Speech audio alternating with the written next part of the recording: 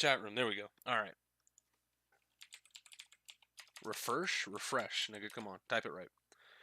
Refresh, and we're back. And thus, as we are back, we are going to go ahead and, as long as you're all still here, we're still good to go. So we're gonna overwrite this. The stolen turnabout. Dog, I need to know more about the nigga with the visor. Time is 1:02 a.m. Is that what that said? Detective, we made it. What a relief. Glad the jewel. Oh, you said it, pal. Dog. Here we go. What is this? Mask to mask salutations. Better luck next time, gentlemen. Is it a master jewel thief? Bro. There he goes. What is going on here? What the fuck? Did I just really see what I think I saw? Because that looked so stupid. Hey, Nick, get a load of this. Hey, are you listening to me? You can clean the toilet later. This is important. What are you freaking out about now? Today will be the last time you talk to me that way. Huh? We're about to hit the big time. Big time? And what do you mean by we? You don't mean you and me are... Don't be silly. I'm talking about me and Pearly, of course. Pearl's back. Pearl's back. Pearl's back. Hello, it's a pleasure to see you again, Mr. Nick. Pearls, you haven't changed a bit. Wait, what are you doing here anyway? You haven't heard, Mr. Nick? Here, take a look at this. What's this, some kind of poster? Crainville, isn't that... That's right, it's our hometown. Pearly and mine, that is. What about... Oh, it's the fucking Ami vase. Right, okay. Bro, this thing looks like dog shit. No offense, Pearls. What's this about treasures from the boonies? Very funny. You can laugh all you want, but you'll be singing another tune tonight. Tonight? What about tonight? The Treasures of Karain exhibit doesn't actually start until next week, but the promoter sent us some very special VIP entry passes. That's why I dressed up extra special today. What you think, Nick? Same Maya, different day. Oh no, we're still dropping frames. What the fuck? I didn't expect it to go like this. This young lady here is Maya Fey, the younger sister of Mia Fey, my friend and mentor. I first met her 2 years ago. I was working on the case surrounding Mia's death, and ever since then, I've been the one who's been keeping this law office afloat from behind the scenes. Actually, that's just a cover for her true identity. In reality, she's a spirit medium and a bit of a shady character. Hey, who are you calling shady? And this little girl is Pearl Fey, but I usually call her Pearls. She's Maya's cousin and a spirit medium in training herself. I know I'm a bit young, but I want to help in any way I can, Mr. Nick. Karain Village is the home of the mysterious Karain channeling technique, and Maya here is the daughter of the Karain School of Channeling's master. I know it sounds ridiculous, but it's no joke. I've seen your power with my own eyes. It's the real thing, alright? Earth Nick, how long are you going to make two gorgeous women like us wait? Yeah, Mr. Nick, I can't wait any longer. I want to see the exhibit. Looks like I don't get a choice here. Might as well head on out. Treasure exhibit poster added to the court record. October 11th. Whoa, it's been a minute. Lordly Taylor, main exhibit hall. Lordly Taylor? The city's fanciest and most expensive department store. Treasure exhibit, huh? I have to admit I am pretty impressed. Wow, this is awesome. Yeah, you can make even the cheapest junk look great. It all depends on how you display it. Oh, they even have a dusty old scroll hanging... Oh, is that the fucking folding screen? Oh yeah, I remember scribbling on it when I was a little girl. On a family heirloom. Say, Nick. The person in charge of this exhibition is waiting for us in the basement warehouse. Alright, I guess we should go and say hello. I want to look at the folding screen. Pretty sure it was an important piece of evidence in that murder case that happened in Karain Village. This folding screen is the greatest of all the spirit channeling secrets. The six-leaf Karain Sacred Writings folding screen. If it's so secret, then why is it the most prominent thing in this exhibit? It's got a point. Oh, they got a little diorama of the town? It's so cute, it's a little diorama of Karain Village. Yeah, look at that. But somehow it seems to reek of dreariness. Oh, Mr. Maya, it's your house. It even says Fey Manor on it. Yikes, you're right. I kind of want to add the famous in front of it. Don't do it, Maya. They might get mad. There's a bunch of old urns. Are these really treasures too? Of course they are. This is a treasure exhibit, isn't it? Yeah, well, I guess so. So all it takes to be a treasure is age? No wonder nobody likes museums. Piece of cloth with a ton of finely written characters jammed onto it. Probably esoteric knowledge only mediums would know. Let's see. Here's the title in 8. Oh, it's the thing from the beginning, or not the beginning, but the entrance hall to the manor, too. I'm pretty sure this number has gone up since the last time I saw it. Well, we're always looking for new ways, you know. Being a medium sounds like a rough way of life. What's with this big cushion? It's just lying around with nothing on it. Well, it must be for the greatest treasure of all. Greatest treasure? Is there something like that? Huh? Why, of course there is. Right, Pearly? Oh, yeah, of course. Yeah, I bet it would really take your breath away. Alright, let's go ahead and move. Basement warehouse. October 11th, Lordly Taylor, basement warehouse. Alright, so we got a camera that's pointing at this gate, it looks like. This is a basement warehouse, alright. This place is scary. I feel like a monster could jump out at any time. Dog, if fucking Gumshoe was down here and he spooks the child, I'm going to be pissed.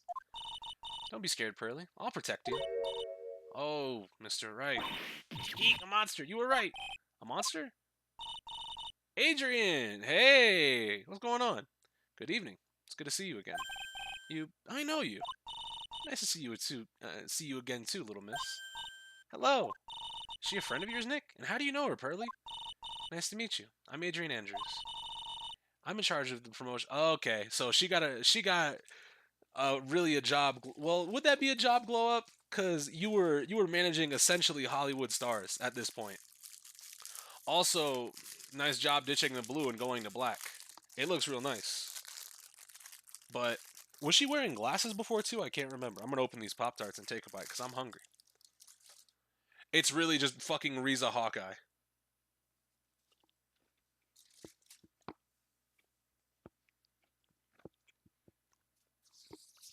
Alright. Her glasses were breaking. Yeah, that's right. But the hair done up in that specific way, it's really just Hawkeye's hair. You just threw fucking glasses on Hawkeye and said that's a character. I'm also responsible for the security arrangements. Nice to meet you. Adrian sure has changed since the last we met. So this is the warehouse. The really valuable exhibit items are still stored away in here. Really has been a long time, hasn't it, Mr. Wright? Nick, what's going on? Who is this woman? Are you jealous? Are you jealous? Why are you freaking out on me? What? I just thought it'd be more dramatic if I got worked up, that's all. Mystic Maya, you shouldn't let him off the hook so easily. Please, Maya, don't say anything that'll needle pearls further.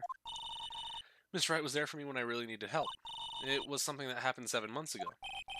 You remember, don't you? The Nickel Samurai case? Not really. I was stuck in a dark wine cellar. Did that escape your memory, Nick? After that, I quit being a manager and started this job. That's tough. Sorry, Miss Andrews, if it wasn't for us. No, don't say that. I'm glad the whole thing happened. Thanks to you and everyone else that was involved, I was able to change my whole life.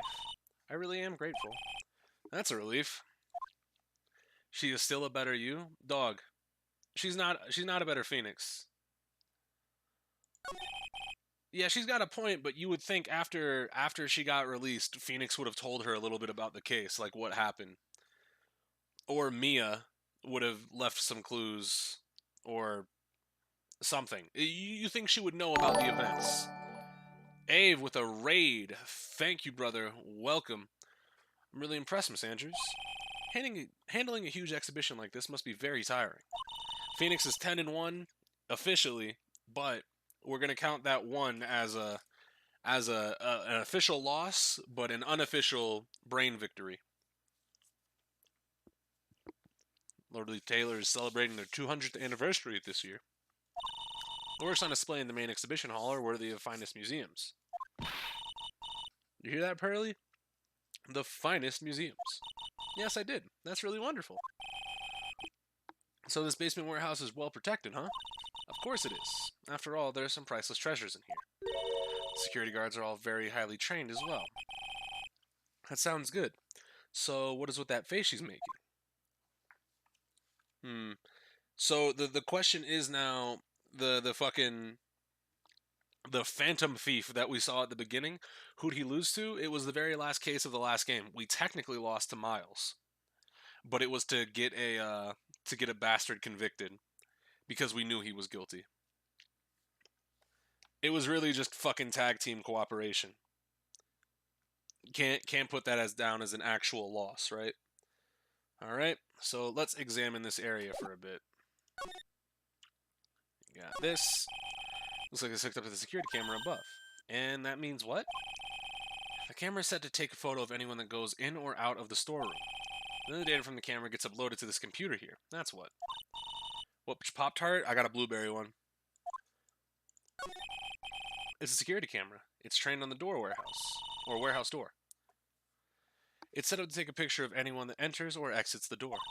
An ounce of prevention is worth a pound of cure, they say. Alright. We have a slide there, too. Looks like a part of a big signboard. All I can read on it is the burr.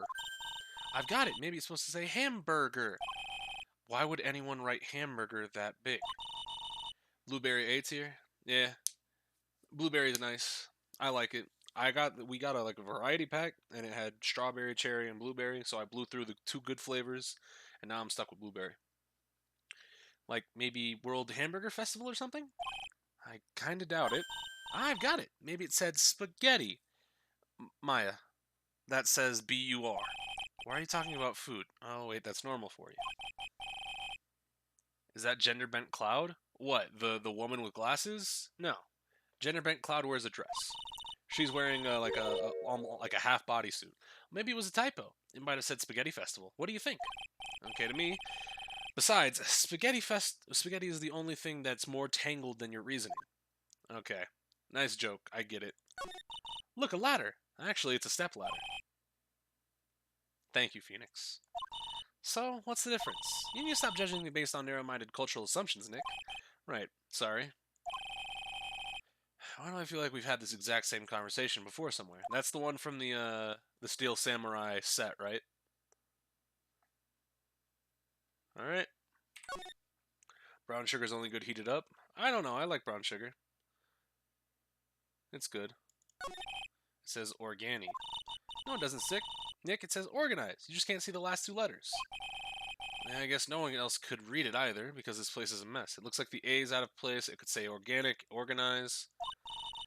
Dog, y'all leave brown sugar cinnamon is the word. Like, leave it alone. Leave it alone. Brown sugar cinnamon is good. Y'all are going to stop flaming, okay? We're not going to do this. Hold on. It's time. It's time for just a moment.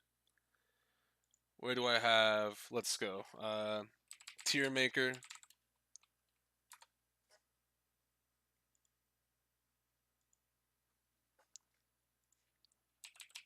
Pop-Tarts. Alright. So, we're just gonna do this real quick, okay? We're just gonna do it, okay?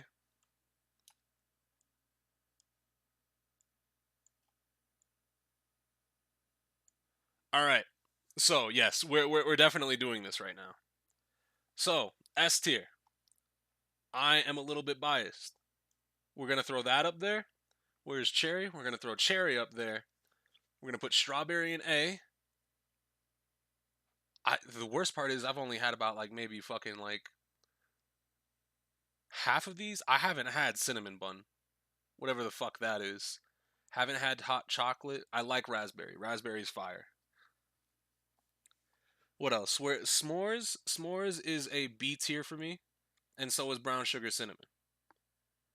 The fuck are the? Wait, no, is that blueberry? Wait, is this unfrosted blueberry? Wait, hold on. Do they have? What the fuck? They have unfrosted blueberry, but they have frosted blueberry up here. What the fuck is this? Raspberry is great, but what is this unfrosted brown sugar cinnamon? Cause no, this is unfrosted brown sugar cinnamon, also an F tier. Chocolate, that's a C tier one. Chocolate is not great. I haven't had hot chocolate, but I'm just gonna assume all the like hyper chocolate, you just go in C tier. That's not for me. I can assume why people like it. I don't like it. Hot fudge sundae, also in C tier. Strawberry milkshake, that's actually pretty decent. I had one of those before.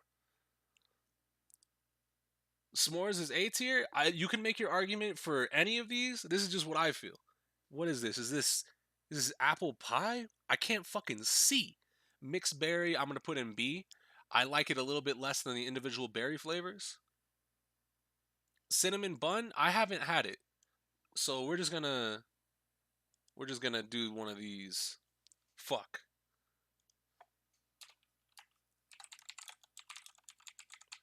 We're just gonna do one of these, and we're actually just going to move a lot of these into here. I've had hot fudge sundae. I've had chocolate chip.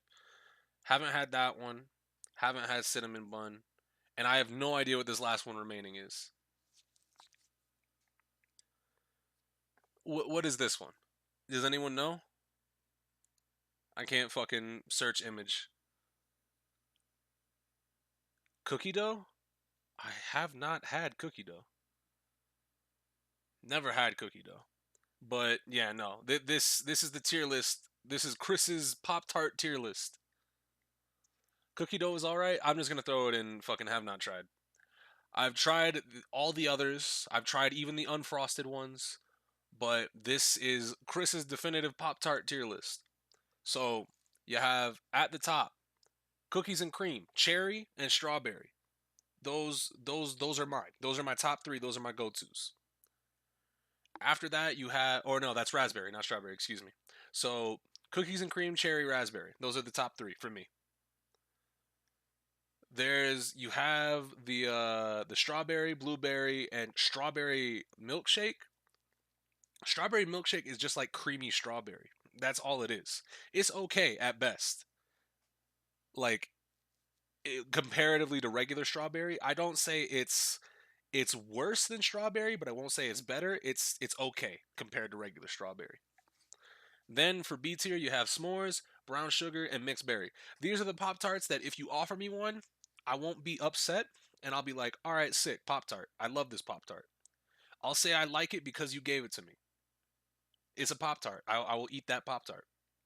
C is like my last. I'll choose this maybe if all the others are out, and I just need Pop Tarts. Like those are the Pop Tarts that you would eat when you're a kid and you love them because, oh man, fucking what is it? The hot fudge sundae chocolate chip, dude. Chocolate for breakfast? Yeah, it's a kids thing. It's a fucking kids thing. It's not for me. It's just not for me, bro. Brown sugar cinnamon, all it hits. It hits. Brown sugar cinnamon is fine. Don't no one fucking shit on brown sugar cinnamon. This is a brown sugar cinnamon like brown sugar cinnamon to me is like the fucking Taco Bell of Pop Tarts. It's always been there for me. It's been there. I can't fault it. It's been holding me down, but I can't hate it. It's a decent Pop Tart. Like you're not gonna sit here and tell me it's an awful Pop Tart. Have not tried here. We got hot chocolate. What is that? The fucking fudge, apple pie, cinnamon bun, and people said that was cookie dough. I didn't even know they made a fucking cookie dough. How do you get that in a Pop Tart? That's gotta be ass. Like strictly just from name alone, if it's really cookie dough, it has to be ass. Hot ass. Yeah, brown sugar cinnamon is like that's the day one ride or die. Brown sugar cinnamon's been with me for forever. Anything cherry isn't for me, just don't like cherries. Of course, that's why this is a personal tier list, and I'm giving my reasoning for why certain things are there. I really like cherry. I really like raspberry. I love cookies and cream. That's probably the only one where I'm like, this is definitely like the dessert Pop Tart, but I'll fuck with it. That one's cookies and cream heat. But I don't even know what it is that they did. That shit is fire for no reason. That one's got sauce. Cookies and cream got sauce. But anyways, that's I could have been talking about that while eating my Pop Tart too. But that's it for me. That's all I got. If you're talking about a different Pop Tart, like if you come out of the woodwork and there's like a different Pop Tart I've never heard of, I probably had because all these I recognize. All the ones that I've tried and I've placed, I can recognize. I recognize these ones, or at least some of these ones, and I haven't tried it. And unfrosted, I don't. If you like unfrosted Pop Tarts, just go to the fucking deli and buy like a fucking pastry. You really don't need a Pop-Tart. Y'all need to try chocolate strawberry. I've never seen chocolate strawberry, but if I do see it, I might check it out. I'm not big on chocolate for like breakfast foods, especially Pop Tarts, which, it's fucking 3 p.m. and I'm eating a Pop Tart, so ignore what I said about breakfast. Anyways, let's get back to the game. Enough bullshitting is done. What exactly is Pop Tarts? They're like these little like flat pastries with like either a fruit or you saw on the list there were a couple like chocolatey fillings. It's kind of like you've had. It's almost like toaster strudel. Almost. It's like a shitty toaster strudel that comes in a package that's stored in your pantry. You don't have to reheat it. You can toast them, but if you have time to toast a Pop Tart, just get toaster strudel. It doesn't matter.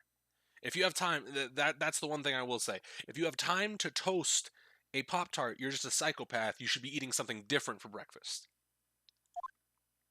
All right. So we got nothing over here other than the sign. Mystic Maya, take a look to the next to the door. That's Mystic Ami, right? Yes, that's a statue of the woman who invented the Korean channeling technique, Ami Faye. Right, let me move these over. Get back to the stream. Alright. The statue is on loan from one of the training halls of the Faye family branch. In fact, it arrived just this morning.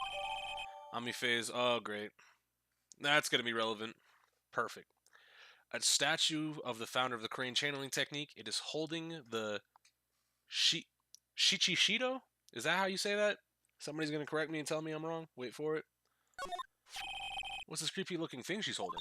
Don't ask me, how should I know? It's from your fucking village! Well, you are the future master, right? You might have something like Pop-Tarts or whatever the thing was, but it wouldn't be English, so you don't know the... Okay. So it's like this, It's... Let me go see if I can find a picture of an open Pop-Tart.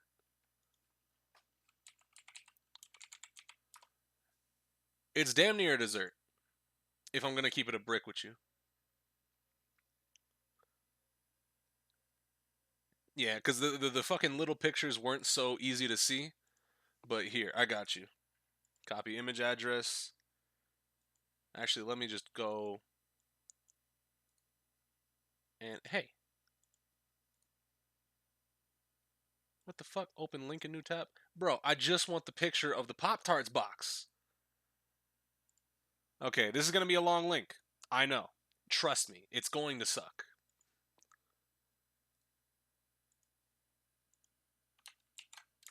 Here.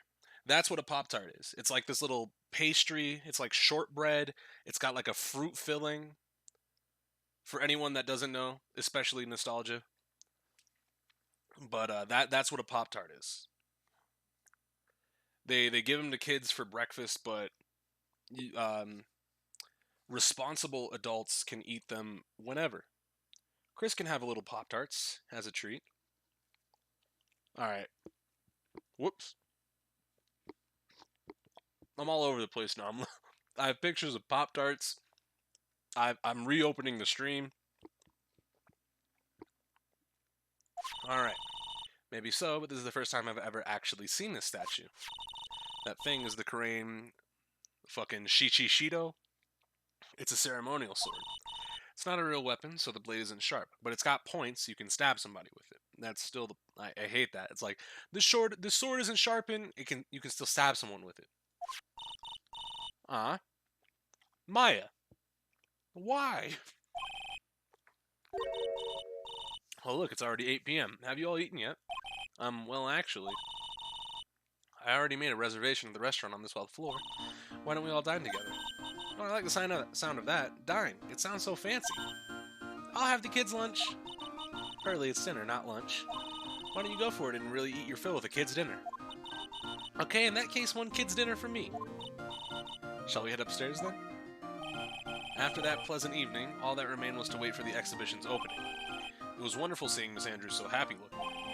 None of us could have imagined that the very next day something terrible would happen. Moida. October 12th, 10:09 a.m.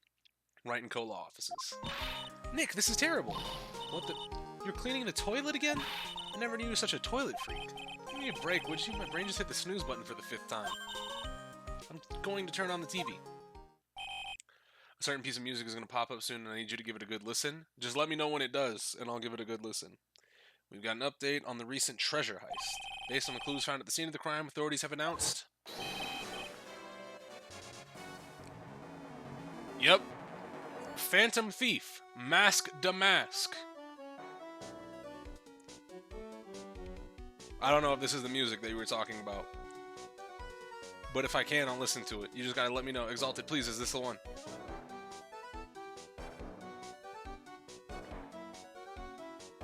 I need a breakfast sandwich or something. A Pop-Tart is too sweet for me in the morning time. That's very fair. Something super sweet for... People that eat really super sweet stuff for breakfast, you're just fucking psychopaths. Mask of the Mask? According to a spokesperson, Lordly Taylor received a threat letter some days ago. You're good, Alex. Test complete. The 5th heist by this Phantom Thief, who only targets rare treasures. Lordly Taylor? Oh no. What did he steal? Well, Nick, what are you gonna do? Don't you go back to scrubbing the toilet? Treasure? Lordly Taylor? You don't think... Yes, now get up, Nick. It was stolen by Mask to Mask. Our most valuable treasure. The Korean sacred urn was... Bro. What? Alright, so, let's go ahead and, talk to Maya. Refresh my memory a little. What's this sacred urn? It's only the most important treasure in Crane Village, that's all. Look, it's right there on this poster. That... okay. You mean to tell me that the entire time it would have been sacred regardless? Is it more sacred because Pearl broke it? Don't you remember what's inside? This urn contains a very important soul. Namely, the soul of Mystic Ami Faye, the founder of the Crane channeling technique. Right, Pearly? Ah, yes, that's right. Hold up. I thought the urn had the name Ami written on it. Now it says I am. Any idea how that happened, Pearly? Well... There are some things best left unsolved, wouldn't you say, Mr. Nick? That's right. 1 year ago, there was a murder in Korean Village, Maya's hometown. That sacred urn, it turned out to be an important clue in that case. Sacred urn, added to the court record. Oh boy. So, what to do? Okay, the toilet is shinier than the judge's head, so let's see what's next.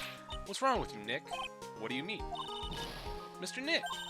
You believe Mystic Maya's treasure, your beloved Mystic Maya's treasure, has been stolen. Doesn't that even bother you? But I thought the urn was the village's treasure, so I don't see how... The village is Mystic Maya. She's the future of the master of the Crane School of Channeling. You know what I'm talking about, Mr. Nick. I won't let you say that you don't. Okay, I do. So what am I supposed to do about it? Isn't it obvious? Go and find the bad guy who did this. Yeah, and get the secret urn back. But I'm not a detective. This has nothing to do with this. If you're a real gentleman, you would find it for your beloved Mystic Maya. There's no winning against Pearl's fairy tale of image of love. So, what's the name of this bad guy again? Mask to Mask, Nick. Take a note of it. Mask to Mask. Alright, so about last year's incident. I was arrested and everything. 1 year ago, the murder in Crane Village. A man was killed during one of Maya's spirit channelings, and this urn wound up being the key piece of evidence that proved her innocence. Mr. Nick? Would you mind not telling Mystic Maya about that? You promised, remember? You said you wouldn't tell anyone I broke the urn. Pearl. Oh yeah, that's right. Now I remember, this urn used to say Ami on it. Till Pearl accidentally broke it into a million pieces. She tried to secretly fix it, and let's just say it didn't work out so well. Sorry, I'm not so good at arts and crafts spelling either. Yeah, some sweet in the morning, like cereal, like is the highest I'll go on sweet. And I don't be doing like that chocolate shit. That's people who eat chocolate for breakfast, if you're above the age of like 14, you need to go to jail. It's just about time for you to go to jail. She put the pieces together wrong, and now it says, instead of saying Ami, it says I am. I can't believe no one's noticed this until now, a whole year later. I can't believe it myself. Alright, well, let's go to the exhibition hall, and let's talk to Adrian on what happened. Right, let's see if we can find some clues that might lead us to the bad guy. But it doesn't look like anything's been disturbed. Well, I mean, the pillow that's supposed to have something on it doesn't have something on it, but... Yep, it looks pretty much the same as it did last night. Bad guy, huh? Hey, you can't poke around here, pal. Wait a minute, that voice. Oh no, not him again. It's you, and I'm the one who should be saying not again. Why is every time something bad happens, you always show up, pal? I should be asking you that. Aren't there any other detectives? No, I should be asking you that. What are you doing hanging around here? Hey, I asked you first. Why are you here anyway? Alright, we got it. Why don't you just kiss and make up already? Hello. It's been a long time, Mr. Scruffy Detective. Oh, it's you, little missy. Actually, my name is Gumshoe. Detective Dick Gumshoe. He got his job back. Now's a good chance for you to try to remember it right. And if it's too long for you, you can just call him Dick. Okay, it's good to see you again, Mr. Detective Dick. Yeah, good to see you too again, I guess. Alright, so what happened? Mr. Detective Dick, can you tell us about what happened? Oh, you're trying to remember my name, atta girl. It's just Gumshoe, okay? Anyway, the thief stole something called the Sacred Urn. I know about that. Well, the criminal's name is Mask the Mask. I know about that, too. Detective, can't you tell us something other than that? Well, I guess I sorta kinda owe you guys, in a way. The crime occurred last night around 1:30 in the morning. How exactly do you know that? We got an emergency phone call from a guard at the scene of the crime, pal. He said the urn was just stolen. The scene of the crime? You mean here, right? Wrong.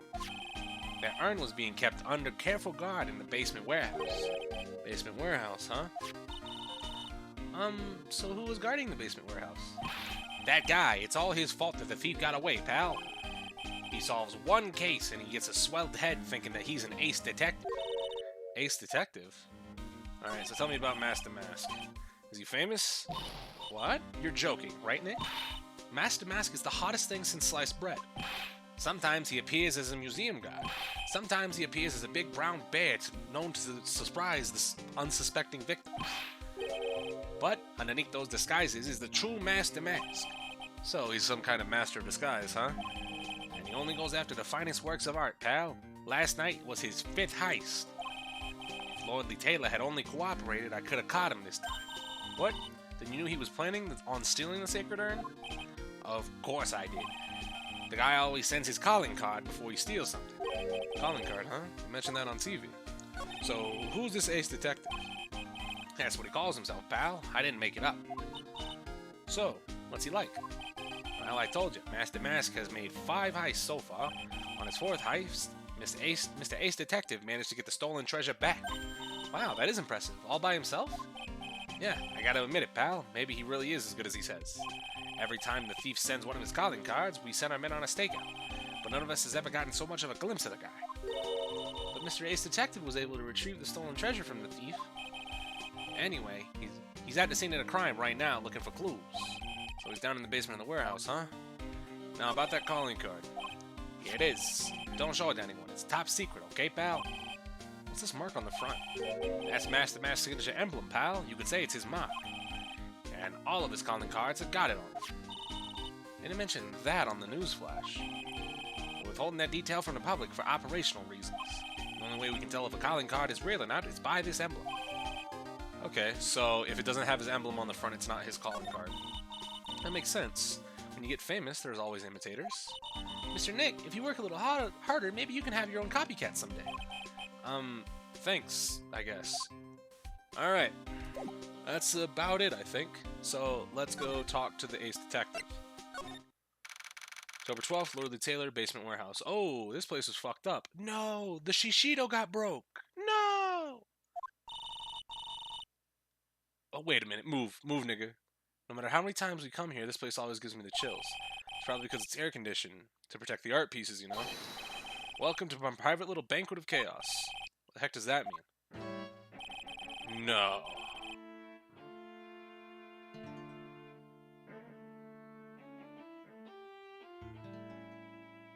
Dog, why is his monocle a magnifying glass?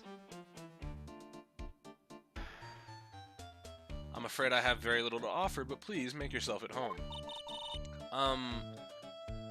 Chris, this is the one? Bro, it's an okay song. Who are you anyway? Shh! Silence! Now I see, it's becoming clear. What do you see? Zavari, the truth has once again been elegantly revealed to me. A lawyer and a spirit medium. Neither very advanced at their trade. Bro. Keep talking shit. Am I wrong?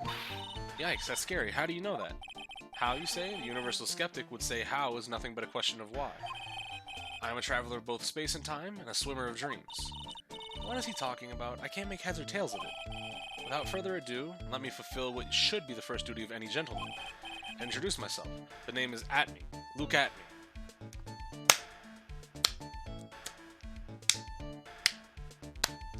There's the one. Ace Detective. Hi. Don't let him intimidate you, Nick. Stand up and show him what you're made of. The name's Wright. Phoenix Wright. Ace Attorney. Roll them credits. I'm Maya Fey, Ace Spirit Medium. And I'm Pearl Fey. I'm Mystic Maya's cousin and Spirit Medium Ace Apprentice. Excellent. Well then, shall we begin our little game? Game? Why does the phrase one short of a baker's dozen come to mind with this guy? Well, first, let me... A body has been discovered! Lawyer, please refrain from such crude behavior. What do you mean? The criminal's an artist. The crime scene is a canvas upon which he paints. Only I, Ace Detective Atme, not effective. A box has been discovered. After a short amount of time, an actual trial will be held. Only I, Ace Detective Atme, have an eye which is educated enough to read the signs. Could you translate for me, Nick? I think you pretty much said, don't touch anything, amateurs. There's something you should know about? You have to ask Atme. Okay. I know everything there is to know about my rival, Master Mask. What do I do now? Does he have any top-secret information? Stuff that only a real crime buff would know about? I'll think about what to ask while I listen to what Mr. Ace Detective has to say. Alright, so we have to talk to him first. So you're really as famous as you say? Of course. For a lawyer, you have a rather shocking lack of knowledge about the world. I had no idea anyone was left in the city that had not heard of me. Look at me. That's your name. I am Master Mask's arch enemy and the Ace Detective. Look at me. At this moment, there are two mighty figures which loom large over this grand city.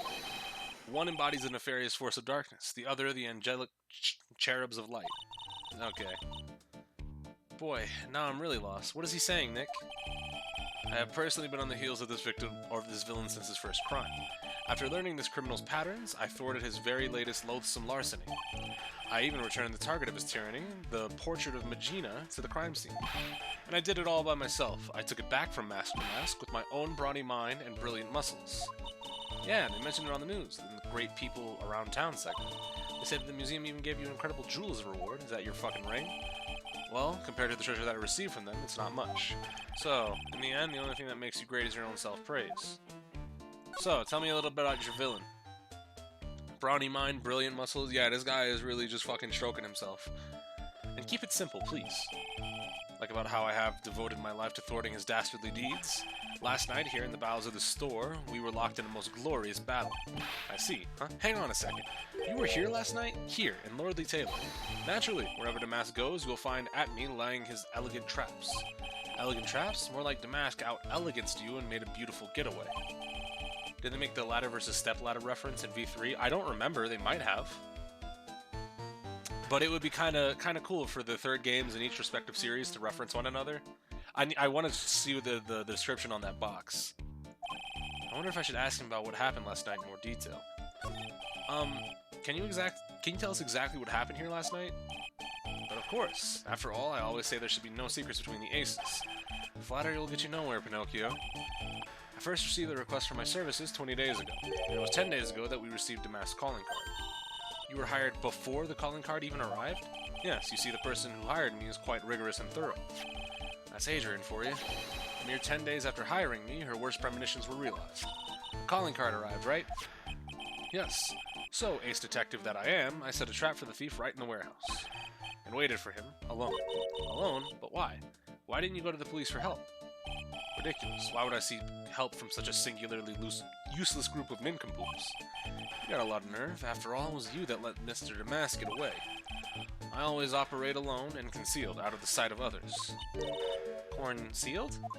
Precisely. Even the guards on duty here were unaware of my presence. To fool your enemies, you must fool your friends. It's now my original proverb. Anyways, back to what happened last night. As I was saying, I hid here in the warehouse and waited for the thief to arrive. But I saw...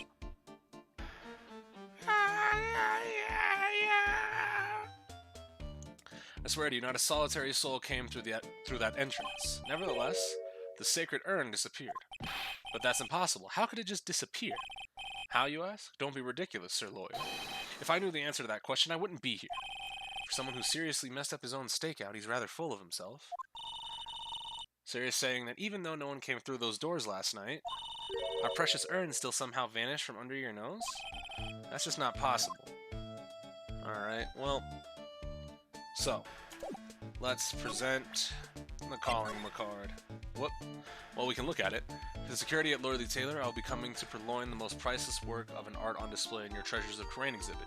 Take good care of the speckled urn, won't you? Yours truly, Mask to Mask. What's up, Guava? What's going on? Mask to Mask calling card. It's got his emblem printed on it, right? Quite impressive. I would expect nothing less from my arch-rival.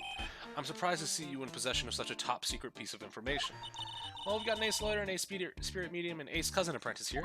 That noise you made? What do you mean? That's the fucking... the body discovery noise from fucking Danganronpa. Any impressions, I can do them all. I'll be here all week. Alright. Yes, indeed. I think I could learn to like you, my fellow ace of professionals. I don't know if I really want this guy to like us, ever. Well, Sir Lawyer? I've been told that you too are pursuing the mysterious thief. Well, I'm not sure. Yeah, that's right. We're gonna find the sacred urn no matter what we have to do. Don't quit your day job? It's too late. That's the only job I have now that the fucking virus is here. Excellent. I will trust you. I permit you to take a look around while I investigate elsewhere. Hyperion, thanks for the host. Brother. Alright, if perchance you should discover something of value, then return to my office. My Office of Earthly Delights, the Atme Detective Agency. Office of Earthly Delights. Well then, Sir Lawyer, if you'll excuse me, I have much to do. No sound? Yeah, it's almost like you've been predicted. Wait a minute! He's gone. I don't like the idea of doing this guy's work for him. Come on, Nick, don't worry about it. It's no big deal. Let's hurry up and investigate before he changes his mind. I want to go to his office too. Take me with you, okay? Sure thing, Pearls. Oh, hold on. Hey. Hey. I like this one. Look what you did, Nick. You spilled paint over here. I didn't do that. Well, it wasn't here last night. I would have noticed the color. This outrageous. But this paint is already dried up. Well, then you should have cleaned it before it dried, Nick. Paint doesn't dry that fast. Besides, I told you it wasn't me. It looks like it's been several days since this was spilled. It also looks like there's something covering some part of the natural spill. Possibly the statue, because the statue wasn't over this far to the right. It looks like it's been several days since it was a split. Or spilled. Hey, look at this. What is it? There's some kind of shape left in the bottom left side of this stain. You're right. I wonder what it could be. Well, let's slide to the left. That pathetic-looking wooden box. Ah, that's the box that had the sacred urn in it. Don't touch it. There may be clues to the thief's identity on there. I worked so hard to make that box. You made that poor excuse for a box, Maya? What's that supposed to mean? The urn has always been standing in the winding way of Fey Manor. There was no box, or that urn was already standing there, so there was no box suitable for it, Mr. Nick. I was so proud of it. Poor Maya. Maybe it'd been better if Mr. Damask had taken the box, too. I think there's a message on the wall. It says 11037. Leon! Okay, so let's go back. Let's look at the broken sword, or bent sword. Wow, this is awesome. What did Miss Andrews say it was called again? Shichi Shido. It's literally 7-branch sword in Japanese. Or so says Miss Andrews. Wow, it's pretty heavy. One hit, 7 times the fun. Pretty catchy, huh? I bet it's still like hotcakes. There's something about it that bothers me. Wow, you're really firing on all cylinders today, Pearly. This sword, wasn't Miss Akami holding it last night? Ah! Yep, see, it was over a little bit more to the left, so it could have been covering the stain. Or the spilt paint. You're right. Awesome, Pearly. I wouldn't expect any less from my little lace apprentice. The sword is bent, so that must mean last night someone used it somehow. Aha, I just thought of something. Maybe Detective Atme smashed it mask to mask with it. Like this. Yo, put it down. Maya, are you serious? What do you think, Pearly? I think it's even more bent than it was before. Oh, my head. My hair! Shichishido added to the court record. Was bent before the crime? Wasn't bent before the crime, excuse me. Alright, let's look. Hey Pearly, do you know what this is? It's a computer. A computer? Oh, I've heard of those. It has such a cute name. It looks like this computer is for storing the data from the security center. When someone comes in or out of the warehouse, the camera takes a photo of them. Probably the trap that the detective had set up. Let's see if we can find last night's data on this thing. We might even find a photo of Mr. Damask. Let's see here. Man, I really stink at working these things. What's wrong, Mr. Nick? You're sweating an awful lot. I don't know how to pull up the photos. I had no idea you were such pathetic. We were so pathetic with high-tech stuff, Nick. Yeah, well, I managed to print out the camera data anyway. I guess you'll have to learn to crawl before you can walk, right, Nick? Yeah, sure, anyway. It looks like the camera only went off once last night. Around 1 a.m. Okay. Interesting. Security camera is being trained on the big door to the storeroom. Set up to take a photo of anyone that goes in or out. Alright. A security camera? Yeah, go stand in front of the door and it'll snap your photo too, Pearly. Mystic Maya, do you think I should smile? Nah, it's for criminals, so I think you should make a really scary face. Like this. Okay. We need to examine the statue of Machu. Statue of Mystic Ami is so cool. I want a gold statue of myself. We could put it up in the office. Hey, it's Wright & Co. How about a gold statue of me? Mr. Nick, I'm sorry, but I noticed something strange. What is it, Pearls? Statue of Mystic Ami. Where was this last night? Yep. Here we go. I'm pretty sure it was closer to the door. Yeah, I think you're right. Great job, Pearly. I wouldn't expect anything less from my ace cousin. So, the statue was moved the night of the crime. Alright. Also, shout out to Pearl for getting all of this, evidence for us. Good shit, Pearl. Alright, now what else do we have? We have this door. Mr. Nick, what's that big door over there? Looks like it's the door to the actual storeroom. I can see lots of big boxes and stuff back there. I guess that's where they were keeping the sacred urn. Remember, Maya, Miss Andrews said we're not allowed in there. Okay, I guess we're not allowed in there. Well, I think that's it, so we can go back to the main exhibition hall. Hey Nick, your cell phone's ringing. Hello, Phoenix Wright here. Oh ho ho ho! It's me, Gumshoe. Gumshoe? What is it? What's so funny? I'll tell you what's funny, pal. I finally beat him. I beat Mr. Ace Detective. Finally, this underdog is the alpha dog today. That stuck-up detective's met his match. Yup, I finally got him. Look, stock and barrel. Lock, stock, and barrel. There's no escape from him. You caught him? Are you saying you captured Mask to Mask? Bingo! Well, actually, he surrendered, but I still got him. Mask to Mask surrendered. That's great. So when can we come and pick up the sacred urn? Well, you see, I was gonna tell you. What, something wrong? Do you think you can swing by the detention center sometime? The detention center? He wants to talk to you. Mask to Mask, that is. What? He wants to talk to Nick? I'll be waiting for you, pal, so get over here soon. The detention center, huh? Well, it's about that time. We can go to the detective agency, or we can go to, I assume if we move back to the office, we can go to the detention center, so let's do that. Yep, as always. October 12th, detention center, visitors room. Hey pal, welcome to the detention center. You're sure in a happy mood, aren't you? Yep, after all, we got Wright, but where's the sacred urn? Oh, sorry about that, pal. I guess I didn't think about it before. But your victim is this case. But you're the victim in this case, huh? Well, I guess you should hear the guy. I should let you guys hear the story straight from the horse's mouth. Donuts? Donuts aren't that bad. Donuts are alright. depending on where you get them from, they have to be fresh too. If you get like a somewhat stale donut, like it was made early in the morning and you're like a couple hours late, you can just throw the whole donut away. It's not worth it at that point. After that point, it's just trash, and it remains trash. And not only will it remain trash, it will never be good. You know, he's right, Nick. He is. If you think real hard, we're the victims. Well, I guess so, in a way. I'm used to thinking of the victim as a dead person because we're always on murder cases. Oh yeah, that's right. This isn't a murder case now. It's a fucking robbery case. Excuse me? But anyway, I have to get the sacred urn back. Please, just don't ignore me. Who are you? I'm Mask to Mask? Okay. Hey Nick, doesn't he look kind of, well, gangly? I'm Ron Delight. The famous Mask to Mask. I don't think this guy could punch his way out of a wet paper bag.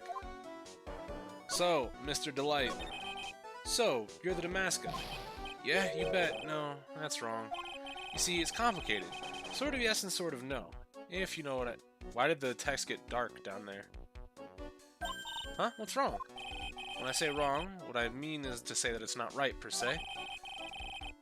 It's not... you see, it's not spelled mask to mask, it's actually mask to mask. What's wrong with this guy? Well, he's a timid little weakling, we know that much. Don't do that. Don't look at me like that! I don't need your pity! And a major crybaby, too. So, why'd you give yourself up? Well, you see, it's because... Well, I know why. It's because you stole a bunch of priceless treasure. And now you're overwhelmed with guilt, am I right? Priceless that broken old urn. I have a little favor to ask. Yes, what is it? Could you go and talk to Desi? Desi. So, talk to me about the urn. Look, we really want our urn back, so where is it?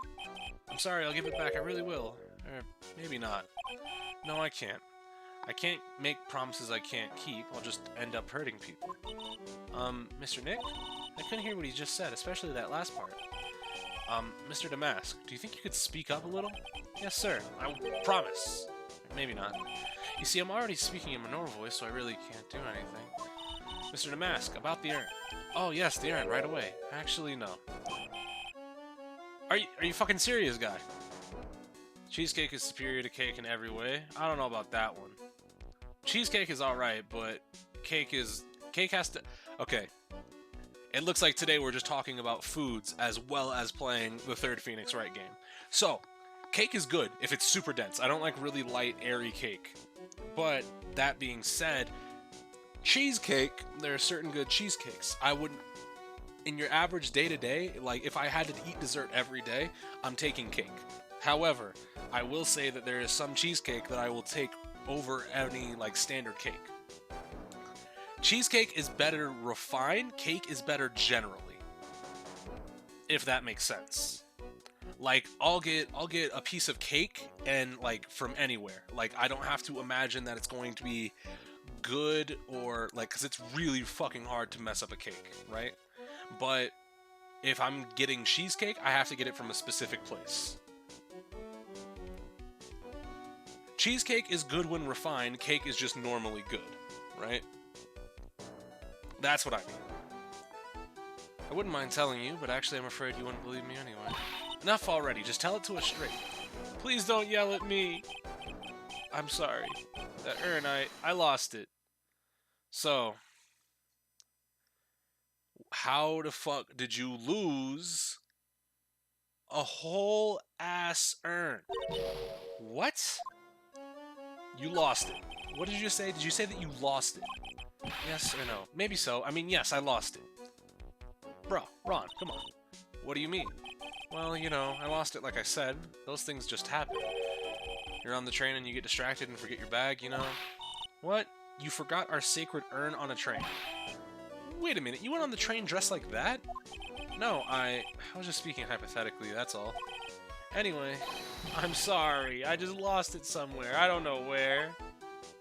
This guy's story is more surreal than a Dali painting. Okay, there was no need for that line. Are you really sure this creep is mask to mask? I don't call him a creep, although I do have to admit I understand your doubts about this guy. So who's this Desi? Please don't talk about my wife like that. I guess she must be his wife. I'm sorry. The truth is, it was my wife that told me to have you all come here. Do you think you could go and visit her at my hideout? Hideout? Mr. Nick, what does he mean by hideout? Oh, sorry. Naturally, I meant to say my secret base. Secret base? Well, my apartment, actually. Palazzo Pelepe, or Pelpepe. 3rd floor. Let's go have a look, Nick. To the masked hideout. Something tells me that she just likes the sound of the word hideout. Chocolate ice cream is trash. What? Chocolate ice cream is fine. Chocolate cake, however, yeah, I'll eat a marble cake, like chocolate and vanilla, but if you're eating straight chocolate cake, you're just a psychopath. But yeah, no, straight chocolate cake, nah. Chocolate ice cream is fine though. I don't know what's the hate on chocolate ice cream. Chocolate cake, I'll agree with that. But chocolate ice cream, Like, I'm a big fucking fan of Rocky Road ice cream. That's my favorite ice cream. But straight chocolate, I wouldn't say it's bad. It's not trash. Definitely not trash. Alright, so can we go to your hideout? We can. October 12th, Mask to Mask's hideout. Dog. What is going on in here? You got a miniature hot air balloon. You've got some fake mustaches and masquerade masks. You've got a sword, a short sword, a rapier, a flintlock pistol, and a rifle. Dog. Wow, check this place out. No doubt about it. This is the Mask's hideout, all right. Who is it? Is that you, Ronnie? Huh? Oh, hello. Who are you people? Are you Desi Delight? That's right, I'm Desiree. Ah! Oh, you must be the lawyer and the victim. Yeah, that's us. Your husband told us to stop by and speak with you. I'm Maya Fey, and this is Phoenix Wright, attorney at law. Dog, this outfit is... like, it's a... is this a jacket? Is this a full-body suit with a fur? Yo, your fit kind of weird, but it's also kind of nice. Hold on. Nicky Boy and Maya, huh? I can't tell how grateful I am that you decided to help my Ronnie. Well, you're welcome. Did she really just call me Nicky Boy? Alright. Talk to me about Ron. About your husband. Isn't he the cutest? A bit weak sometimes, though. A bit? By the way, did you know that they mentioned Maya on TV? Really? They said you only earned that you've done some shady trading in training at a law office now. Remind me not to watch that channel's news program. After I saw that, I thought it might be a good idea to meet the lawyer they mentioned. I see. My Ronnie, he has a powerful imagination that gets diluted easily. Mia's dead, we need to move on? No. Of course, we move on from Mia, but the one we're moving on to is not in the country presently. She's got her whip back, though, that's all we need to know. Dog, I need fucking Franziska to pull up and just start smacking niggas. He kept insisting he was going to surrender to the police. I didn't know what to do. It was me, I stole that urn, he kept saying, as if it was even possible. But, are you saying he didn't? Of course he didn't. Why would my Ronnie ever do something like that? Well, you know, it's a priceless treasure, and he's, you know... Is it possible his own wife didn't know his secret identity? Look around the fucking room, Phoenix! Alright, tell me about yourself. I'm the kind of woman that needs excitement in her life. Oh boy. Excitement, huh? Yes, I'm at my happiest when I'm racing along with my bike going at full throttle. Okay, so it's a motorcycle jacket.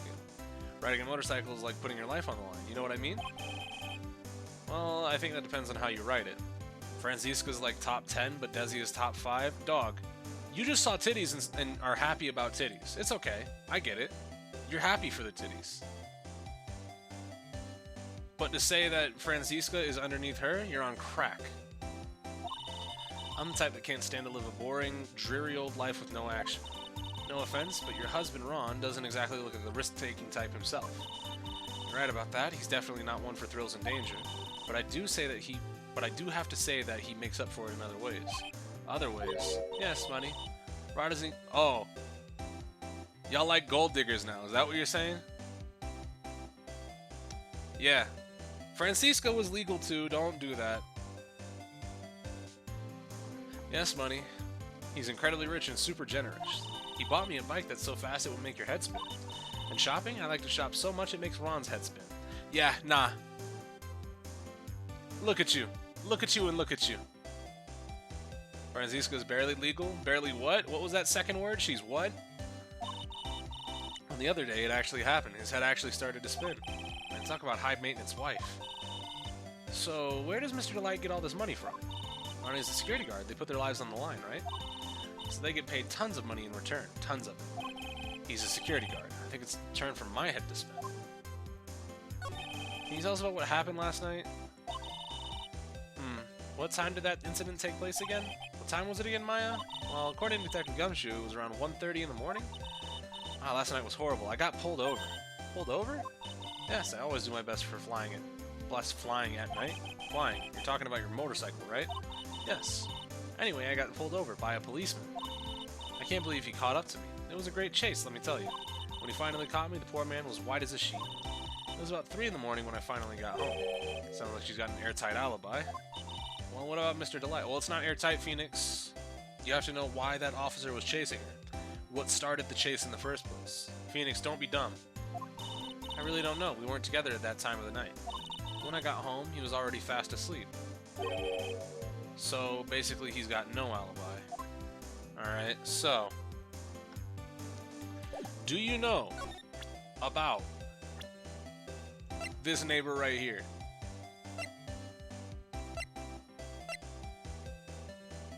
Oh, I see what's going on here. Look at their mouths.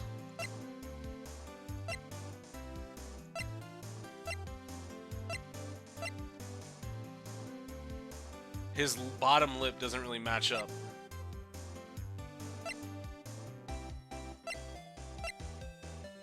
At least in this fucking picture. But you don't know about... also, this guy I don't know about. Right. Alright, so... Mr. Light, you must know, right? About your husband in Mask to Mask? Mask to Mask? Of course, I know all about it. My husband is his biggest fan. Great. Yeah, what? Huh? Biggest fan? Yes, and Ronnie can be pretty delusional at times. That's how this whole misunderstanding happened. Wait a minute. Did you say delusional? Yeah, that's right. I just don't know what I'm going to do with him. You see, Ronnie actually believes that he is Mask to Mask. What? What are you talking about? Alright, so. Also, yeah, let's look at ages. Why is me is okay. I don't know why that's still there. That's kind of weird. Pearl's 9. Happy birthday, Pearl. Adrian's 24. Dick is 32. Mask to Mask, age unknown. 34. Look at me. 23. 23. Okay. Alright. I would assume the chase started because she was flying. That's a simple explanation, but if she was fleeing the scene of the crime, also. Alright, so, what about these delusions? Also, is that the helmet from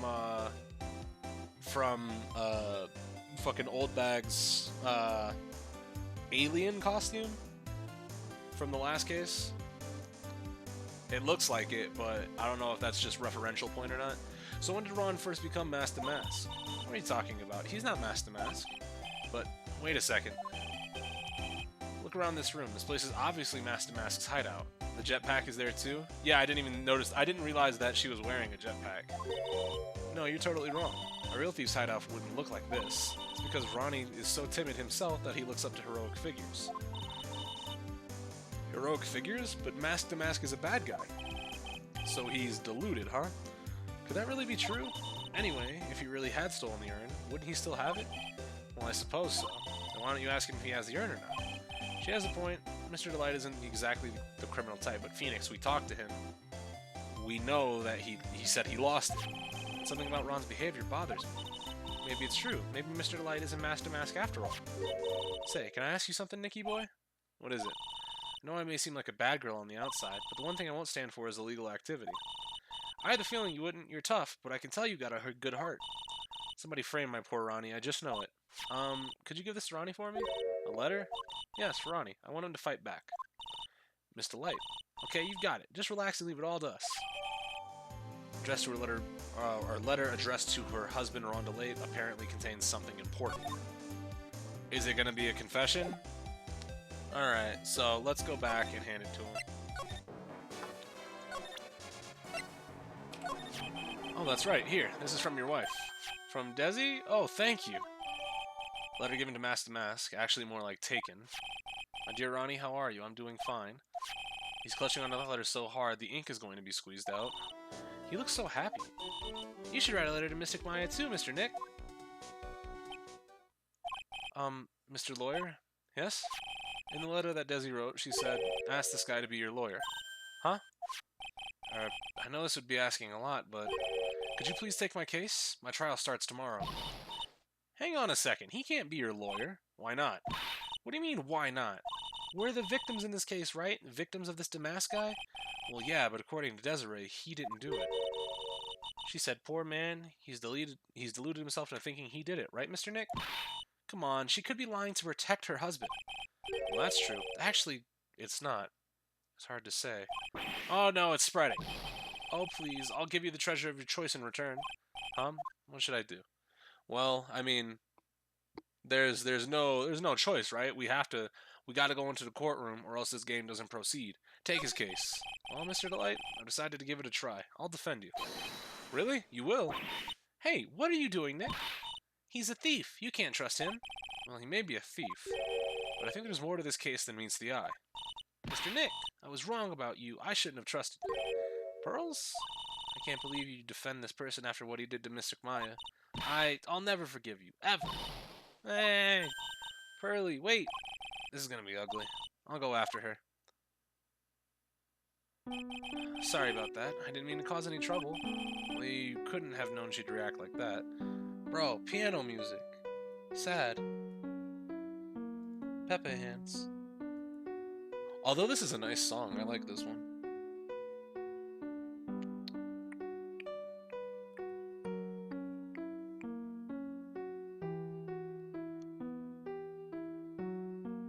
Yeah, this is nice. Guess I might as well start investigating. Oh, Maya, where's Pearls? She said she's going back to the office. Go check in on her later, wouldn't you? And what about you? You okay with me taking Mr. Delight's case? Yeah, I'm fine, Nick. I believe in you. I think I'm going to cry.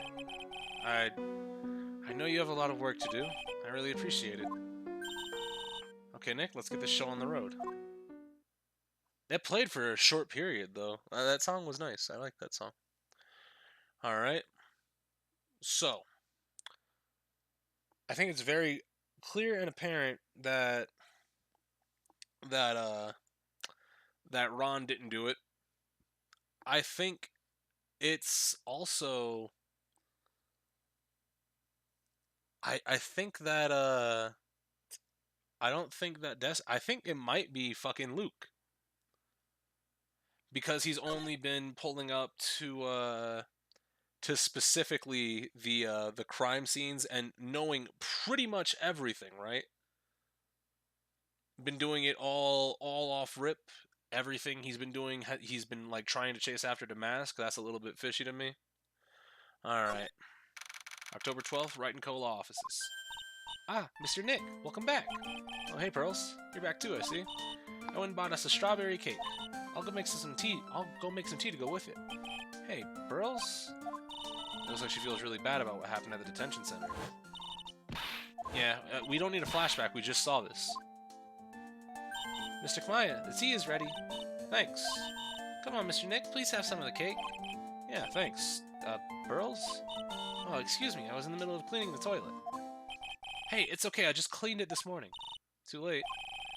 This might be a good time for me to ask about her. Alright. So, what's going on with Pearl? First met Pearls a year ago. It was when that murder happened in Crane Village. Do you have any emote slots left? We have one, but I'm working on it. We're gonna try to get the Iba Ayaya. But that's probably gonna be our last emote slot. I might shuffle them around. Might end up scrapping one, like Cork. Cork might go. As much as I like that fucking picture. I still remember what she said to me when we first met. You're Mr. Nick, right? You're Mr. Maya's special someone. Hey Maya, I've always thought it was because she was young, but what? Pearls, I think she's got the wrong idea about you and me. Huh? There's something you need to understand. What is it? It's kind of like a Korean village custom. Sort of. Pearl seems to love you a lot. That's because I'm her only cousin, and, well, because of the murder case last year, her mother is... Oh, yeah. I remember now. Pearl's mother, Morgan Fay. She's serving a prison term in isolation right now. So you see, I'm the only family Pearlie has right now. But it's the same for me too. Maya. My mother's gone too. Alright, so tell me about this custom. There are hardly any men in Crane Village. Now that you mention it, I never actually saw any men when I visited there last year. I'm pretty sure I told you about it a long time ago, about how spiritual powers run very strong in the Fey family. Who out here doing illegal shit? Iba Ayaya? Yeah, we're gonna try to get the Iba Ayaya. Although it's probably just gonna be Ayaya, but the first I is gonna be AI. Because phonetic pun. Yeah, you did. And that's why you're undergoing training to become a spirit medium, right? Yeah, the thing is, only women can actually inherit the spiritual power. That's why the whole culture of Korean Village kind of revolves around its women. Well, that's understandable. Nothing wrong with that. Yeah, but because of that, there tends to be a lot of unsuccessful marriages. Oh. Well, men start to feel left out after a while, and then they just start leaving.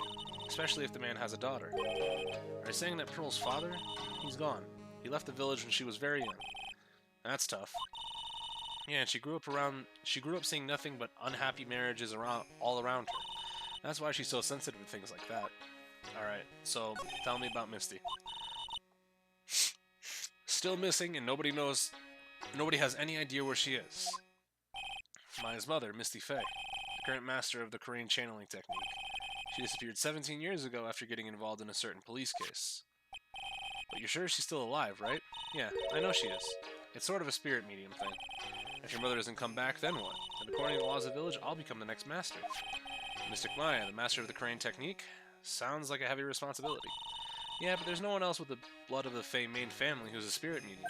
Well, Nick, why don't we go out and start investigating? We're not going to learn anything just by sitting around the office. Yeah, I know, but first I want to talk to Pearls. Mr. Nick? Yeah? I acted like a baby. Pearls, I doubted you, even though Mystic Maya trusted you completely. I guess I still have a lot of training to do. Mr. Nick? Yes? From the bottom of my heart, I apologize for what I said. It's okay. Well, I'm going out for a little bit. Where are you going? I may be small, but I still have a lot of spirit channeling power. So I'm going to show you I can be useful too, by finding some evidence. Hey, wait it! She runs fast. Pearls is 9 now, yes. She was 8 in the last game, she's 9 now. Nick, let's back off and give her some room, okay? Yeah. Well, she's gonna be doing some bullshit, but let's go back to the scene of crime. October 12th, Lord Lee Taylor, Main Exhibition Hall. Oh! You good, Adrian? Maya. Oh, Miss Andrews. I'm so sorry. It's my fault. Your precious urn. Your precious urn. Please, calm down. What's wrong? It never ends. Everything I touch ends in failure. Maya, I'm sorry. I'll do anything I can to make it up to you. No, it's okay. I don't look it, but I'm good with my hands. I could make you another urn. Hold on. Just wait, okay? Breathe and calm down and talk to us. Forgive me. Okay, so you got the calling card, right? 10 days ago? Yeah. I was going to show it to the police, but that detective stopped me. So you asked Detective Atme to help with security? Yes, in fact, it was about 20 days ago that I hired him. So he stopped her from going to the police and getting help. That's interesting. He seemed to know much more about Damask than the police. The fact that he knows so much... The fact that he... like...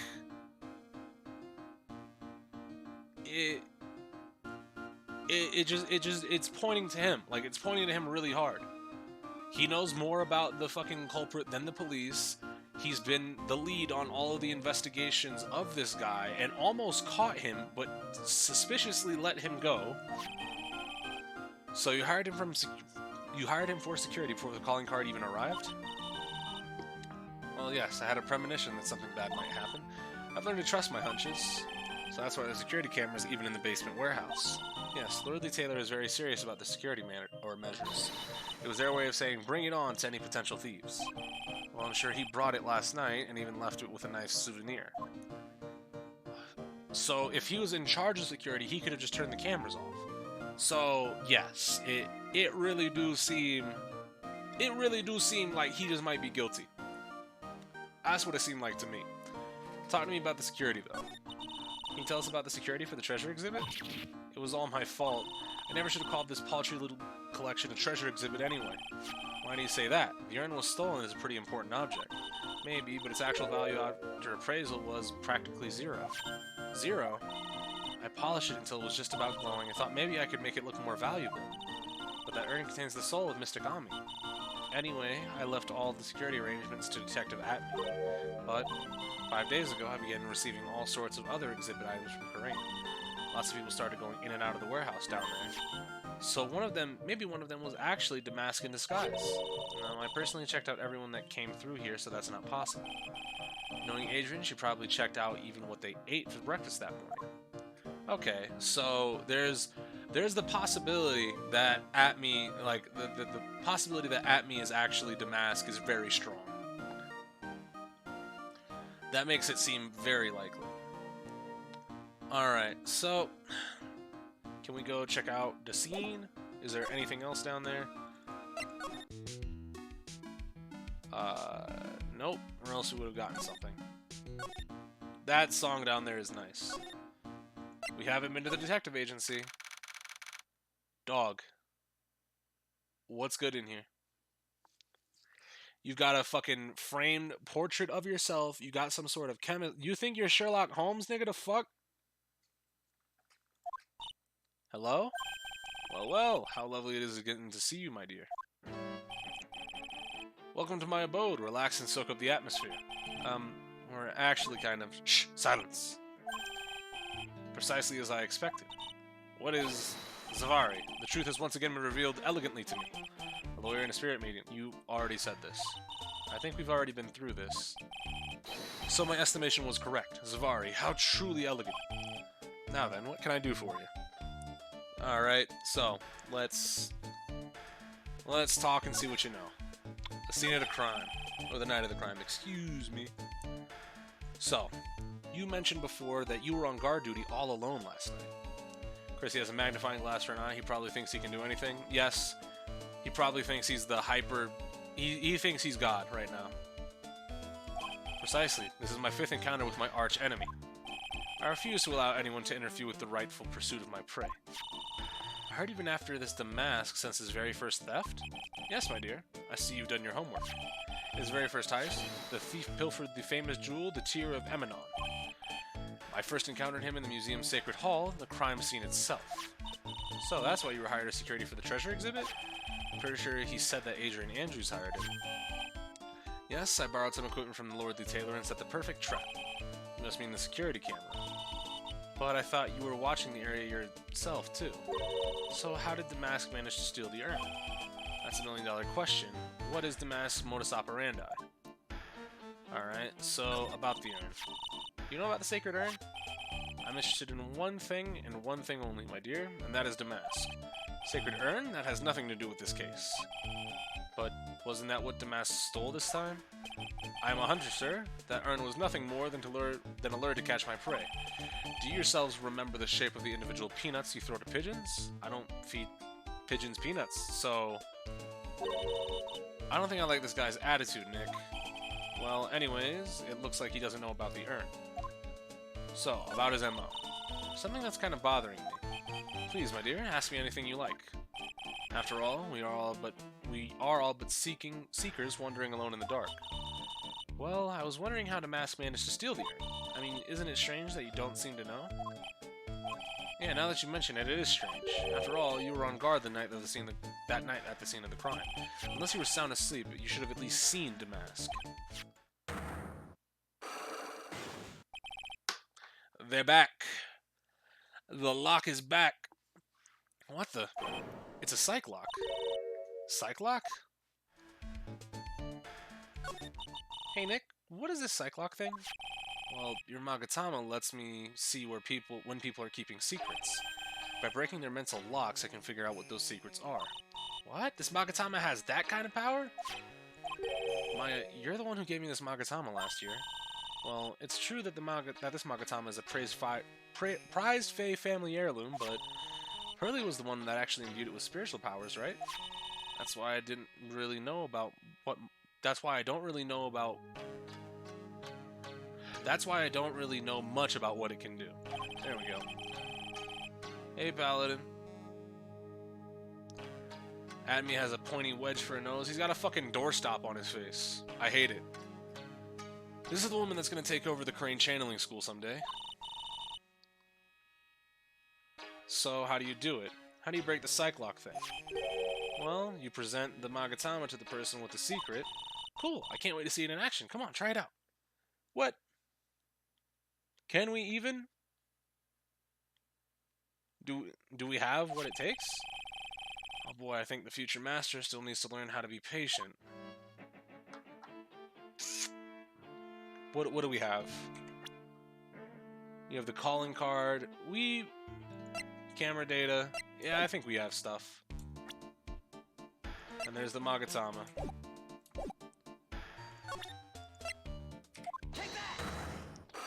Can you not just see what he asks and then back out anyways? Yeah, I guess that's true. I don't think I've done that yet, but I definitely could see what the question is if I don't have the proper answer to it. I could just back out. Detective Atme, you were standing guard at the scene of the crime. There's no way you didn't see Mr. Damask commit the crime. Well, now I can hardly see why you're so positive about that. Yes, indeed, I was guarding the warehouse, that much is true. But I can tell you for certain that not a single person passed through the door. I'm not sure why, but this Atme guy is lying through his teeth. I know, I'll show him some proof. Detective Atme, I have here proof that someone went through that door last night. The camera did go off. There was a security camera set up at the scene of the crime. It should have automatically taken a photo of anyone that went through that door. Precisely. I hope you don't mind, but we've already gotten our hands on the camera data. As you can see, the camera went off exactly at once last night. What? But my monocle didn't catch anyone in its flash. It must have been some kind of computer malfunction. It must be. Maybe it was your monocle that malfunctioned.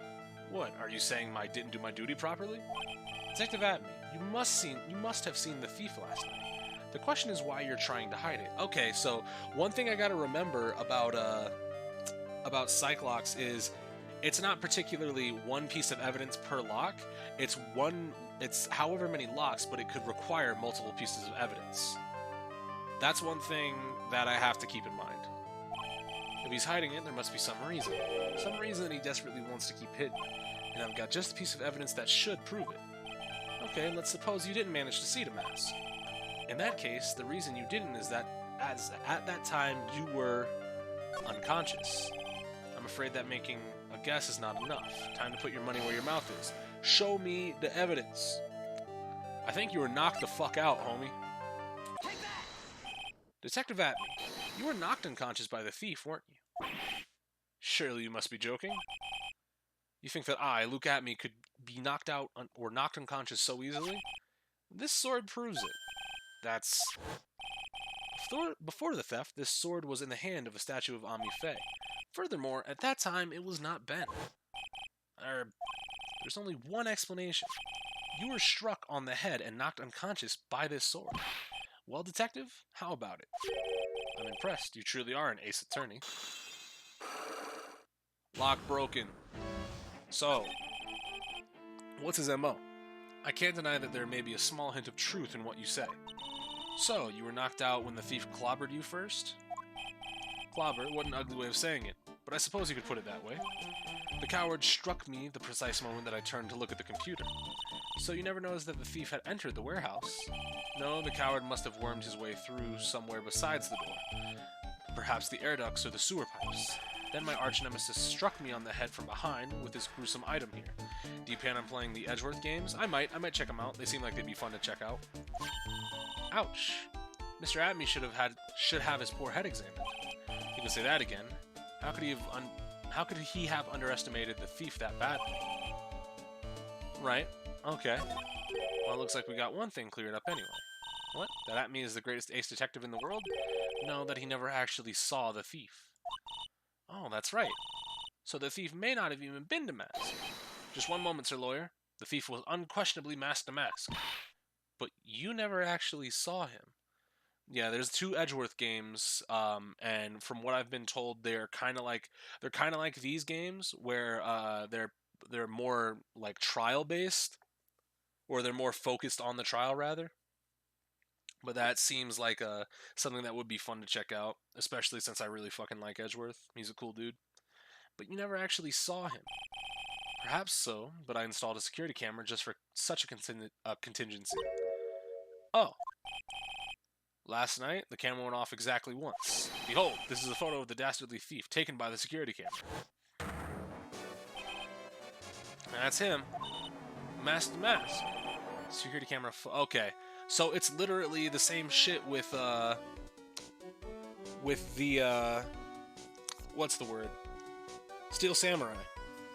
Literally the same thing with Wendy's testimony. You can't prove or disprove that this person is wrong. All you know is that they were wearing the costume. Also, Ron is, as he's been presented to us, a very weak and meager man. So you mean to tell me he picked up the fucking Shishishido and fucking clobbered you in the back of the head with it? That smelled like cap to me. Fun fact, Emma Skye was supposed to be the main character of those games, but they gave it to Edgeworth since he was the more popular character. Good. Emma Skye can sit on the back burner. Is Edgeworth. Him, nigga, him. Thief can be none other than the arch criminal, mask to mask. After all, he has a very good reason for committing such brazen crimes. What are you talking about? So, what's his reason? So, what do you mean by he had a very good reason? Exactly that. Mr. Delight had a very good reason to dress up and commit those crimes. There should be a green envelope somewhere in his room. You'll need to go and investigate. But how would you know about that? Have you forgotten? You're speaking to the finest ace detective to ever walk on the face of the earth. The most brilliant mind since, well, ever. Luke Atme. Well, I guess we better go take a look, just in case. Alright. To the hideout. Move, nigga. Hey, Nick, remember what Detective Atme said? Yep. Green. This does seem like... Okay, so green envelope, but this isn't his calling card. Or are we expecting to find calling cards in here? Or this is his reason, right? Green envelope, huh? Looks like this is it. Okay, let's have a look. If you don't want your true identity revealed to the world, come to KB Security at 1 a.m. at October 12th and bring $50,000. 50 grand? This is a blackmail letter. Sure looks like a major clue, alright. So...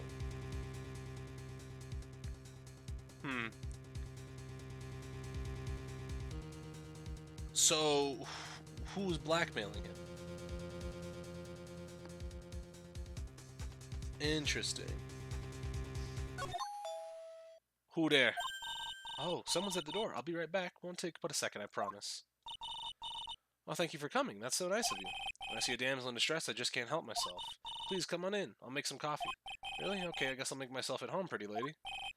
Wait a minute. Is that fucking Larry? I know that voice. Oh, Nicky boy, I'm so sorry, but I've got another guest.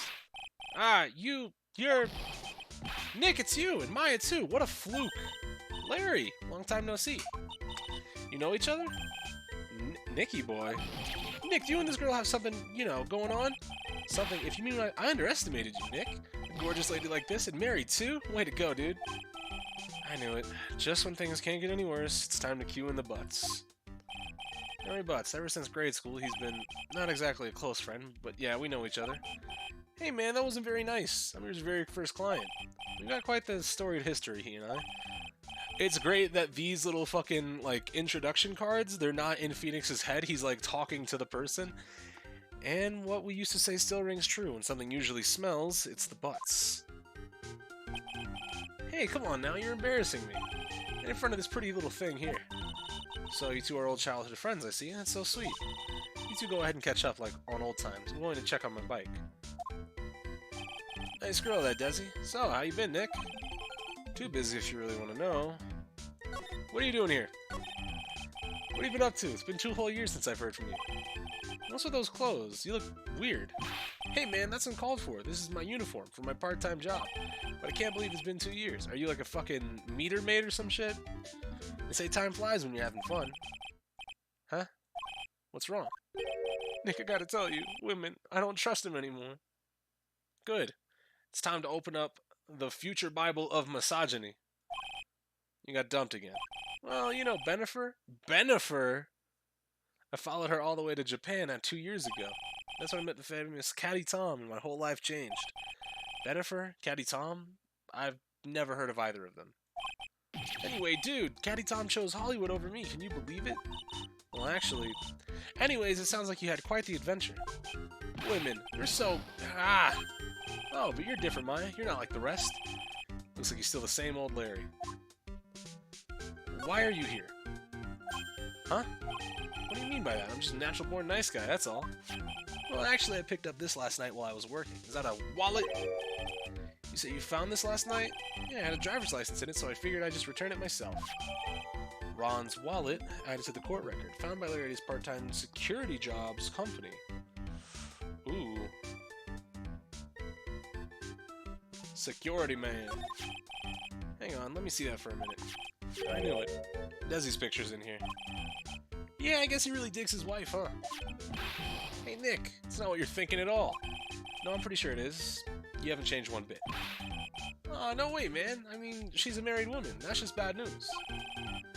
He really is here to just check out Miss Delight. So, wouldn't it be Mrs. Delight? Come on, you don't get to say Miss. It's Mrs. So you said you found it at your job, right? Yeah, I'm working for a private security company as a guard. Chicks just love a guy in uniform, you know. A security guard, huh? So that's what this uniform's all about. Right, okay. So what time is it when you found this last night? Huh? Why are you asking that? Trying to see if I got an alibi? You're not the one on the hook for a crime this time, buddy. I guess it's around 1 in the morning on the first floor of our company building. What was Mr. Light's wallet doing there? Anyway, there's nothing weird about that. After all, he works there. He works there? You mean Mr. Delight? Sure. Here, take a look at this. It's right there in his wallet. What's this card? It's a key card for the security company. See, it's got a serial number right on it. Or on it right there. There's no mistake about it. You said you were working part-time in a security company, right? That's right. Why are you making that scary face? Security company, huh? Something's not quite secure about Larry working there. I need to find out as much as I can about this key card. Key card added. Alright, so... Do you know... Okay, KB Security, by the way? Hold on. Yep. Do you know anything about this? Is that why he was there? At 1 a.m.? Ah. No, that's wrong! So it seems like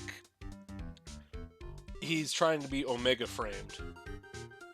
And if what I'm thinking is correct, somebody was in the mask-to-mask costume, liably Desi, for the 50 grand. This makes sense. Hey Larry, what about this? What? If you got something to say, then say it already. A blackmail letter? Do you know anything about this? I don't know anything about Alexis, and that's the truth. What? I can't believe you do this to me. I thought you were my friend. $50,000? I don't have that kind of money. No, you don't understand. This blackmail letter was sent to Ron Delight. Whew. Man, you scared me. I almost had a heart attack, you idiot. Wait, I'm the idiot? Man, I was totally confused because it says KB Security right on the envelope. Yeah. So what? That's where I got a part-time job, at KB Security. What? Sounds like I should really find out some more about this KB Security company. Alright. Let's see if we can go talk to, where can we go now with all this? Do we have anything?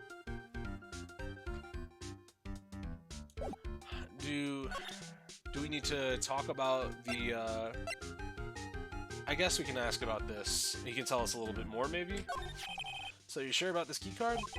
Yep, that's the keycard that we use at the building I work in. According to the serial number, this one's for the CEO's office? You need to get in that room, and every time you use it, it leaves a record. Okay. Desi fled the scene? Yeah, she's gone. She went to go check on her bike. Air quotes. It leaves a record. Yeah, it tells you exactly who entered the room and when. Larry, I need that data. Oh, slow down, man. Sorry, but that data is off limits to outsiders. If I lost this job, I'd never have a chance with Desi. She's married. It's times like these when I wish lawyers weren't so powerless. Also, she doesn't like you. Alright, so. I think we're done here. That seems about right? We've got all we need from him. Nope, nothing here. Main exhibition hall, maybe? Anything at the scene? No. Did I not ask Larry about everything? Fuck. Move, nigga. Oh, KB Security. There we go. KB Security. In the company in the blackmail letter. You know about it? That's where I work, yeah? In fact, I'm on the job right now. Huh? So what are you doing here, then? Well, the boss is away right now, and you know what mice do when the cat's away, bro. Come on. Yes. Anyway, how far away is this company? Let me see, about 30 minutes by car, I guess. Well, if you fly down the road. Well, this apartment building is pretty close to Lordly Taylor, right? And it would take roughly an hour to go from here to KB Security and back. If Rondalite was at KB Security when the robbery occurred, then... whoa. Then he couldn't have stolen the sacred urn. Hey Nick, your phone. Hello? Is this the right residence? Ah, Pearls, where are you? I thought I'd go to Lordly Taylor to try to find some more clues, but I'm afraid I've gotten lost. What? Give me that phone, Nick. Pearly, where are you right now? I was walking along and found myself in front of that person's office. That person? Edgeworth? The person who doesn't... ah, fuck, never mind. She's at the fucking detective agency. Damn it. I heard that person and I thought Edgeworth got an off-screen power-up. That shit was gonna be sick. Look at me, Ace Detective. Okay, stay right there. We're coming to get you. Alright, I'm a little scared. Alright, let's go, Maya. Wait a second, Nick. What? That phone call just now sounded like a Larry. Go home. Another one of your special friends? Say goodbye to Mr. Light for me, would you, Larry? Just go to jail, Larry. The fuck? October 12th, Admin Detective Agency. Ah, Mr. Nick, Mr. Maya. Pearly. I never thought I'd see the two of you again. So, is Mr. Ace Detective out of the office? Yes, when I arrived here, there wasn't a single soul in sight. Say, Nick. Doesn't it look like something's changed since we were last here? That bag on the table? Now that you mention it. This bag, I'm sure it wasn't here before. It looks quite full. I wonder what could be in here. How could Edgeworth possibly power up more than I don't care if you kill yourself, but first I'm going to pull your testimony out of your still breathing lips? Dog, I meant power, like world power up. I thought he got like his own office. I thought he became like a personal lawyer. Like he wasn't tied to the prosecution's office anymore. That's what I thought. Because when she was like, I'm outside of that person's office, I was like, oh shit. He got his own office now? The Edgeworth Law Firm? Hold on, that's about to be fire. Hey, come on, Nick. Open it up. Hey, wait a minute. We just can't open his private property. Don't be such a fuddy-duddy. This is an important investigation. That's true. And truth be told, I have to admit, I am kind of curious. Well, what's in there? Hang on a sec. I'm taking it out now. Whatever it is, it feels kind of hard. And smooth.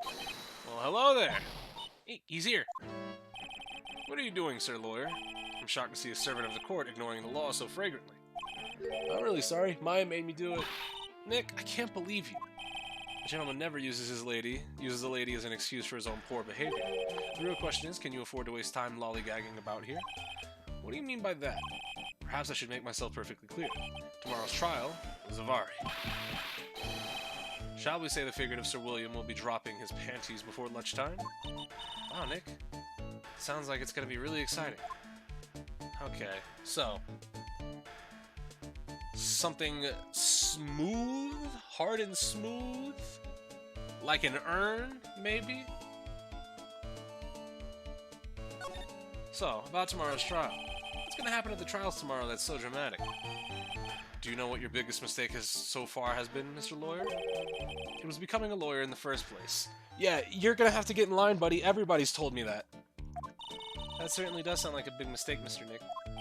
Tomorrow will be a day to remember. I, Luke Atme, will take the stand. And then Zavari, my testimony will prove to be the undoing of the lot of you. Yes, all of you. I will unmask you as the thief's co-conspirators. Conspirators?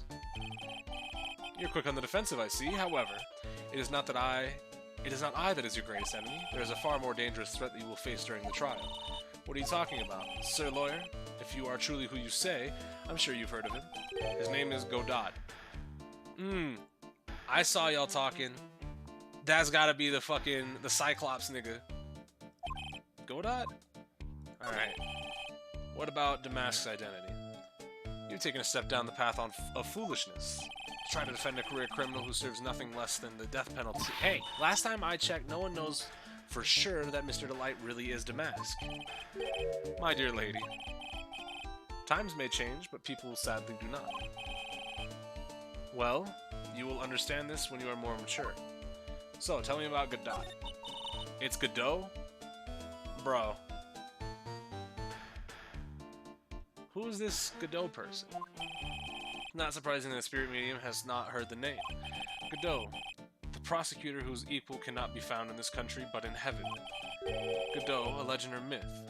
Men pin a lifetime of hopes on the chance to simply meet him. Right, like Gal Gadot. No, because Gal Gadot is pronounced like Godot. Don't do that. I've always heard it pronounced like Godot.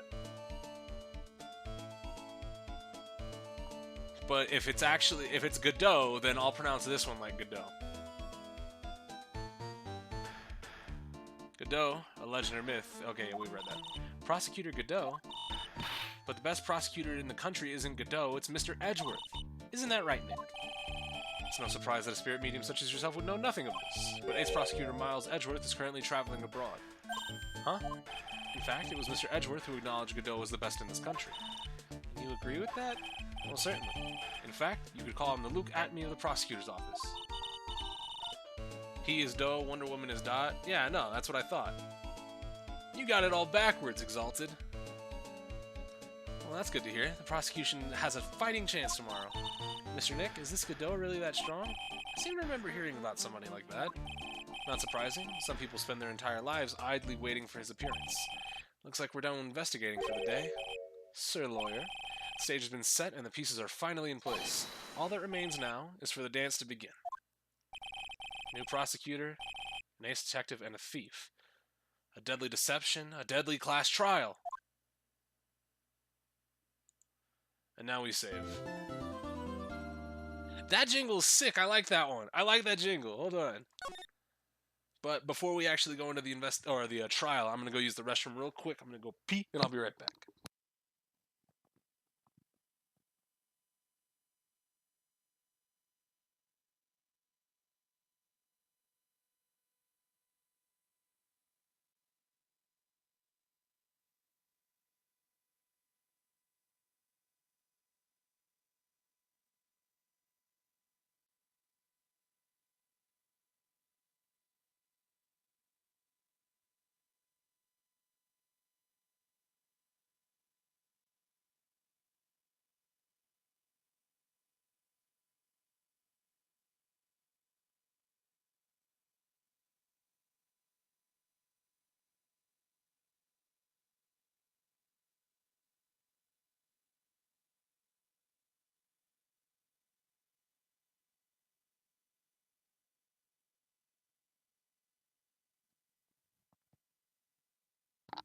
Okay, well, let's get back to it. Okay, Stars, it was just unfortunate timing on your part. It wasn't my fault. But let's go ahead and save. Yeah, I said Godot. What is the problem? If it's like here, let me go fucking look up an interview with Gal Gadot, so I'm not looking like an absolute moron.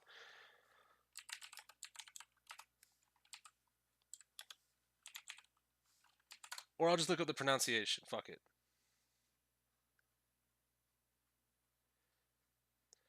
Although many mistakenly drop the T at the end of Gadot's name, the actress is Israeli, not French, and her name is pronounced in the Israeli way, with a hard T at the end. Gadot, not Godot.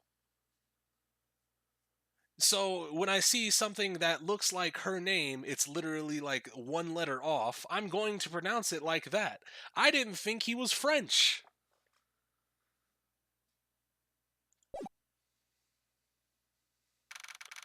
October 13th, 9:36 a.m. District Court, Defendant Lobby, number 4. Hey, Nick. What is it? Something wrong? Nah, but you see all the people here? It's crazy. Oh, so check out Master Mask Glossy that I bought. You bought a picture of him? You bought this where? From the little tents out of the courthouse. They have all sorts of things for sale. You know, I'm a sucker for this kind of stuff. Okay. Come on, I'm guilty. Throw the book at me. Who's screaming like that? It's Ronnie. Oh, Mr. Wright, you made it. Who's your suspect? I think that, Atme is in cahoots with, Desiree. That seems likely. If Ron was going to meet up with that person at KB Security and dropped his wallet, it doesn't give him enough time to actually get back to the scene and commit that robbery, right? Because the ransom note said, or the blackmail note said, be at KB Security at 1 a.m. You have to, if you don't, I'll take that red diamond you received the other day instead. And red diamond, the ring on Atme's finger. I think it's Atme. I think Atme's in cahoots with somebody. That's what I think. I think Atme, especially going into his fucking offices and feeling something hard and smooth inside of a bag, something that has like the distinct qualities of an urn, you know? Like that just seems fishy to me. I don't know about me, but that seemed like it to me. But either way, let's get into it. Yeah, I did, but it doesn't look like things are going to get any less ugly for you. I had it right the first time. Because I did it. I'm the criminal. Me. Maya's 20 now, right? Do we have Maya's profile? We do. She's 19. Yeah, 19. 2 years, 1 year for each game, so she's 19 now. She'll be 20 in the next game. This also means that, that Francisca is also 19. I sent the calling card to Lord Lee Taylor, I admit it. But you don't have the sacred urn, right? Well, that's true, but also considering that Desiree left the scene when we were talking to Larry in her apartment, she went to go check on her motorcycle, and it's just a little bit weird that the second that we leave after her and go to the detective agency, we see a bag there that has the urn in it. So yeah, it seems to me that that Atme is in cahoots with Desiree. It's weird because this isn't a murder case. That doesn't mean I didn't commit the crime. Normally when I say of course you didn't, I'm being sarcastic, but yikes. Anyway, I admit that I'm guilty. So make sure they give me a guilty verdict, please. Oh, there you are, Ronnie. Bonjour, sweetie. Desi, honey, bonjour. Well, actually, I don't really know why I should be speaking French to you at a time like this. Leave it all to me, Ronnie. I'll swear I'll protect you. Well, you see, actually, the thief is me. Can I tell you something, Nicky boy?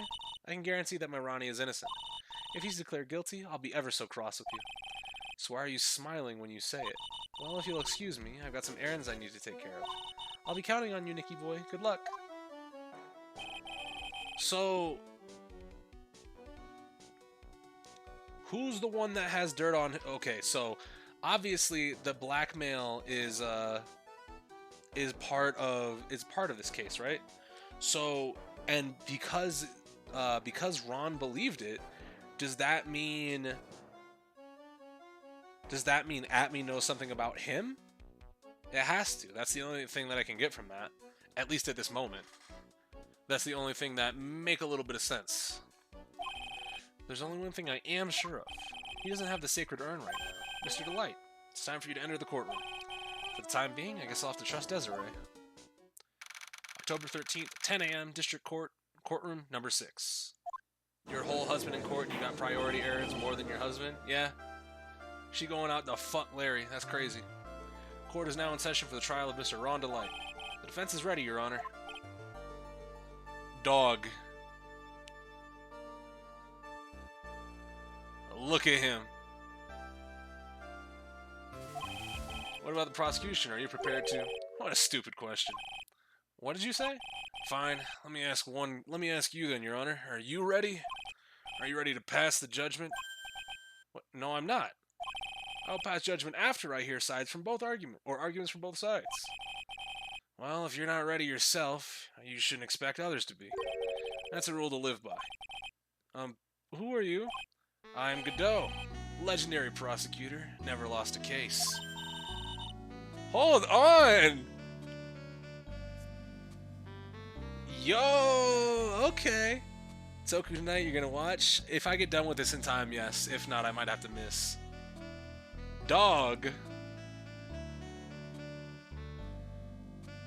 Hold on. He's the one Detective Atme was talking about. Yes, your reputation precedes you. What kind of cases have you dealt with so far? None. What kind of I've never prosecuted a case before. Never? But you said you've never lost before. Exactly. I've never lost. I've never won before, either. Quite arrogant for a beginner, aren't you? Even the mightiest of red ones begin their lives as mere saplings. Yes, but a mask in a court of law? Don't you know anything? No matter the man, we all wear masks. Either on our faces or over our hearts. This guy's the real deal, alright, Nick. Why does it seem like all prosecutors are the real deal? So we finally meet Mr. Phoenix Wright. Nick, is he a friend of yours? No, I don't have any friends that call me Trite. Just who is this masked man? I've returned from the depths of hell to do battle with you. Well then, Prosecutor Gobo? It's not Gobo, it's Godot, or Godot, Your Honor. Gobo, Godot, yeah, I get it now.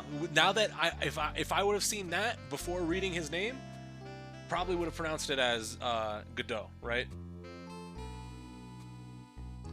But beforehand, all I had to go on was how the word was presented to me. So, in the words of Phoenix Wright, suck my dick. In any case, please give your opening statement. Opening statement? Those things are not fit for even dogs to consume. I have only one thing to say before we start, to you, Mr. Trite. What is it? Are you familiar with the saying, a chain is only as strong as its weakest link? I wonder, how much can you withstand before you and your case break in two? Well then, let's hear it from the first witness. What up, Ben? This is case 2, correct. His theme is nice. My name is... No one has asked you for your name, witness. The important thing is what you know, that's all. How'd you like playing as Mia? It was neat. It was a good little... I think I like that version of the tutorial the best.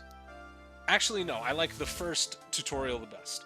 Game 1's tutorial, I think, was very nice. But I think out of 2 and 3, that was a really good tutorial. I like that one. I like that one more than the I got amnesia. Start talking. We're listening. Yes, sir. Alright, witness, let's hear about what did you know about the thief that stole the urn? Yes, sir. Alright, Mask to Mask Crimes. Mask to Mask is a master thief that first started his crime spree 6 months ago. Alright. He's so confident that he sends his calling card before he even commits the crime. That was his 5th heist, and as usual, he sent a card onto Lordly Taylor. I just finished playing One Step from Eden for about 8 hours. That game is heat. Game 1 tutorial actually has the benefit of being useful to you since you haven't played before, of course. And it's also a more not like in-universe realistic, but it's the most like plain, like it doesn't have anything spicy on it. On the downside, you haven't eaten, yeah, get some food. Its pattern always to go after the most precious art pieces. That's why we're sure it was Mask to Mask, sir. It fits his MO to a T. Well, I mean, it doesn't really fit because the urn wasn't precious or valuable. So the actual identity of this mask to mask is Mr. Godot. What are you? Where did you get that? We're in the middle of a trial here, Mr. Godot. Blacker than a moonless night, hotter than more bitter than hell itself, and his coffee. I'm sure you can grant me at least this much, Your Honor. Oh, please, proceed. Very well, it is only coffee after all. What? You can't be letting him slide this early in the trial? Proceed with your cross-examination, Mr. Wright. Well, Nick, what are you going to do? As long as they haven't brought up Mr. Delight's identity, all we can do now is show that it wasn't Mask to Mask who stole the urn. Alright, so, most priceless pieces? Hold it! Actually, no. It's objection time. Where we present the urn. Objection! Can I ask you a little something, Detective Gumshoe? Just hearing the little in that question is making me nervous. You say that he always goes after the most precious art pieces, right? That's right, pal. But there's one problem. That's not what he did in this case. The supposedly priceless urn doesn't exactly rise to the level of precious art. What do you mean? Nick, how can you say such a terrible thing? No, I mean from a financial point of view. I mean, it wouldn't fetch a good price. Well, Prosecutor Godot, what is the value of that urn? The appraisers I spoke to said they couldn't attach a price to it. And I mean that in the worst sense. So in other words, it was not the kind of item that Mask to Mask would normally go after. If I understand you correctly, Mr. Wright, you're saying that the theft of the sacred urn was not the work of Mask to Mask. Yes, that's what I'm saying. Actually, all I did was point out the contradiction. The argument made itself, but... Well, first of all, we need to get this issue cleared up. Was this last robbery the work of Mask to Mask or not? What do you have to say to this, about this, Mr. Godot? This coffee here, it's my own special blend. I call it Godot 107. I'm trying to decide whether to cut down on the acidity or the bitterness. That's the only thing I've got my mind on right now. Mr. Trite. What? If you're really a man, you should clean up your own mess. Sorry, but I don't get what you mean. If you're saying it wasn't Mask to Mask that stole the urn, then it must be someone imitating Mask to Mask's method. A fake. A fake to Mask? Fake to Mask? That sounds so ridiculous, but I like it. Wait, who is sliding you the mug? Now, before I decide on my coffee, I believe some proof is in order, Mr. Trite.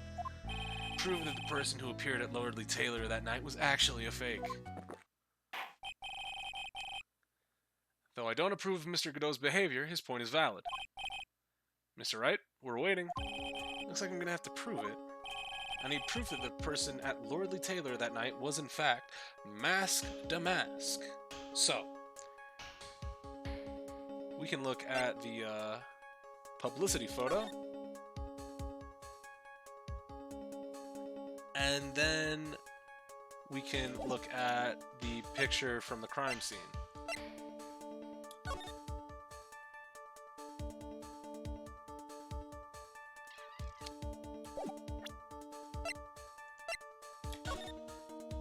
Oh, it's the fucking chest piece. It's the little decoration in the center, the little face in the center of his chest.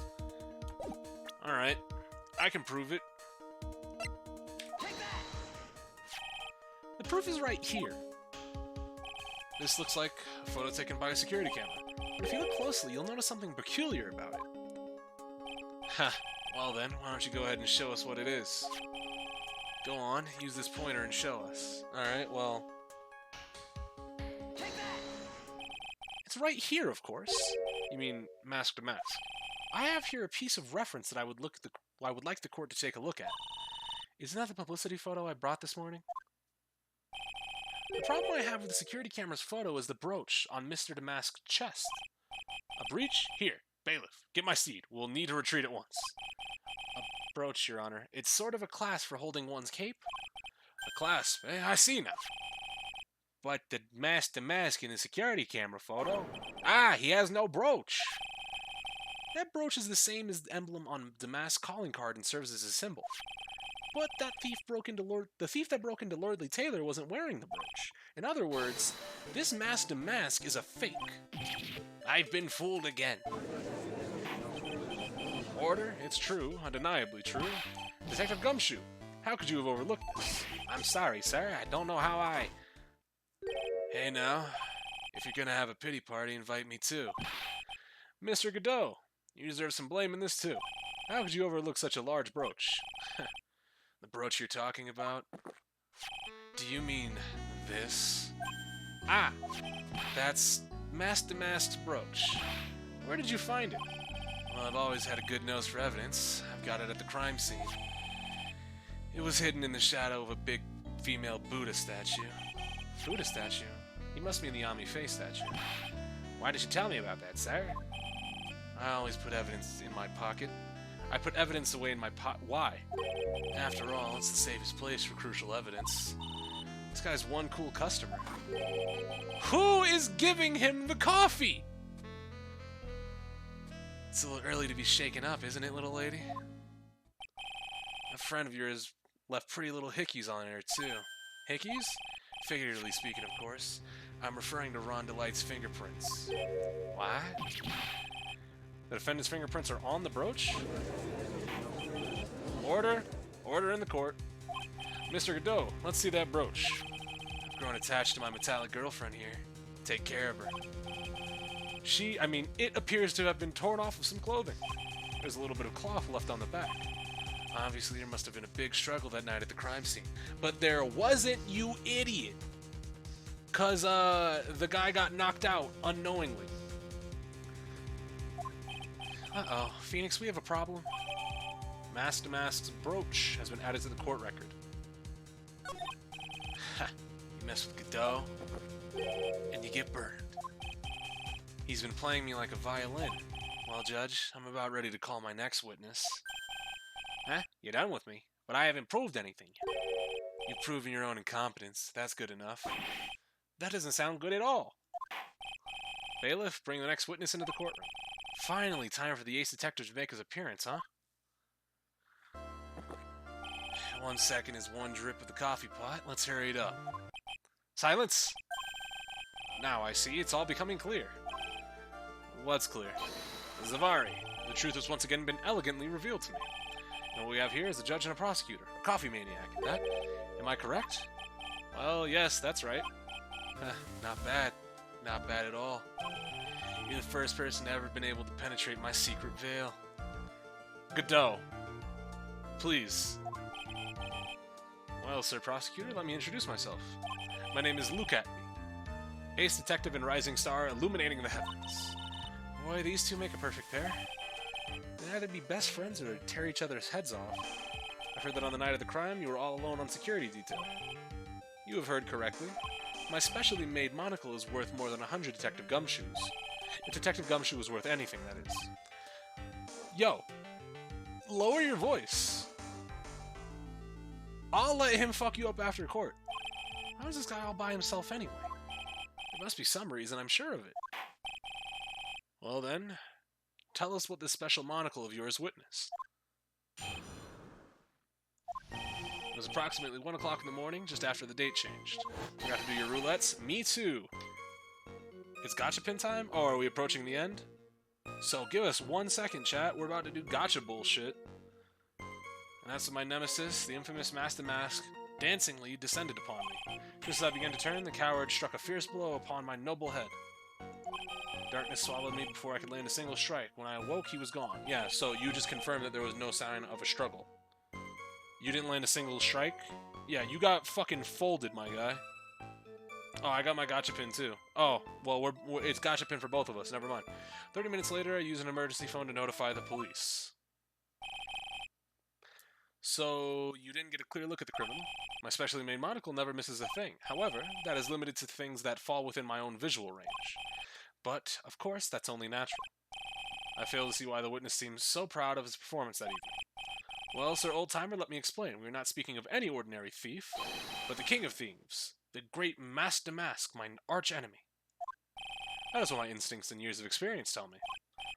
Very well. Well, years of experience? You've been working this shit for like 6 months. Can you calm down? Proceed with the cross-examination, Mr. Wright. Yeah, what you witnessed. Yeah, bullshit, bullshit, bullshit. Yeah, before you could land a single strike, Tell it to him, Phoenix. Mr. F, could you take a look at this with that special monocle of yours? Aha, this belongs to the criminal mastermind, my arch nemesis, Master Mask. It is, in point of fact, Master Mask's brooch. It was found on the floor of the basement warehouse. I wonder how that happened. Elementary, my dear lawyer. Obviously it wasn't glued on well enough. Not quite. It clearly shows signs of having been ripped off a piece of clothing. Ripped off? Aha! We only can deduce that the thief struggled with someone that night. That's the only thing I can think of. And there's only one person that was in a position to have struggled with a thief. The only person that was on security duty that night. You, Detective Atme. Alright, let me do these gotcha-pin rolls. I'm probably going to get fucked off my first. Get an SSR Gold Moon. Hey, SSR. Gold Moon. I got the Turpin Spear. I can't fucking believe this shit. Gotcha-pin Frenzy ended. Yep, I got my Muku. Of course. Muku Frenzy. Let's see. Oh, no SSR off the bat. No, I did get one. What? Fuck, I guess I got a summon. Wait, did I get another one? Muku Frenzy ended. Nope.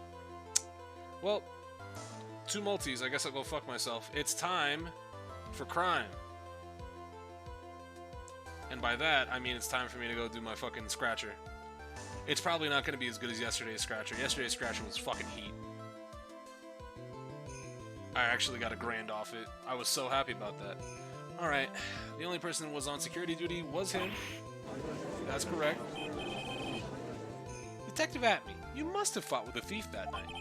So, why did you lie in your testimony to the court? Witness, giving a false testimony is a serious crime. No.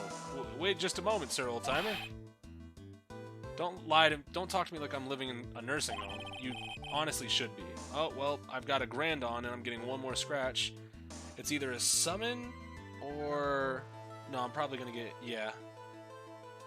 Yeah, no. Not a steel brick, but got me a whole silver centrum. What are you nerdy niggas talking about? Well, I'm talking about both Phoenix Wright Ace Attorney, Trials and Tribulations, and a mobile game called Grand Blue Fantasy. Yeah, silver centrum's fine by me. I just remembered, Your Honor. I was just confused because I've been dealing with so many cases lately. The true measure of a man is in the amount of work he does. That's what I always say. Nick, you can only handle one case at a time, isn't that right? You talk too much. Witness? So are you now saying that you and the thief fought? Hold on, that's quite enough, Your Honor. Excuse me? Who is sliding him these cups of coffee? Save the big questions for the testimony. That's one of my rules. Indeed, I understand. I, Luke Atme, completely agree. Alright, fight with the thief. Let's go ahead and see what you got for us. Indeed, it's true that I looked away from the door for a brief moment. Chris, chicken, yes/no? What do you mean, chicken, yes? Explain. However, Luke Atme cannot be so easily discombobulated. I mean, unfortunately, the thief grabbed a weapon from the side and rendered me senseless. A true gentleman fights with his own fists, but they were not enough. For food? Chicken's fine. Chicken's a good food. His first blow struck true. Bam! And that's all she wrote. Well, are you serious? You lost. You lost, nigga! So in the end, did you catch a glimpse of Mask the Mask? Correct. It was during his third crime that he struck me from behind. Seems my memory has become a tad jumbled, so to speak. Well, it's certainly understandable. I, myself, always get confused about which testimony goes with which case. That can't be good. Alright, so... That's all she wrote. If it was the first strike, then you didn't fight with him. You lost. And that's all she wrote? Hold it! Can you tell us a little more about what happened? My opponent was powerful and vicious. You might say he was powericious. Powericious? I assumed the at me fighting stance, but a sudden flash of light blinded me. That, of course, was checkmate. My opponent had bested me. What do I do now? Should I ask more about this? So, tell me about this at me fighting style. I'm sorry, but that's a trade secret. I really can't say any more. You should, though. But I suppose I can tell you if I absolutely must. The main thing is to put your back to the wall. There is no way that no one can get behind you. That's it? That's the at me fighting style. Well, Mr. Wright, what about that testimony? It's a little important. Because if he put his back to the wall, then, he's lying when he told me he got smacked from behind with the fucking Shichisho. Shichishido? The fucking sword. Why the heck is he eyeballing me like that? It's creeping me out. Now then, witness, we'll go ahead and add that secret information to your official testimony. Put my back to the wall, but the thief's blow landed upon my third eye. So, are you sure about that? Detective Atney, your testimony is crumbling like a house of cards. It's pronounced Dorito? Yeah, he got smacked in the back of the head with a Dorito. And now, once again, you have thrown down the gauntlet at my armored feet. I believe this is what you said yesterday. No, the coward must have... my arch nemesis struck me on the head from behind. From behind, huh? But just now you testified that he struck you on the forehead. I hardly think you could forget where you were hit on the head. It seems I've made another mistake. Detective Atney, that's not the only strange part of your testimony. What do you mean by that? For example, the very fact that you hid the calling card itself from the police is strange. It's almost as if you were afraid they were going to help with security. Geniuses such as myself have always been misunderstood. How sad. That's wrong. Objection. To err is to human, to forgive divine. Bro, Godot's objections sound fucking deep. I gotta give him... there's gotta be a little bit more bass in that. Like, I think I had the wrong voice. I was trying to give him the fucking suave guy voice, but... To err is human, forgive divine. Humans are machines. They have souls, feelings. They live, they die, they love, they hate, and yes, they even make mistakes. Hey, hold on. It's not as pretty as that. Really? What is it like then? Always chase a riddle down to the end. That's one of my rules. This is it. This just might be my chance to turn things around. Mr. Wright, what exactly is it that you're asserting? Very well, Your Honor. The defense asserts that he's no ace detective, he's a fake. He's masked to mask, but I don't think he's masked to mask. I think he's working with somebody. But the answer is simple. It's all clear to me now. Detective Luke Atmey's true identity is actually masked to mask.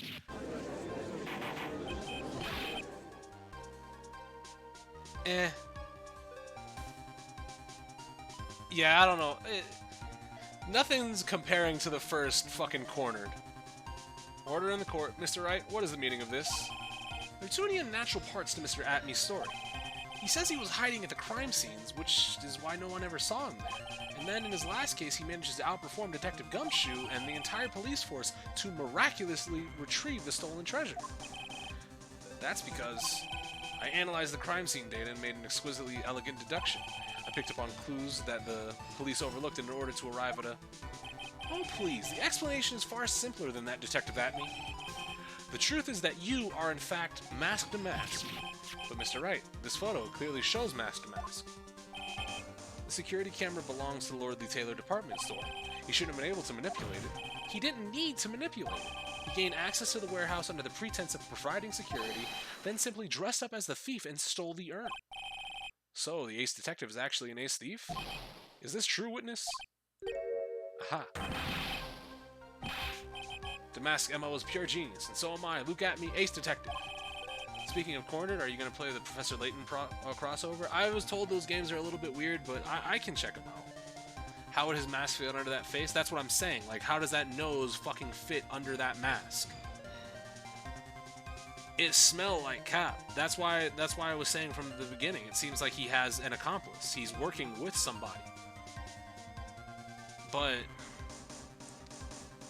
yeah, I assume he's going to tell me that much right now. What? Witness, you're admitting it. Nick, now's your chance. Yeah, it's time to put the last nail in this guy's coffin. Detective Atman, when you... Dog. Godot Blend 102, my personal favorite. Mr. Godot, Ace Detective's actually an ace thief. I smell a best-selling novel. There's only one problem. It simply isn't true. But Mr. Godot, Wright has made some very strong points, and I will admit my opponent has woven a compelling narrative out of the whole cloth. But it is in fact nothing more than a patchwork of quilt, Mr. Trite. If this detective is really the thief, then you can show us the proof of your claim. But it better be as hot and as perfect as the copy dripping down. Yo, why did he throw hot coffee at my face? Also, Phoenix is tanking that, by the way. Well, Mr. Wright, don't just stand there. The court would like to see this decisive proof you have, quickly. So. Oh, yes, of course. What's the big rush? Are you alright, Nick? Abby looks pretty rattled right now. I'd like to finish this right now if I can. But, can I really do it? Decisive evidence that proves Mr. Luke Atme is in fact Master Mask has yet to be found. It's all conjecture at this point. Of course, I've got nothing. Just like what I thought. A man has to hold his head up high no matter how bad things get after all. I see. I thought perhaps you had some evidence to back up your assertion. Or assertion, rather. This is no good. I gotta stay on the attack. I'll never get another chance to prove that this guy is the thief. Don't give up, Nick. Think harder and try again. Yeah, Mr. 1 million health in UMVC3. Same health as fucking Wesker. Literal man is just sitting there. I've got a remix of this game's Pursuit theme ready if this isn't hitting enough for you. It's fine. Keep in mind, it isn't me saying that it's bad. It's just me saying I prefer Game 1's Pursuit theme more. I prefer Cornered. Cornered is heat. Cornered is nothing but, like, that's hot. That's hot right there. It's no good. I'm just not ready yet. But are you going to just give up and let us lose this? So you come to your senses, has you, Sir Lawyer. I can't think of a counterattack at all. It seems the cloud of suspicion surrounding this witness is lifted. Mr. Godot, you have nothing... Who are you? Doesn't really matter right now, does it? Mr. Light, what are you doing here? Nicky boy, the thing you've been looking for, I think I found it. You mean that bag? No, not the bag. What's in the bag? Well, it's the murder weapon. A body has been... That's the sacred urn. Nick, it's the urn! Order, order, order. You, madam. That urn, where did you find it? You'll never believe it. It was in the office of Mr. Fancy Pants 8's detective. Look at me. Oh, Desi, you're the best. Sacred urn, updated, has pink splotches all over it. Well, how do you explain that one, Mr. Atme? Even you are going to have a hard time weaseling out of this one. Huh, pathetic. Mr. Godot, do you have something you wish to say? Yes, Your Honor. It simply amazes me how quickly times change. In the old days, a man was taken at his word. It's truly sad. You're still denying that Mr. Atme was involved? Before casting aspersions that Detective Atme, consider the young lady here. Your name is Desiree. Desiree Delight, is that correct? Yes, what about it? How charming. The lengths that a woman is willing to go through to save her husband is truly inspiring. What are you insinuating? As the wife of the criminal, you could have discovered that stolen urn anywhere, including the office of the good detective here. So you found the urn. What does that prove? It certainly doesn't prove where the urn was before you found it. What? I just brought it here in the detective's office. Please, madam. This town is already filled to the brim with lies. Any more could only compound the tragedy we've been witness to. You're wrong. I would never do such a thing. Mr. Light, please, Nicky boy, you gotta help me talk some sense into these people. There must be some way. Gotta prove that their urn was actually in the Atme Detective Agency. So, can we? We can look at fingerprints on it, but testify about what I saw, we can only corroborate that with Pearl and Maya. I don't think that's going to help us because we're technically all on the same team. I can't prove anything yet. We can search it for fingerprints. That's the only thing we can do, right? I can prove where the urn was by the fingerprints on it. Fingerprints, eh? Yeah, we also touched it too. Yeah, okay, so we're not looking for his fingerprints, we're looking for our fingerprints. We reached inside the bag and felt on it. Now you're really making me laugh, Sir Lawyer. Fingerprints indeed. Yeah, you're wearing gloves. You're always wearing gloves. But I touched it, pussy. May I go on? Good. Now, it would be perfectly understandable if my fingerprints were on the urn, rather. After all, it was I who was guarding the urn in the first place. In any case, I am always in the habit of wearing gloves, as you can see. So unfortunately, my fingerprints wouldn't be evidence of anything. What about it, Mr. Wright? The witness's fingerprints would mean nothing anyway. Nick, what are you going to do now? I've come too far to turn back now. Andy must have brought the urn back to his office yesterday, and there I'm sure someone must have left their fingerprints on it. The defense proposes that the fingerprints of this person should be on the urn. Is me, nigga. Me, 26. My god. This is my third year as a young, but skilled, lawyer. Here we go. So what is all this fuss about fingerprints anyway? Mr. Atme, do you recall the events of yesterday? Hey Nick, come on, open it up. Hey, wait a minute, we just can't open... Yeah. Yep, and then you came out. Little bitch. Got him. Got him. It's true that I didn't get a chance to look at the bag in that time, but I did touch what was inside. What? You touched it? And I remember it very well. It was smooth and hard. Well, that was just... Your Honor, I'd like the court to examine the fingerprints on that urn. If my fingerprints are on there, then it proves that the urn was in Detective Atme's office. Objection! Well, even if your fingerprints are on the urn, it still doesn't prove when they were put there, does it? Of course it does. What did you say? It's not what I say, but what Adrian Andrews, the person in charge of the exhibition, said. I polish it, yeah. So, our fingerprints from before are gone. If she polished it that much, she must have removed any and all fingerprints on it. And the only chance I had to get my fingerprints on it after that was yesterday at the Atme Detective Agency. This blend, Godot Blend 107. I've decided it's a little too bitter after all. Bro! The visor's steaming. Oh, shit. Order. I accept the defense's request. Bailiff, take this urn and... Wait a moment, Your Honor. There is no need for that. No need, you say? Precisely. I already know that Mr. Wright's fingerprints are on the urn. What are you saying? Yes, I've finally broken him down. Okay, have you? Take a good look, everyone. Unable to find a rival worthy of my genius, I was forced to create one myself. Here I am, the tragic clown. This guy's nuttier than a fruit. You see, it was me all along. I am... Dog. Look at that face. I am the one and only Master Mask. I hope you all enjoyed my little performance. There's no way it's that simple. Well, Mr. Godot, what is Mr. Atme's condition? He's still in the lobby laughing insanely, Your Honor. I wish you could enjoy the joke as much as he seems to be. Well, it looks like the matter has been settled. I came perilously close to besmirching the record of an innocent young man, besmirching him with the title of thief. Nick, you were right after all. Yeah, I guess Mr. Delight really wasn't the thief. The court finds the defendant, Mr. Ron Delight. No way could it ever been over. No way could it have been over at that. You're wrong. Wrong, I tell you. I mean, not exactly wrong so much, but not actually right is what I was really trying to say. Oh no, he's not. This can't be happening. The thief. The sneaky, odious thief who's been stealing all the treasures. It's me. I'm him. I'm the one you want. I'm the thief, I tell you. So do it. Pronounce me guilty. Please. I don't know what kind of kangaroo court you all think this is, but... The true identity of the thief has been proven. Please hurry and pass, Judge. What are you talking about? I already confessed. I'm the thief, I tell you.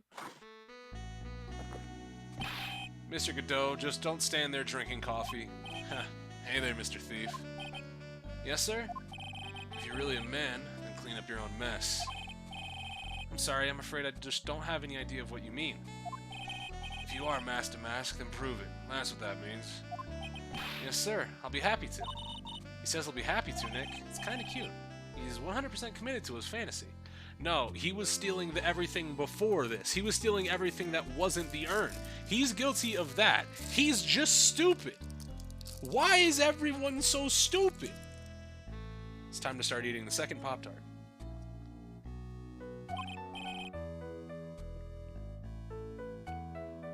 Good boy. Just remember one thing. A boy only gets one chance in his life to become a man. I know that. I won't fail. I won't fail, I swear. Okay then. Talk. We're all listening. Oh well, let's have a listen to this confession. The truth is, I've been Mask the Mask all along. I mean, you can't prove that I'm not actually Mask the Mask, can you? I don't have an alibi. Yes, I have your wallet, you moron! Oh my. What flavor is the Pop-Tart? Is blueberry.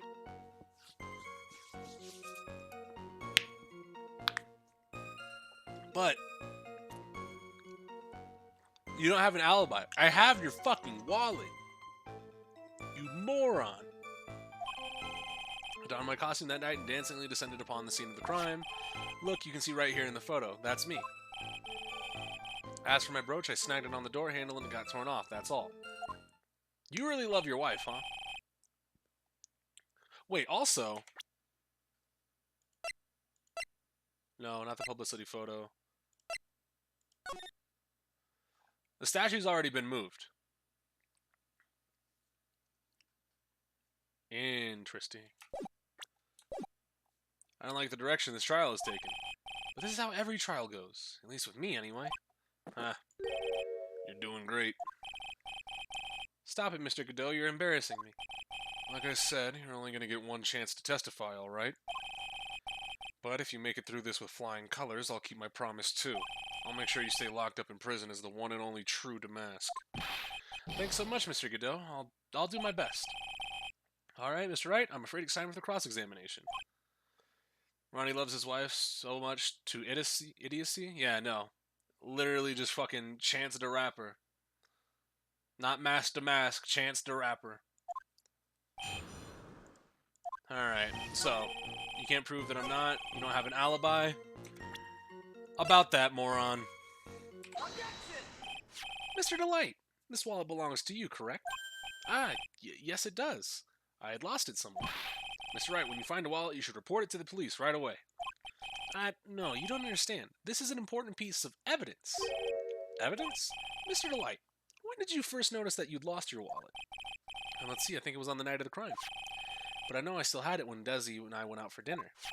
This wallet was found approximately at 1 a.m. at KB Security Headquarters. What?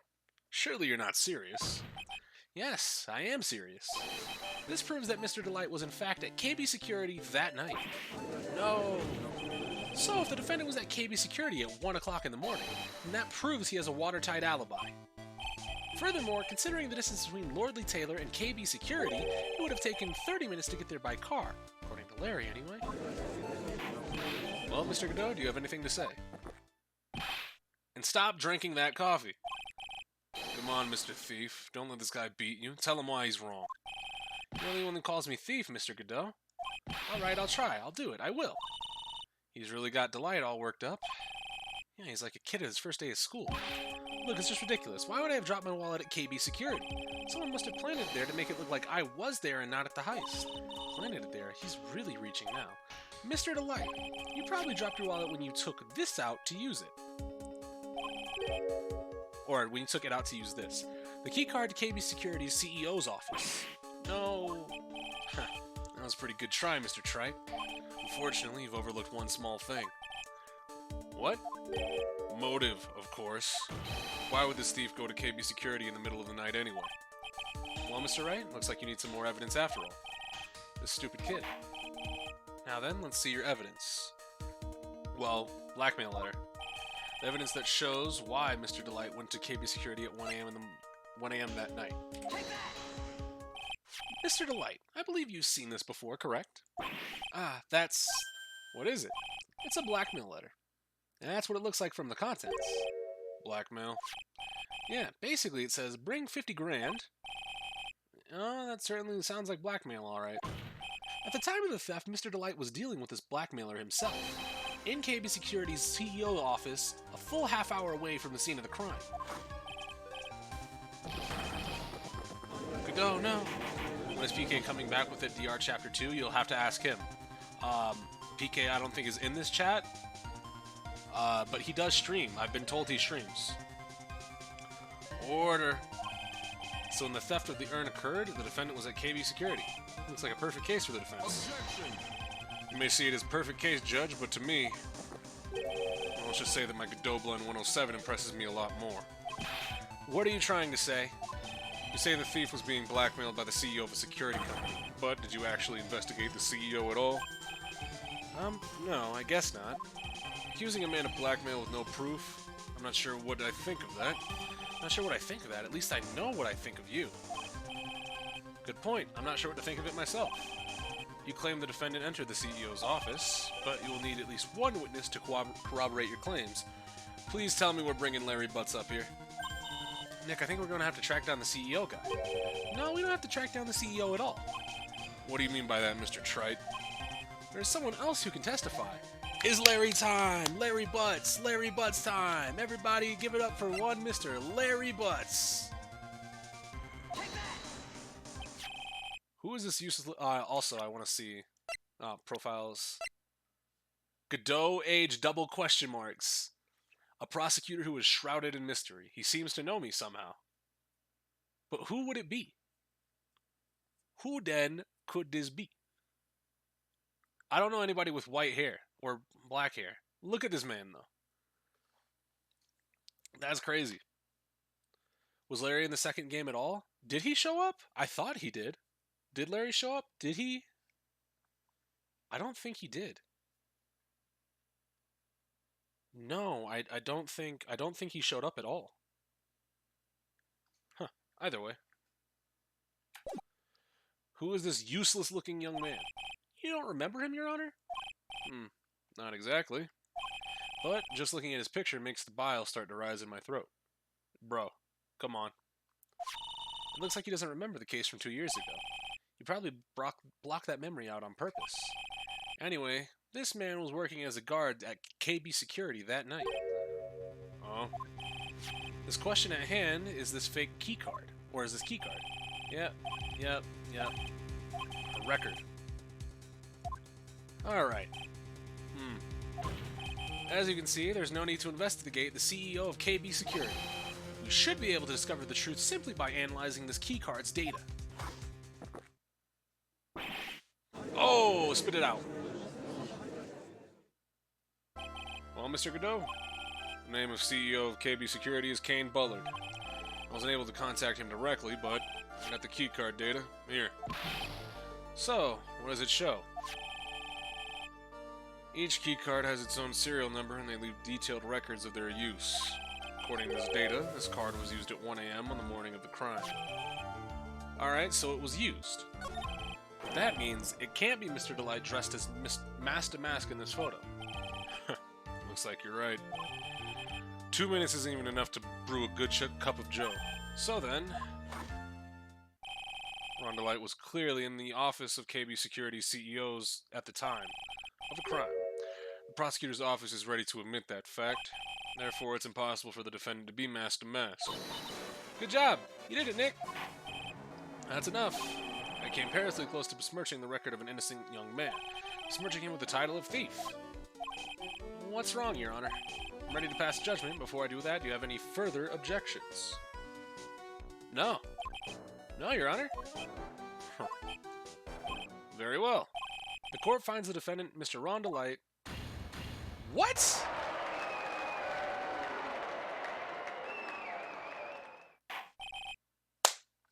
Hey. 11-1. 11-1. Fuck you. Now, there's no way this chapter is over at that. Now, that's cap. Because I've been playing this chapter for about, like, an hour and a half now. At that. And, like, there is no way in absolute hell it's over. There's too much mystery left. We didn't lose. We won. Yeah, we're defending him. We got our client not guilty. We're 11-1 because we took a guilty verdict last game. All right, Nick, you did it. You were right after all. Actually, I'm a little bit ashamed of myself. Nicky boy. Oh, Mr. Light. I knew you could do it. I believed in you all along, Nicky boy. I don't know how I can ever repay you. Ah, shucks. Thanks, Mr. Light. I just know I'm blushing. Congratulations, Mr. Nick. Oh, Pearls, I got a bad feeling about this. Who is this woman? Oh, she's nobody. She's just, you're blushing. How dare you do this in front of Mystic Maya? You should... Pearls, there's absolutely no need to slap me. Pearly, this woman is Miss Desiree Delight. She's our client's wife. Mr. Nick! Yes? You're even worse than I thought. Going behind the back of your own client? No, you got it all... Pearl? Please. Ow, a double slap. Well, anyway, all's well that ends well, right? You got the sacred urn back and the thief has been caught. You're so right. It's all thanks to Nicky boy here. It was actually you, Mr. Light, that brought us our urn back. Thank you from the bottom of my heart. Oh, please, you're embarrassing me. If we won the case, then why does this guy still look so glum? I am the thief. Actually, what's the point now? What is it, honey? I did my best for you, Ronnie. I know that, and I appreciate it, Desi. But the thing is... Come on, give the kid some time. He's just got a little touch of the blues. You know about feeling blue, right, amigo? Mr. Gadoo! Gadoo! Gadoo! Gadoo! Gadoo! Gadoo! Mr. Gadoo, what are you doing here? Oh, come on. I came to say thanks to my newest buddy. You, Mr. Trite. Maybe you should learn my name before you call me buddy. Well, playtime is over. Huh? Early this morning, the body of Kane Bullard oh. That's why it was short. I forgot we were working a robbery case. Now is murder time.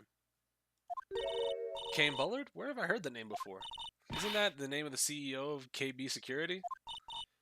Body? The estimated time of death was 1 a.m. on October 12th. You don't mean... That's right, amigo. Why? Stop calling me amigo! At the same time, a cheap little urn was being stolen. CEO of KB Security was being murdered. So then, what are you doing here? Oh, come on, you figured it out already, haven't you, amigo? Or have you already forgotten about that piece of info? Yo, is that one right there? This sprite right here. That shit's heat. Yeah, we literally just proved that Ronnie was at the scene of the crime.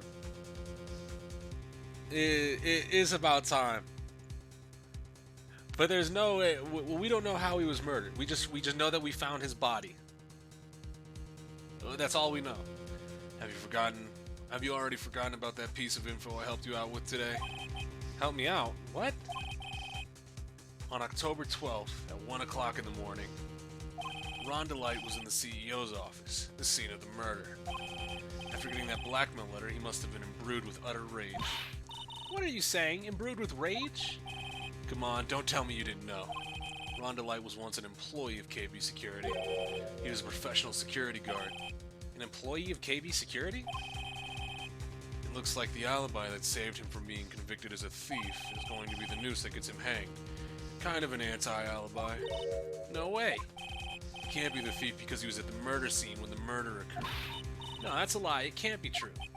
Oh, but I am a thief, I tell you. Rhonda Light, you're going back to prison again. This time the charge is much more serious. You'll be tried for murder.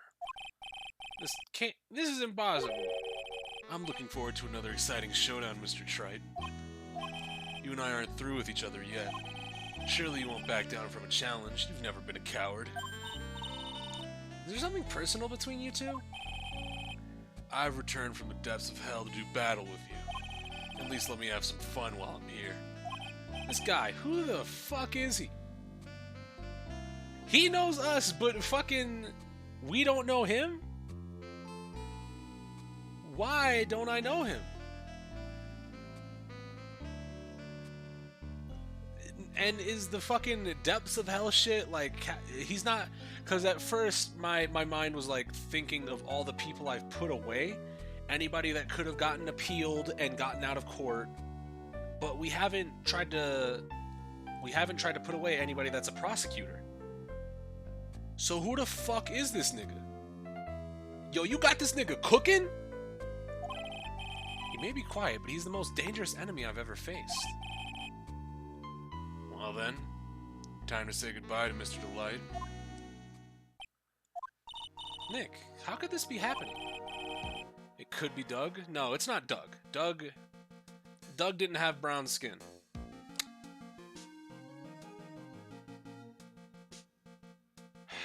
They're not gonna do that. Why would they do that? That would be so fucking dumb.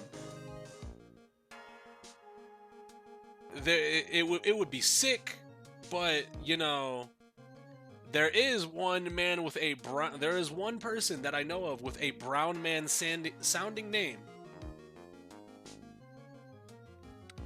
that we never got to saw a picture of. Is that what is? There's no way they're doing it though. There's no way. What was his name? It was Diego something. Diego Armano? That nigga. Yeah, no, Diego Armano. Fucking Mia's old boyfriend. I smell it. Right in front of our eyes, our client has been arrested for murder, and the one who established his presence at the scene was me. Diego Armando? Oh, Armando, not Armano. Armando. So, is Godot... The question is now, if it is who I think it is, if it is indeed Diego, then he tanked being poisoned. He lived through being poisoned. That's that nigga right there. Hold on. We getting a little bit crispy today, boys. We cooking in this kitchen. Arrested for murder on the very same day as he's declared innocent for larceny. What the heck's gonna happen next? To be continued. Bro. So, the question is, where does he get the fucking name Godot from? Save your progress. And was he always a prosecutor? Alright, well, either way. We're back into it, investigating this shit. Wright and Co. Law Offices, October 13th, 3:02 p.m. You know, I'm glad we found the urn and all, but poor Mr. Delight got arrested again. Well, supposedly Mr. Delight was in the CEO's office when the murder occurred. Godot is from some play. Now, somebody's gonna have to do it for me before I search for myself and actually blow myself away with spoilers. If you search Godot, does it bring up the name of that play? Just let me know. You got it? No way, Jose. I don't buy it. But the one who proved Mr. Delight was there was Mr. Nick himself, at least from what I can understand. Looks like you did too good of a job this time, Nick. Well, how about we get started looking into the KB security murder? I think I'm gonna head back to Crane Village for a little while, if that's alright. Sure, but why? I'm going to bring the Sacred Urn back and have some people take a look at it. Oh, that's a good idea. I think I'll go with. No, Mr. Maya, you should stay here. The first thing that comes up is some game engine. If you search Godot play, does that have anything to do with Phoenix Wright? Or is that like some mythology shit? Pearls is so caught up in her fantasy, she forgot that there's a murder to solve. Sacred Urn given to Pearls. Now remember, no fighting, okay? And there she goes. Okay, Nick, time to get going on this murder investigation. Alright. So, what you got, Maya? The first result on Godot play is the actual play Waiting for Godot. Hold on. Because now I'm going to look it up. Bro, typing in Godot P, the first thing is fucking Phoenix Wright. Waiting for Godot, play by Samuel Beckett. Waiting for Godot is a play by Samuel Beckett in which two characters, Vladimir and Estragon, wait for the arrival of someone named Godot who never arrives while they engage in a variety of discussions and encounter three other characters. Hold on. While they wait, two other men enter. I'm really on sparknotes.com. Wait for Godot. That Godot will not be coming.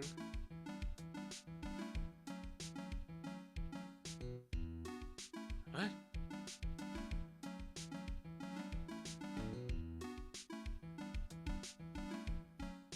It's literally a play where they're just waiting for some nigga. What is this? Well, that doesn't help me in the slightest, but okay. Either way. So, what do you got to say about the Sacred Urn? You must be relieved we got the Sacred Urn back, huh? You bet, but there's something a little different about it. Don't question mark at me, it's pretty obvious, isn't it? I mean, take a look at this. It clearly says I am on the urn in the poster. But somebody fixed it! But the urn we got back says Ami like it always used to. Oh yeah, you're right. Plus, the base has pink splotches on it now. I'm sure they weren't there before. Why doesn't know, but 1 year ago when the urn was broken, the repair accidentally turned Mystic Ami's name into I Am. And the repair was one mechanically unskilled little pearls. But still, I don't remember ever seeing pink splotches on it. Is it possible that the urn's a fake? I'm sure Pearls will find out about that once she gets back to Karain Village. Yeah, I suppose. Now that I think about it, Maya hasn't been back to Karain Village in a long time.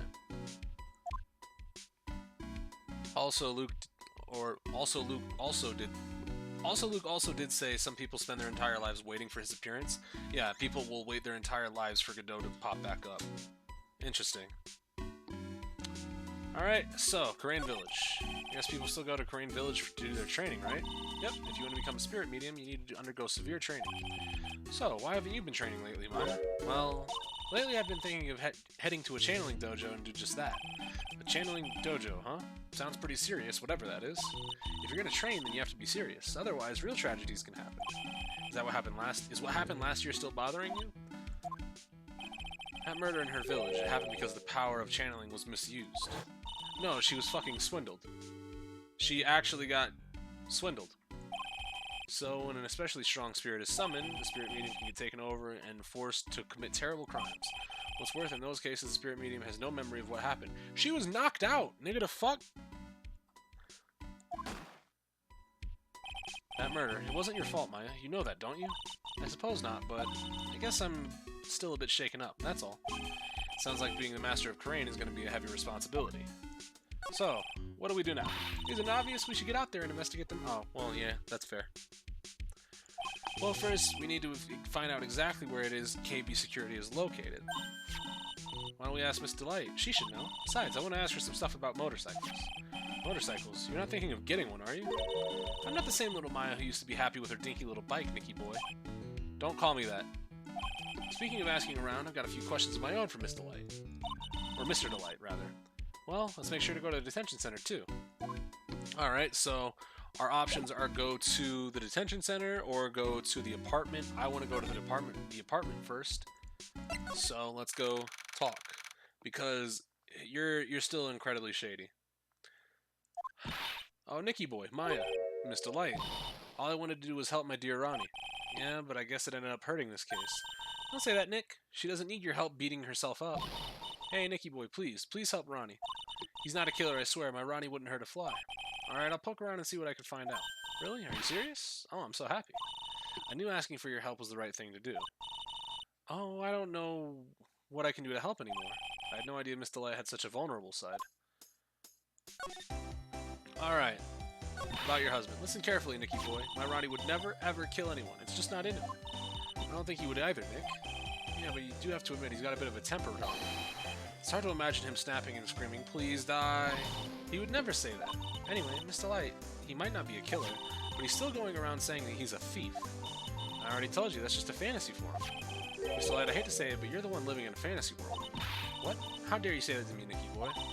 I know everything about my Ronnie. We don't even have any secrets between us. Ronnie isn't a thieving type. He's so honest that he wouldn't even sneak a nap. He's so honest that he wouldn't steal a glance. A thief. The very idea. I guess I just don't get it. Get what? I just can't understand how they can be so different, yet be such a happy couple. You know, they sure are different. Come now, Nicky boy. It's not that mysterious, is it? It was love at first sight. For me, anyway. What? For you? Alright. I hate these kind of people more than anything. So, I don't think it's as open as shut as Atme was making up the whole thing about Damask. That's definitely not true. You mean Ace Detectives? No, I'm fine with ace detectives. Oh, so then you must mean thieves. No, they're alright too. I just hate thieves that pretend to be ace detectives. There's nothing more I hate than cowardly men. By the way, why did you go to Detective Atmey's office anyway? Well, as the trial went on, I started to get more and more anxious. I went there to try to find out more about the real criminal. The real criminal? Yes. Obviously not the real Master Mask is not my Ronnie, right? Yeah? And Detective Atmey knew more about Master Mask than anyone else. They mentioned him on the Great People Around Town segment on TV. So then you went there to ask him some questions? That's right. I'll do whatever it takes to save my man. Whatever it takes, huh? Secretary said the ace detective isn't in right now, but I forced my way past her and into his hideout. I wouldn't exactly call that office of his a hideout. The bag was sitting right there on top of the table. Oh yeah, we saw that bag yesterday too. There's nothing lower than someone who would try to pin a crime on someone else. So, do you know about KB Security? Don't be silly, of course I do. That's where my Ronnie works. Sure, she thinks he still works there, huh? And yet, according to what we heard today... Yeah, he was fired. Or let go, or he quit. Dead for work today, so I'm gonna have to go to sleep. Have a good one? Most definitely. Get some rest, if you're tired. See you later, Nostalgia. I'm gonna be ending, hopefully before the end of this... I don't know how much longer this case is gonna go, but... hopefully before the start of Case 3, right? So, if you happen to take off, then you'll be catching the next case next time. He quit. Okay. Looks like Mr. Light doesn't know. KB Security is only about 20 minutes away. By motorcycle, that is. Larry told me it takes 30 minutes by car. Well, I have to admit, I tend to fly pretty fast on my bike. To make it to KB Security in that fast, you sure you aren't literally flying? Why don't I give you a ride sometime? Or better yet, how about now? No. I'll pass, thanks. Why don't you just tell us where it is and we'll go ourselves? What a scaredy cat you are, Nick. Mr. Light told us the location of KB Security. Okay, let's head there right away, Nick. Love at first sight, by the way. Was it really love at first sight when you met Mr. Light? Well, maybe not at first sight, but Ronnie saved my life. Saved your life? I was at work one day when two robbers suddenly rushed in. Well, I'm not the kind to curl into a little ball in a corner, so I fought back. Robbers? Yeah, they took me hostage. I was so frightened. They were both carrying these huge knives, and I broke down into tears. Yeah, I would too if I were in that situation. Oh, I think I get it. Did Mr. Delight come running to save you? This will last an hour and a half longer at least. Okay, good. That's about the time that I want to spend on this anyways. Yes, exactly. I remember. He looked so handsome in that guard uniform of his. He went up right to those two knife-wielding robbers and screamed in their faces. Please stop it, he screamed. I could see the robber's face turn pale.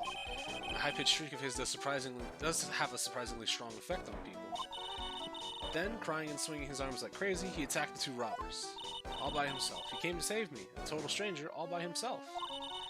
He was so scared that he was crying and shaking, but he still risked his life for me. Wow, that's a great story. Yes, he may not look it, but in a tough situation, there's no one better.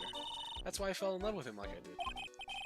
That's so romantic. I'd fall in love too, I guess.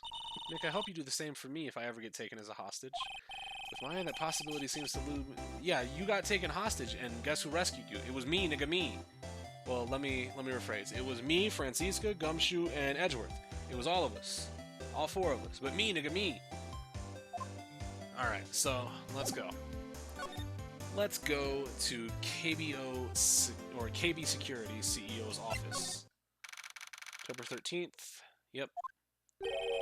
So, I guess this is where it all went down, huh? The walls in here look thick, just like you'd expect in a CEO's office. Why does every place just not have security cameras? Especially in a security place? Security office? What does that have to do with anything? Hey, it's you guys. Oh, it's Detective Gumshoe. Today was a real train wreck for you guys, huh? Sure was, pal. That prosecutor made real fools out of us. Yeah, I feel for you. Well, it's not like you at all. I thought you'd be more like, oh, that was great. You guys did what you deserved, pal. Ho, ho, ho, ho. Or something to that effect. You really sound like that to you, pal? If the gumshoe fits. Well, anyway. The point is, I can tell when someone puts their heart into their jobs. Anyone, and I can sympathize when things don't go your way. Sometimes I feel like wrong is the only way for us, things go for us detectives. Okay. I had no idea Detective Gumshoe was such a nice guy. Now this little love fest is over, maybe we can start investigating. Alright, but first let's talk what actually happened. We don't have any information other than the guy died. Detective Gumshoe, tell us what you know about the murder. Okay, but the thing is, I'm not really supposed to. Hey, come on, what about what about how we put our hearts into our work? Things are really working against us right now, and we need help. Okay, I'll tell you. Just don't start crying on me, okay, pal? Okay, I won't cry on you, pal. The victim's name? Dog.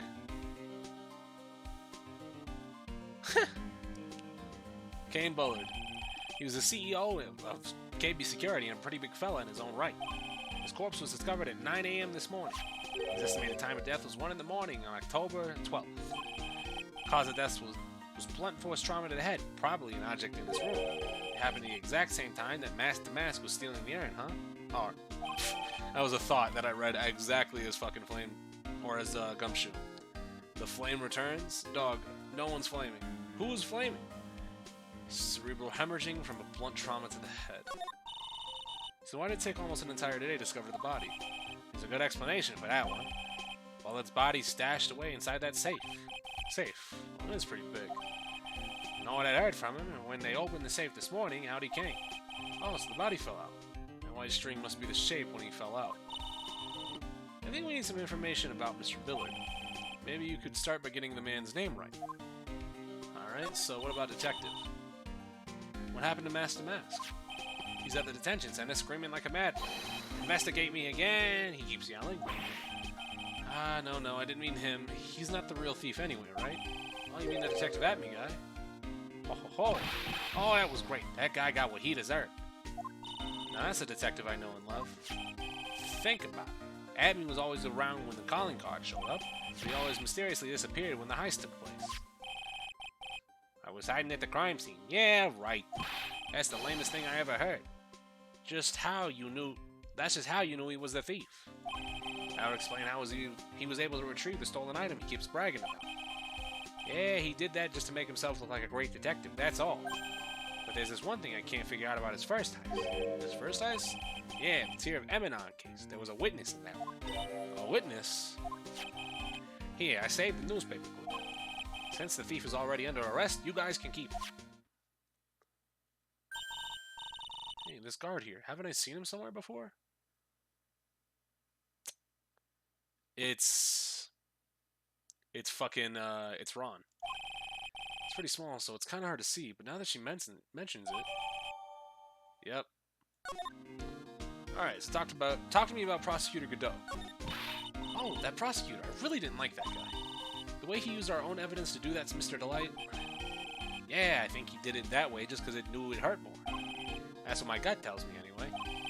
So who is that Java-addicted mass maniac anyway? Prosecutor Godot? He's quite the enigma, huh? The thing is, pal, I never even heard of the guy before. He just showed up one day at the prosecutor's office, came out of nowhere. That's right, he said this was his first case as a prosecutor. And it's true, according to the records anyway, but no way he's an amateur. He's an Iceman in court, a maverick that gives me goosebumps. Goosebumps? You?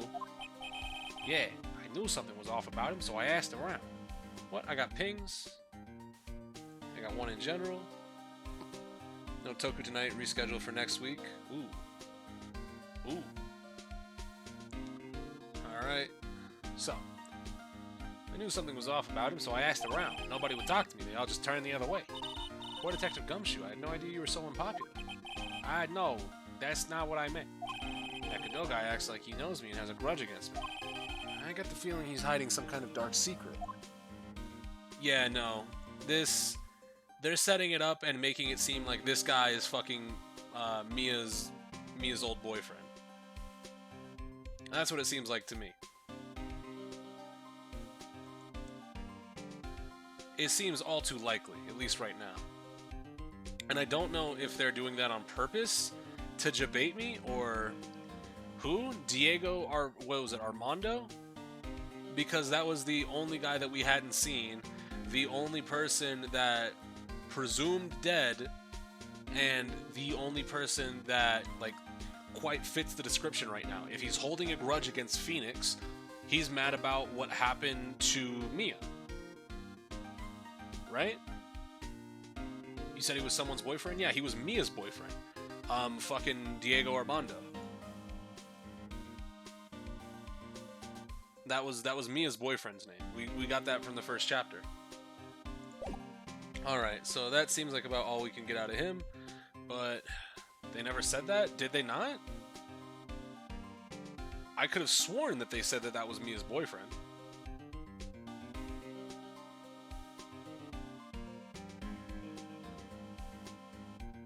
Or that he knew Mia in some way. I have to go back and watch the VOD, but I thought they said that. Maybe it was just fucking... I might be mixing up Dahlia, but it was implicated in some way that he knew Mia. That's why Mia took the case on, right? I gotta go back and watch the first fucking chapter. Alright, but either way, tell me more about Mr. Bullard. It might have been Grossberg who said it? Yeah, I thought somebody said it. Detective Gumshoe, please tell us more about Shane Bluebard. That's Kane Bullard, not Shane Bluebard, pal. Oh yeah, the victim in this case just doesn't make much of an impression on me. Well, you were the victim up until Mr. Bullard was found dead. Yeah, his body wasn't discovered until this morning. Your old flame? Yeah, no, that's what I thought. Like, definitely, I'm not crazy, definitely. Grossberg said something that implied that they had a relationship. And we've got the evidence to back it up. The VOD right there. Anyway, we don't have enough information yet. Can you help us out? Sorry, I'm a little confused myself, actually. For some reason, I'm just blabbing like an idiot right now. Okay, Nick, now's our chance to get more info about the victim, so hurry up and ask. Alright, well, let's go back. You're definitely onto something? Yeah, no, I know I'm not crazy. Can you tell us some more about Mr. Bullard? He was the CEO of KB Security, right? What kind of company is it anyway? Well, the company basically sends security teams out to buildings to guard them. Mr. Bullard must have had the chance to learn a lot of secrets during this kind of work. Oh, and? And I don't know how to put this, but the guy was kind of a money grubber. Really? Me too. I just love money. Can't ever get enough. Please stop leaning in towards me like that. You aren't going to get my wallet. Anyway, it looks like he did some pretty shifty stuff to earn his millions. Oh, so that's my problem. I need to be shiftier. Let me go already. Apparently, he was involved in selling trade secrets between rival companies. Okay, you're right. See, I thought so. I knew I wasn't fucking crazy exalted.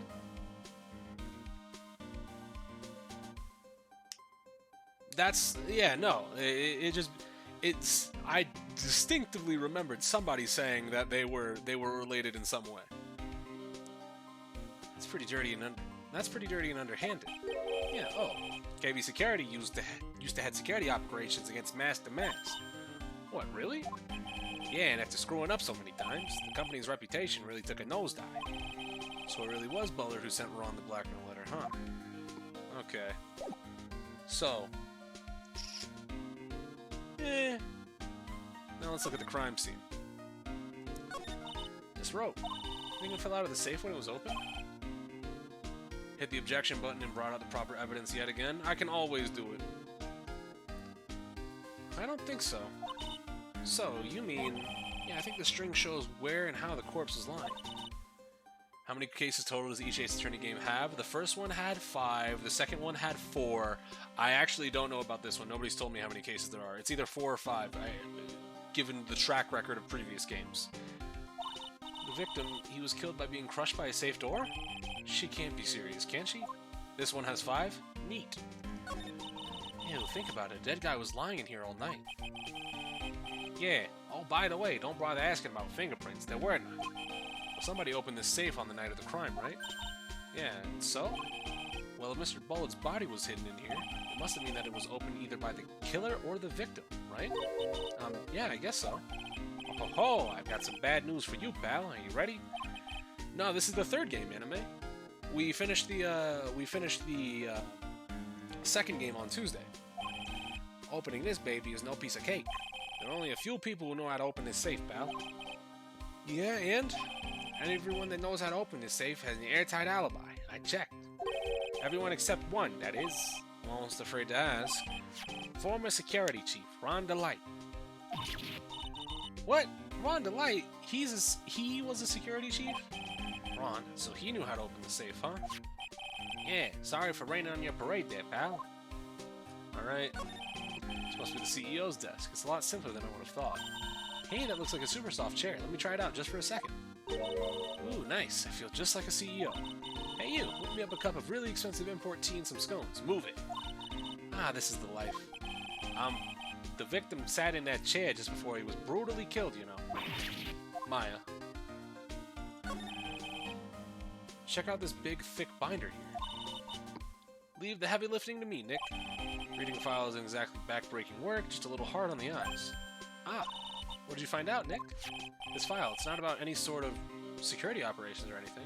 These games must be really short. Well, I mean, for what it's worth, like, each case that we were doing, but the, like, they're a couple hours long, and considering the fact that, these games were originally on the Game Boy, or the Game Boy Advance, rather, it's about right.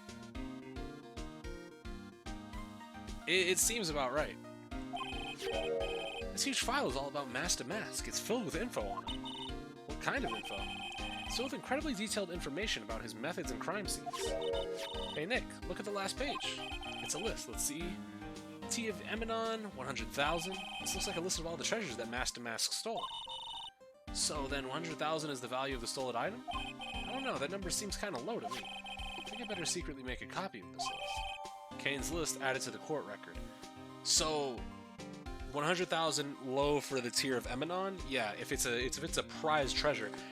Oh no. Kane, no. He was getting shares because he was allowing Master Mask to come in and steal the shit. No.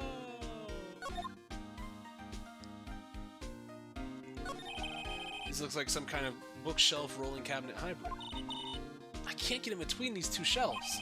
Don't strain yourself trying. It looks like the shelves are controlled by a special panel. So I guess it's one shelf at a time, huh? Looks like they're filled with a bunch of files. Yeah, files with data about security jobs they were hired to handle. It'd be a good night's reading if you've got insomnia. I was hoping for something a little more exciting, like UFOs or something. Maya, please. Alright. So is this panel what controls it? Oh, there's a button here. Let's see. Alright. That's all you had to say. Button don't work. Hey, cut it out. Don't press that. That was pretty funny. I never knew Detective Gumshoe could jump like that. What is that button anyway? It's an emergency buzzer. It says right there on the panel. Oops, you're right. It's written right there. Nick, how many times have I told you to read the instructions first? This alarm's connected to the basement's guard room. It's used to summon security up here. Really? And it's possible on the night of the crime. So when the CEO was attacked, do you think maybe he pressed the buzzer?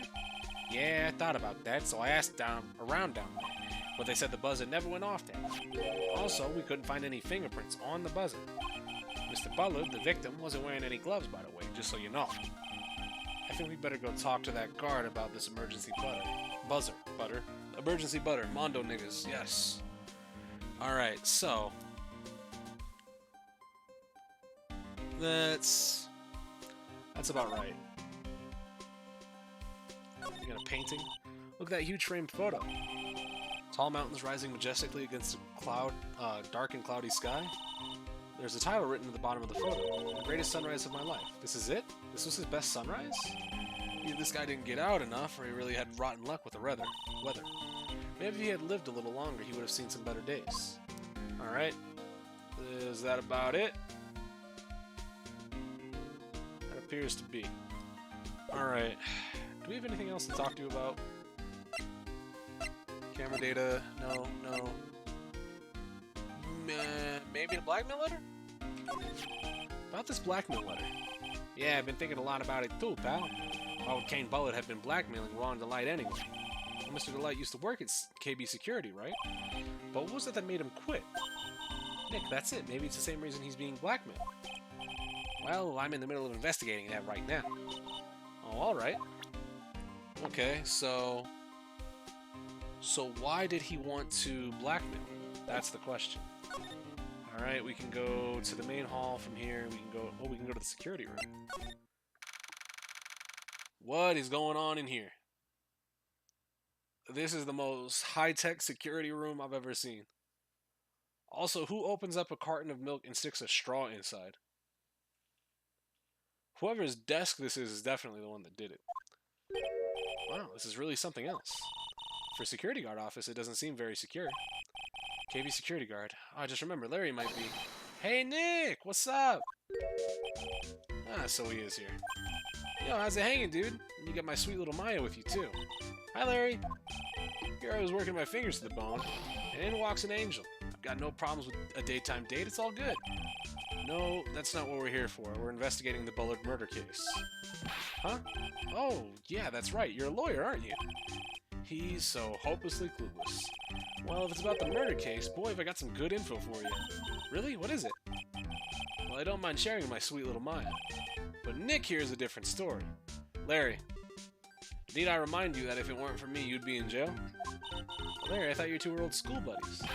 That was then and this is now. Dickhead. So, what's this good info you got?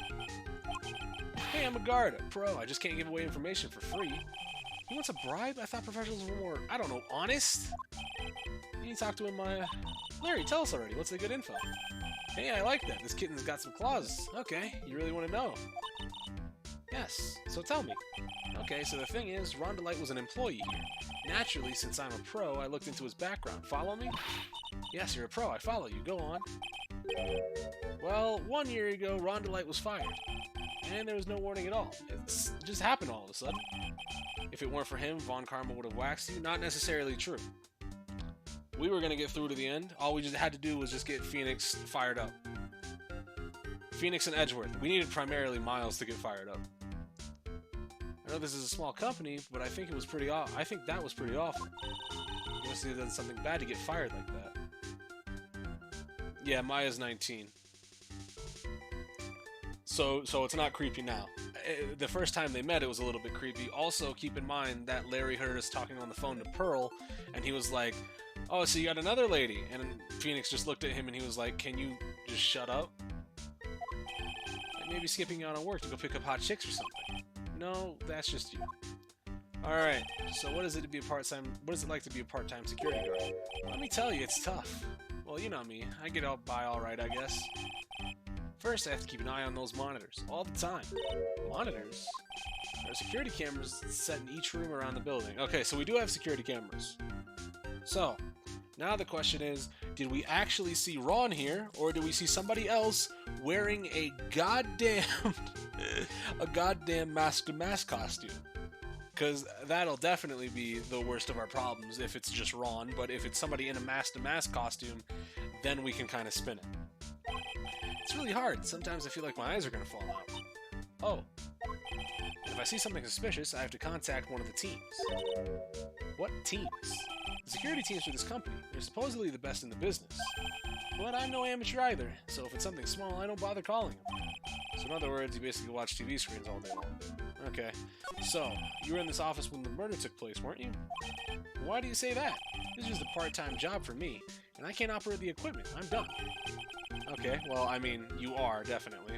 You won't hear a complaint out of me on that one. Even if it is part-time and you are dumb, you're still in charge of security.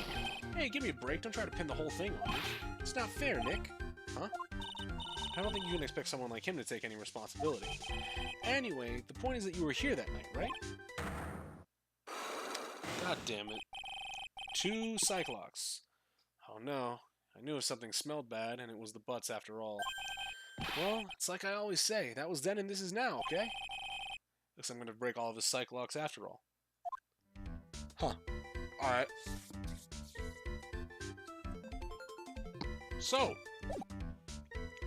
let's see what you gotta say. The night of the crime. On the night of the crime, were you working hard like you're supposed to? What? Of course I was. Why wouldn't I have been? But didn't you sneak out of work yesterday just to go see Mr. Light? But that was... And this is this. Is there any chance you snuck out of work last night, too? Never. I didn't sneak out. I'll tell you what. I'll even bet you $1.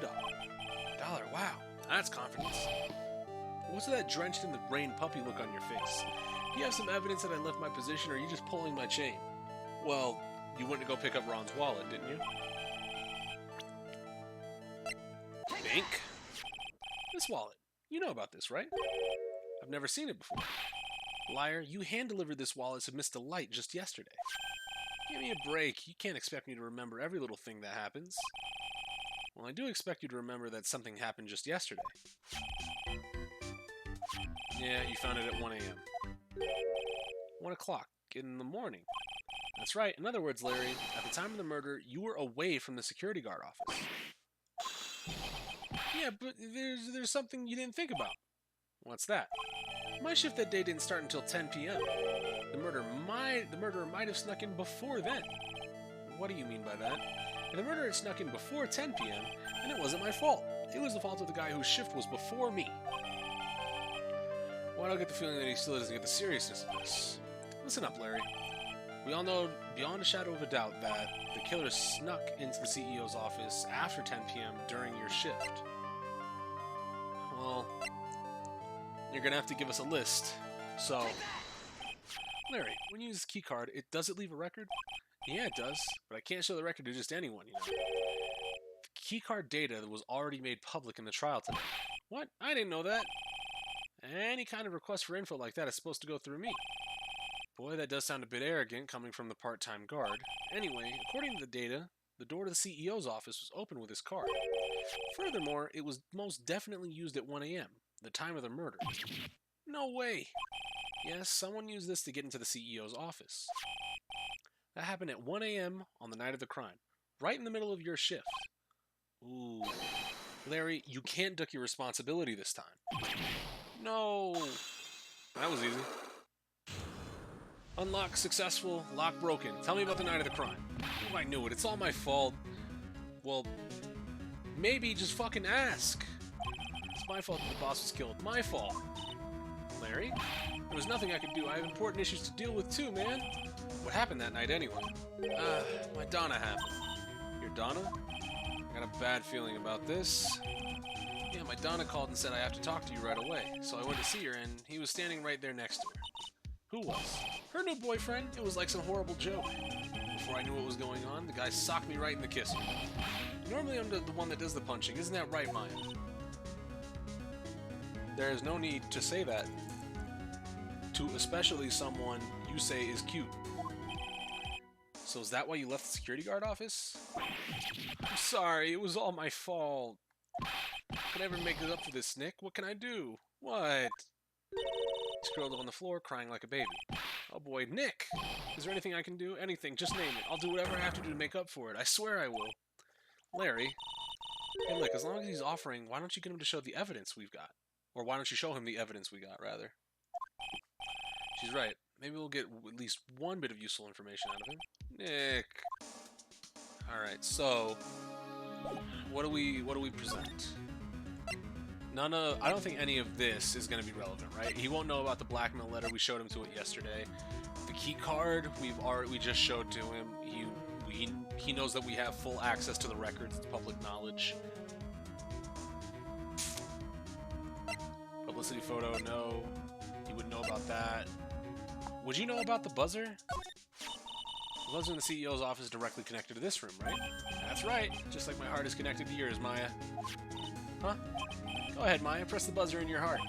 I promise I'll come running to your rescue like the professional guard I am. Wow, that was pretty good. Thanks, I try. Do you think you can tell us about the buzzer now? Yes, please. Please tell us.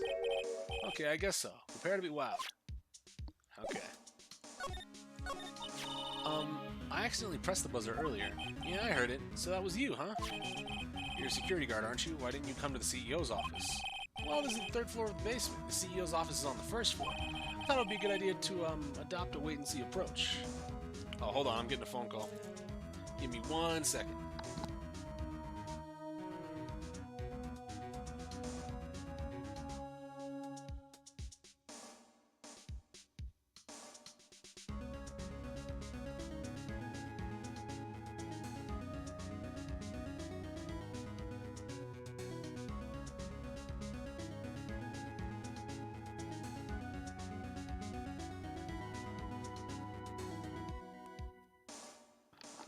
Alright, sorry about that.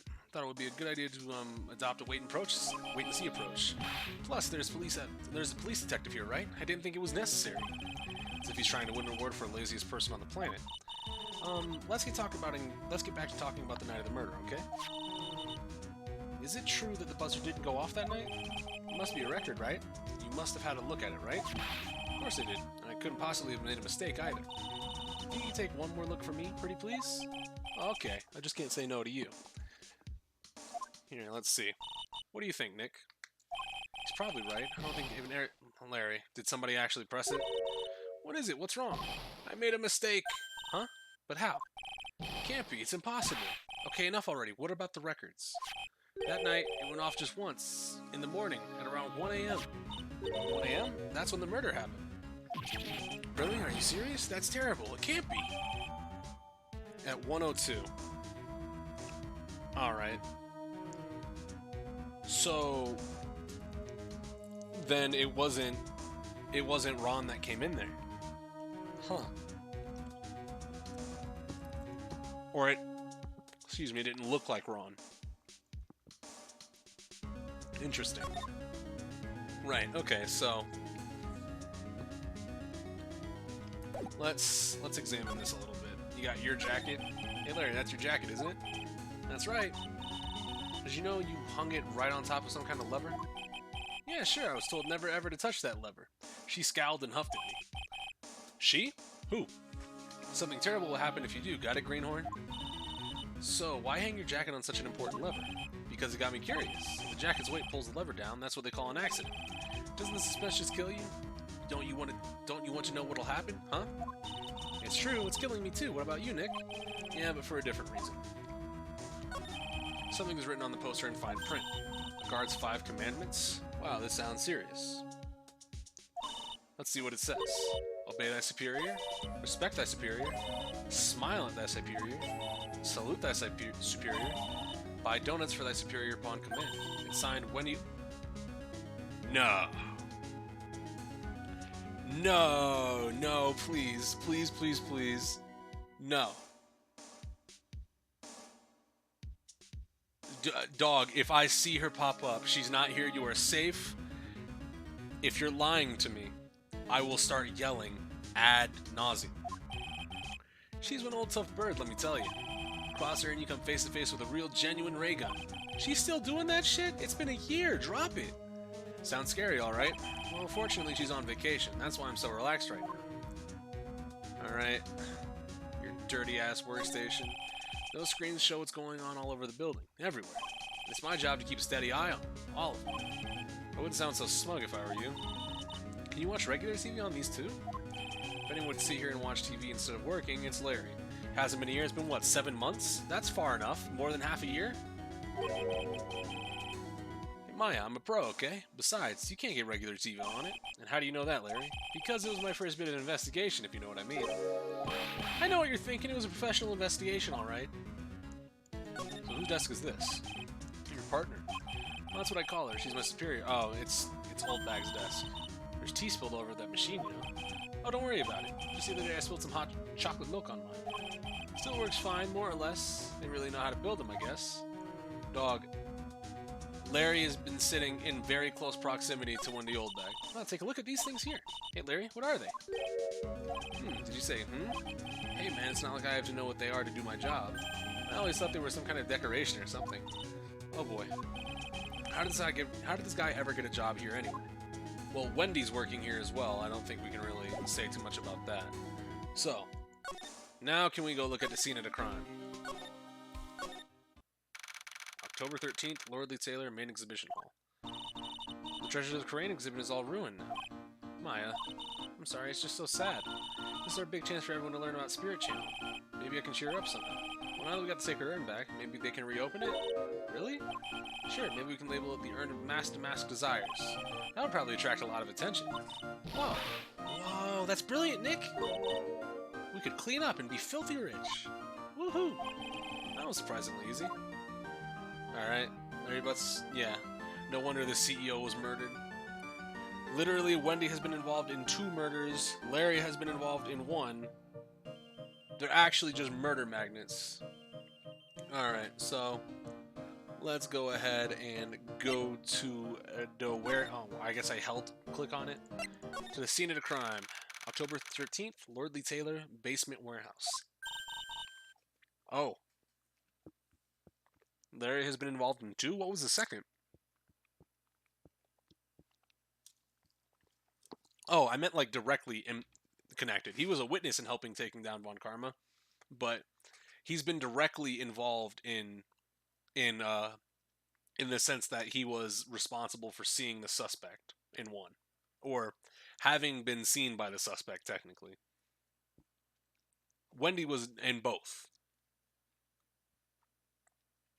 They were directly involved with the with some part of Wendy in the killer case. Well, no, she actually saw Adrian leave in the Nickel Samurai outfit.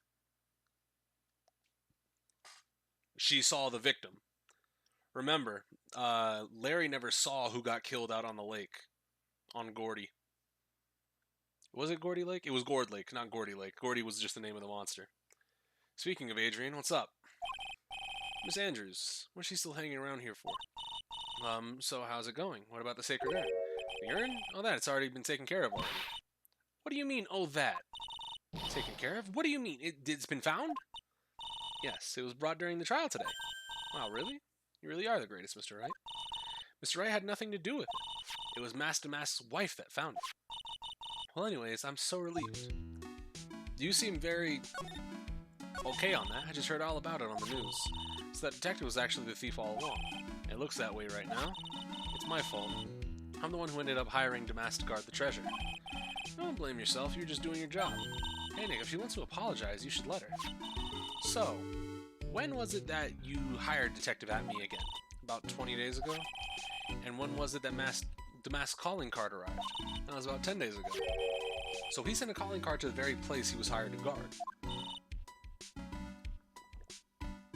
That's way too simple. Detective Atme must have really wanted the sacred urn after all. I guess so.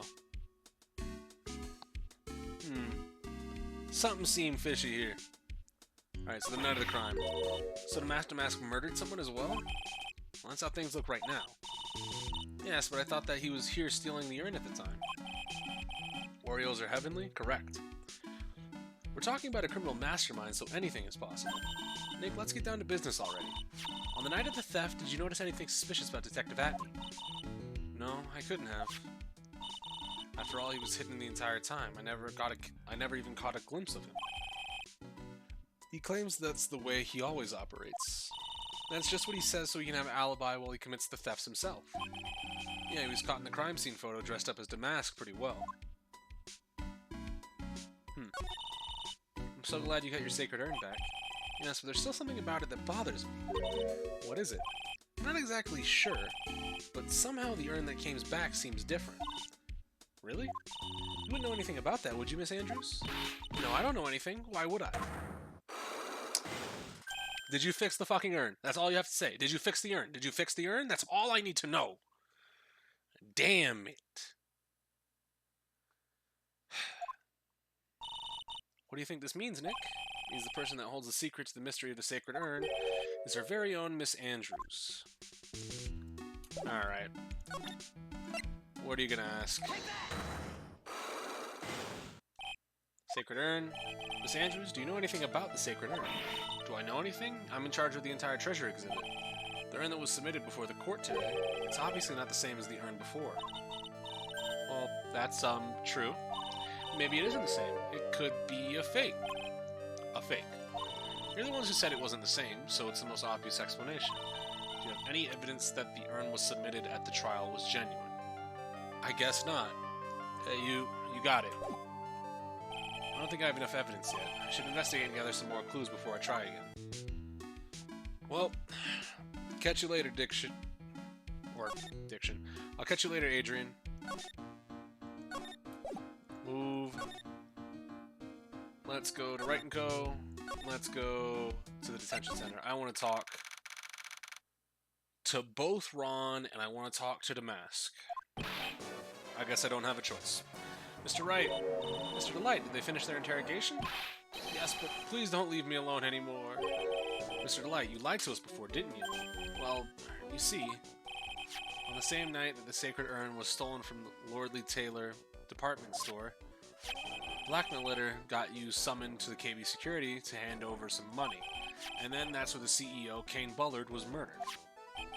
But there's only one Ron Delight, am I right? So the question is, where were you that night? Wait, do we not have evidence? I don't think so. Because the urn is not in our possession. We can't prove that it was the urn or not. We don't have we only have this, right? And we don't have the urn right now, so we can't prove. Yeah, no, because Pearl took the urn back to Karain. Yeah, no, Pearl yoinked that. This time I want to hear the whole truth. Your life depends on it. Okay. So, tell me about Mask to Mask. Mr. Light, do you still insist that you are Mask to Mask? Isn't that what I've been saying since yesterday? That was a quick response. Tell me about it. To be honest, it's starting to get irritating. But listen, Mr. Delight, at the trial today, we learned the true identity of a thief, didn't we?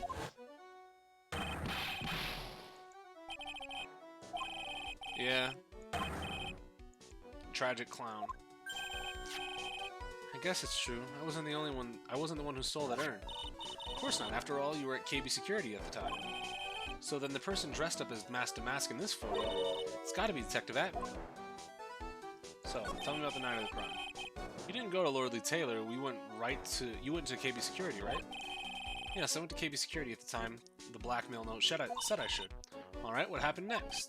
Well, I used to work there, so I knew where the CEO's office was. I knocked, but there was no answer. So then I used the key card to unlock the door. It's probably when he dropped his wallet. When I went to the CEO's office, someone was in there. Someone? Okay. Right. Also, how would them Korean niggas be able to do that? They didn't even notice that the urn said a whole different name and they didn't say shit. Well, it's not for them to prove, it's for me to prove. So, I'm still going off my initial theory.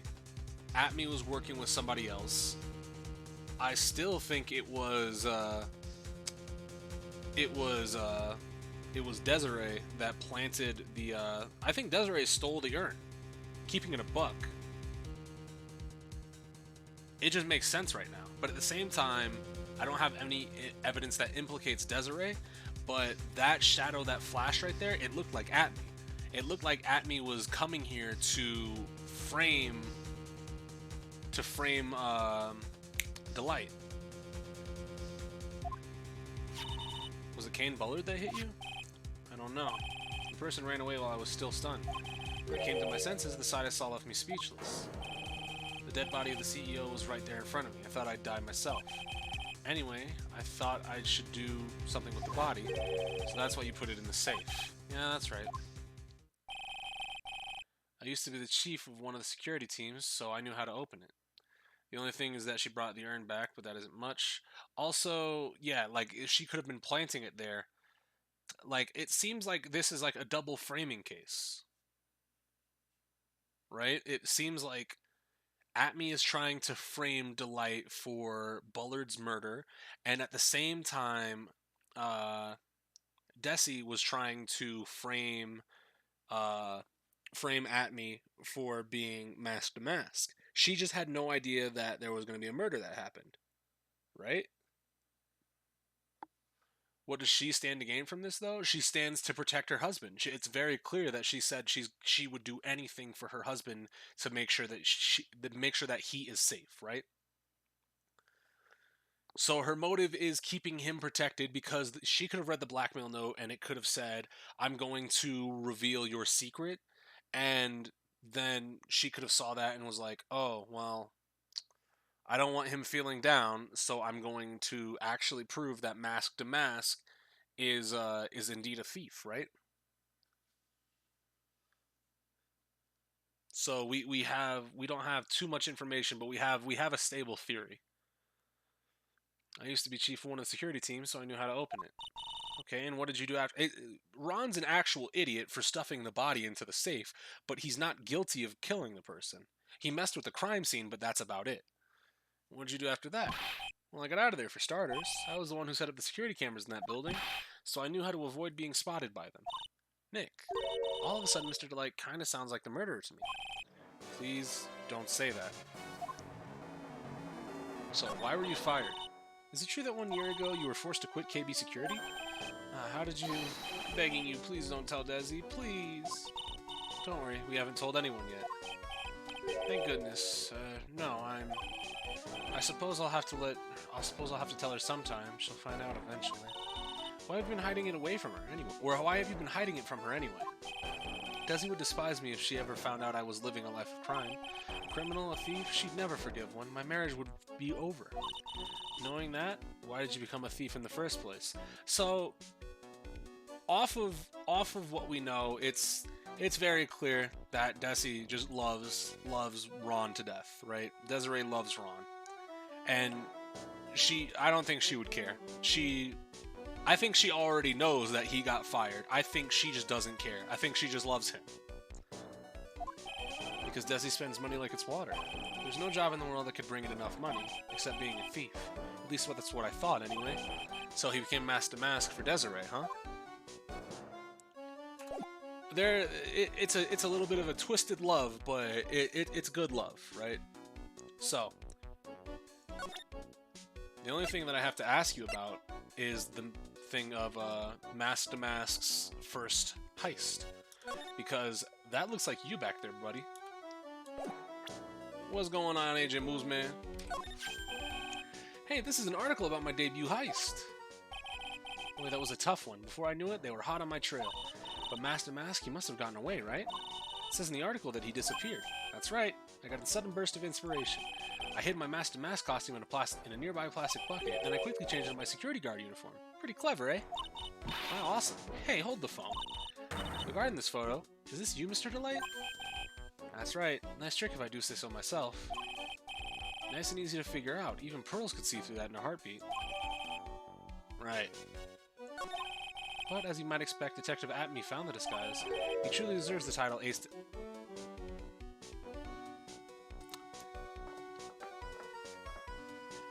It's sounding about right. You just got home from your extended shift? You have extended shifts? They're making you work extended shifts? For why? Detective Atme found the Mask to Mask disguise, right? That's quite interesting. Yes, and I heard that he brought it home with him. So that's it. That's when Atme got his hands on this. Thanks to that, I had the chance to remake my costume. That must have been really time-consuming, huh? Yeah, it took quite a while to complete. Anyways, a few days after that, I received the first of blackmail letters. Blackmail letters. You got them starting when? Tell me more now. Hey, calm down. Don't get so worked up. Yeah, first of the blackmail letters? No, of course not. But this is the first one that ever called me out to a specific location. So, did you start receiving blackmail letters after this incident? Yes, just a few days after the Tear of Emanon heist. The first letter said, I know you did it. So someone found out about your true identity just like that? It's not easy being a master thief, you know. I've got proof it was you, so give up, it went on to say. So in the end, I had to give up the treasure I went through all that trouble to steal. Is that right? Hey, hang on a second. What do you mean you had to give it up? Oh, don't worry. After I put the jewel in the safe deposit box, the letter specified, someone sent me 10 grand. Okay, so this is making sense. Kane and Atme figured out who Mask to Mask was, went to Kane Bullard, and he was like, hey, one of your employees is stealing something. Now, we can hit a lick. We can get the jewel, we can sell it, split the profits, give the master thief a little bit of the cut, and we'll be fine. And I think that's probably what happened. And I think Kane was probably thinking about coming clean or something. Yeah, it's impressive that he stole the first jewel, but more impressive still is Atme caught him in the act and nobody else could. Or not in the act. He caught him and he realized who he was and then started blackmailing him. Alright. After that I started getting the plans in the mail. Plans? You were getting heist plans in the mail? There were instructions on how to steal a crown or a painting or some other rare treasure. They showed security blind spots, escape routes, and even suggesting training methods. Yep. So the only heist he actually committed was the first one. And he got caught doing it. He's not even a master thief. Oh my god, yeah, no, they were trying to set him up for the fall hard. No, it wasn't. I only planned the very first one. After that, I received plans from some very kind person. Incredibly detailed plans. Sounds like... Yeah, so, no. Fucking Atme was right. He was Mask to Mask. He's responsible for everything Mask to Mask is. But he wasn't committing the heists himself. That was wrong. Up until this very last one, where Desiree figured it out, stole the vase, planted it in Atme's office, and was like, that'll get us off the hook. That'll make everyone realize that Luke Atme is Mask to Mask, but didn't realize that a murder was going to happen.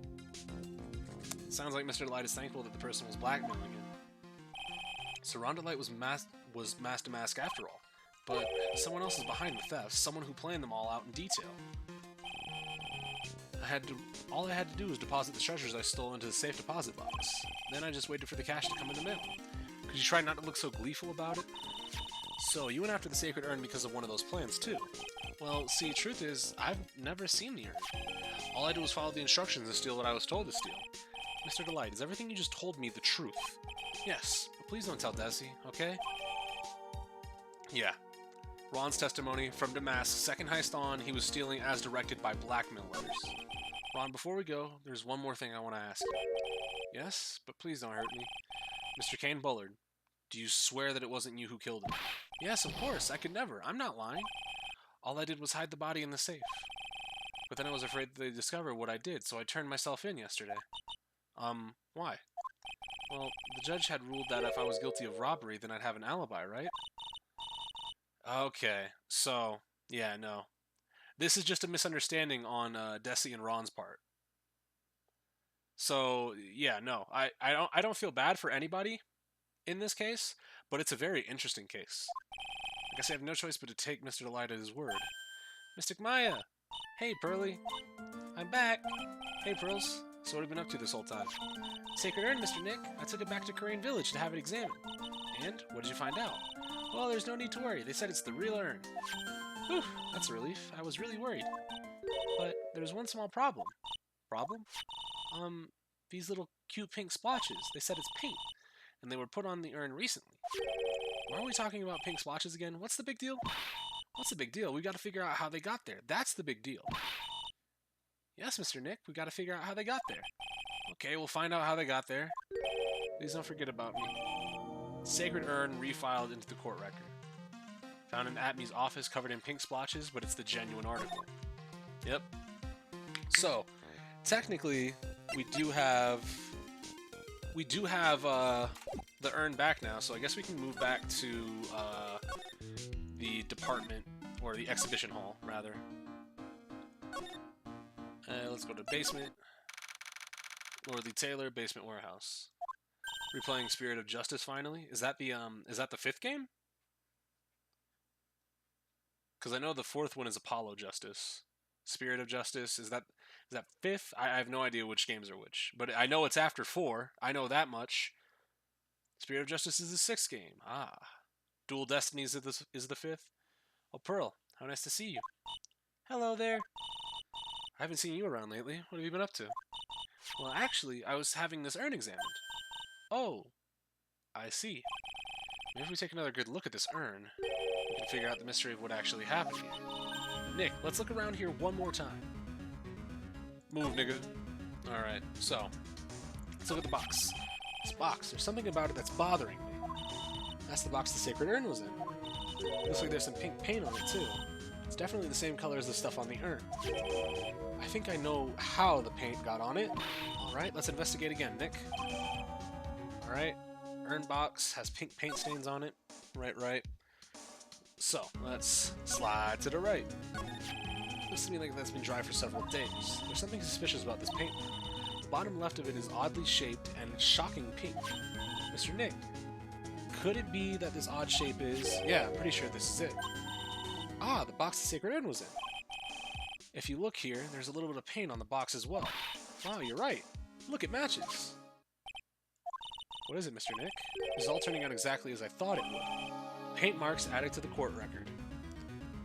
So, I think it's all starting to become clear. We're that much closer to solving the mystery of what happened to the urn. Hey. Hey, you. I can prove it now.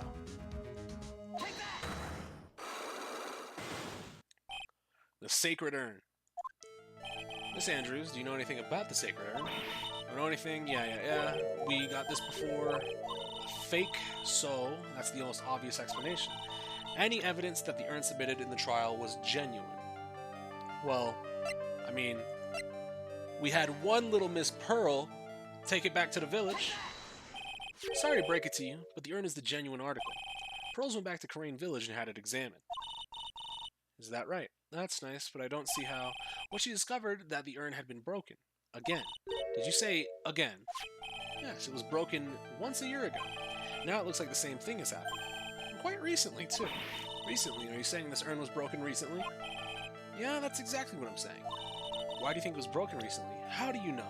Well, you showed us... Well, not you, but the poster shows us. Because it was still arranged to say I am instead of Ami. So, you can spell. I know you can spell.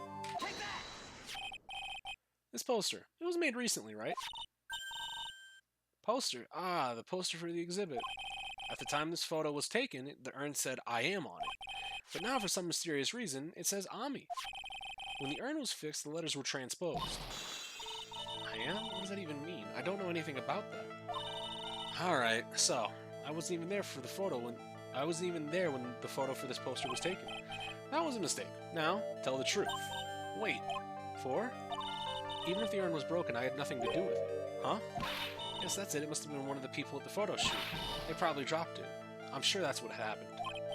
Looks like she's not going to give up that last psych-lock so easily. Do you have any proof the Lord was broken to hear it? Look. Paint, nigga. Are you serious? Paint marks. Well, Miss Andrews? What is this supposed to mean? There's pink paint all over this urn.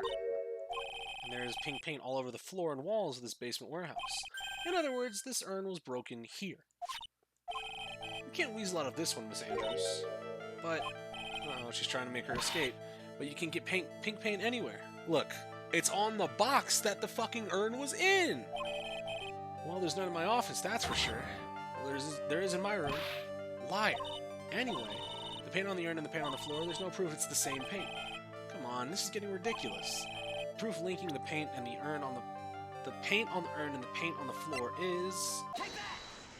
this box. This urn was stored in this, right? Yes, that's right. Well, there's pink paint on the box as well. You could see that you were down here. I think you already know where I'm going with this, don't you? Yes, more or less. The paint on the floor has an odd shape imprinted on it, in it, doesn't it? Yes. And if you put this box into the impression of the paint, you can see it fits perfectly. Which means this box was dropped right over there. And that is when the urn was broken. Name does you justice, Mr. Wright. Fucking just... all you had to do was explain. I'm so sorry. I was the one who broke the urn. Chris is taking no prisoners since Franziska isn't in the picture anymore. Man, I just don't want niggas to lie to me anymore. I am not Tim Roth, no lie to me. Boy, this does make me feel like some sort of evil school teacher. I'm a terrible person. Not only did I break it, I tried to hide what I did. Well, that's not so hard to understand, is it, Pearly? No, not at all. I know just how she feels. Happened about 2 weeks ago. Just after the poster photo was taken, on the same day the urn arrived here. I thought I'd put it away down here for safekeeping. I was carrying it in the box when I tripped over the paint can and lost my balance. The box I was carrying crashed to the ground. Dog. Crash. I heard a terrible noise and I thought my heart was going to stop. Fearing the worst, I opened the lid of the box and that's when it happened. The broken pieces of the urn fell right out of the box and landed right into the paint. I was in shock, and I let out a huge scream. I could totally see how that could have happened. Yeah, as clumsy as she is, I'm sure Maya understands. Well, I knew it was the most important treasure in all of Crane Village, so I tried as hard as I could to fix it. Fortunately, the shards were pretty big. And that's when I am got changed to Ami? I didn't know how it was originally written, but any sane person fixing it would have assumed it said Ami. Any sane person? Really? Oh, Pearls. She wasn't very good with spelling. Anyways, I put the urn into the storeroom and no one has seen it since then. Poor Pearl. There's something I don't get. When we first came here, I didn't see any paint stains. That's because it was all so ugly and embarrassing. I used the golden statue to cover it. The Ami Fae statue. Aha! First time that we came down here, it was on the night that the sacred urn was stolen. But Mr. Nick, there were no paint marks on the walls, it was just hidden. It was just hidden, you see. There's a good reason for that. Good reason for that. On the day of the crime around noon, that golden statue just happened to arrive from the mountain training hall. And I realized that the statue would have been perfect size for covering up the paint stains. That's why I put it where you first saw it. I see. Now it makes perfect sense. But there's one thing I find strange. What is it, Pearl? The day after the urn was stolen, we came here again. At that time, the statue had been moved and the paint was clearly visible. She's right about that. Well, Miss Andrews? Huh? I don't know anything about that. I placed it there to cover the paint, so why would I move it again? Then who was it? Who could have done it and why? The day before the theft, the statue was definitely closer to the door. And the next day, it was moved. But why? Moved again that night. It sounds a little bit funky to me. It looks like there's some connection between the sacred urn and the murder case. Why? Why do you think so, Nick? Because that night, the real thief, Rondolite, was at KB Security. So then why did another mask-to-mask show up here? A lot of different things are pointing to one undeniable fact. One undeniable fact? The murder trial is starting tomorrow, but it looks like that thief is going to be making another appearance. To be continued. Let's go! The stolen turnabout. Trial time. Let's go. October 14th, 9:41 a.m. District Court, Defendant Lobby, number 4. Hey, Nick. What is it this time? You don't believe how many people are here for the trial. Well, it is a murder case. What are you talking about? They're here for the trial next door. Next door? Why don't you know this, Nick? They're having Detective Atmy's trial today. Ah, okay. Basically, blessedly, TNT trials are long, but they're only 2 of 2 for investigation versus trial. Where's Godot on your prosecutor tier list? I gotta see a little bit more of him. I can't go off of literally just one showing of him. They say they're going to try him as Mask to Mask. Already? That was fast. Boy, I'd love to see Mask to Mask trial. I know. What was that? Was that Mia speak? By the way, where's Pearls? Oh, she went back home. She said she can't neglect her training anymore. I know you don't like me. Pearls has really gotten into her training, huh? Yeah, ever since that incident last year. Please don't ignore me! Oh, Mr. Delight, good morning. It was literally just Ron. No one likes me. No one would notice me, even if I killed someone. Come on, don't be silly. Wait a second. You don't mean you're the murderer? No, I'm just a poor thief. No, wait, that's not right. A thief can't really be poor. Now, let's see. According to Mr. Delight, from his second crime on, he was following a set of plans. Plans that someone had been sending to him to help him commit the heists. Do you think there's a connection between the thief and the murder, Nick? It's possible, but today's trial is a race against the clock. How come? Let's just take our time like always. I'm afraid that's not an option. October 14th, 10 a.m., District Court, courtroom number 6. What's up, Godot? Court is now in session for the trial of Mr. Ron Delight. The defense is ready, Your Honor. You're ready? Preparation is the last refuge of the weak. Okay, settle down, everyone. Let's begin with your opening statement, Mr. Godot. He's got the judge in his palm of his hand. Yet again. He's waiting for the... Oh! Rondolite is simply too young to be sent to war, that's all. I'm afraid I have no idea what that means, Mr. Godot. You need to get out more, Your Honor. Life is war, but that is exactly why you must be more precise in your warding. There it is. That's all my statement means. You understand now, right? Yes, well then, let me briefly summarize the details of this case. Oh, the judge is taking charge like he knows what's going on for a change. Victim is Kane Bullard, CEO of KB Security. His body was found in the safe at approximately 9 a.m. on the morning of the 13th. Also, I need to go back and look at the details of the first trial again, but I'm pretty sure that Diego was poisoned by Dahlia pouring the poison into his coffee cup. I think that was said. So, I'm definitely leaning on the Godot is Diego theory. So that seems about right to me. However, the time of death was estimated as 1 a.m. the previous day. And that's when our lost little kitten dropped the ball. That little lost kitten is, of course, the defendant. Well then, Mr. Godot, please call your first witness. I never drink more than 16 cups of coffee during any given trial. The first one is always the best. Mr. Godot, your witness. Okay then, let's hear what the defendant, Mr. Rondellites, has to say for himself. The defendant? Well, Mr. Wright, does the defense have any objections? Maybe a bit of a disadvantage by having a defendant testify, also fucking illegal in the U.S. court of law, but if I remember when Mia was defending me, she allowed me to testify so she could do the cross-examination. She put a lot of trust in me back then. We have no objections, Your Honor. The defense will allow Mr. Delight to testify. You've got guts, Trite. Alright then, Mr. Rondellight, please take the stand. You did it, didn't you? Yes. What, huh? No, that's not true. For a moment there, I thought we would set the record for the shortest trial ever. Chris, these games use a Japanese court system? Yeah, but they take place in America, which I hate for. They made very clear to me during the fucking second trial of Game 2 that these games definitely use America as the setting, at least for this dub. So, fuck this. Eat your fucking hamburgers, Chris. Yeah, right? Well, Mr. Delight already looks plenty guilty with that face he's making.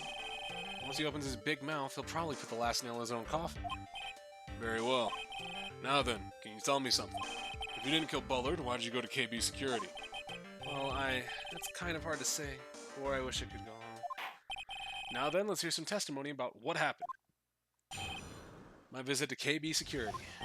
That evening, around 1 a.m., I went to see Mr. Bullard in his office at KB Security. The blackmail letter I got, it ordered me to go there. Wait, that shit's a guy? What are you this guy? This thing? This person? Yeah, this is the guy. This is Ron Delight. This is a dude. You weren't trying to fuck, were you? It's fine. Just realize that there's a penis there. I've been working for KB Security until a year ago, so I knew where his office was.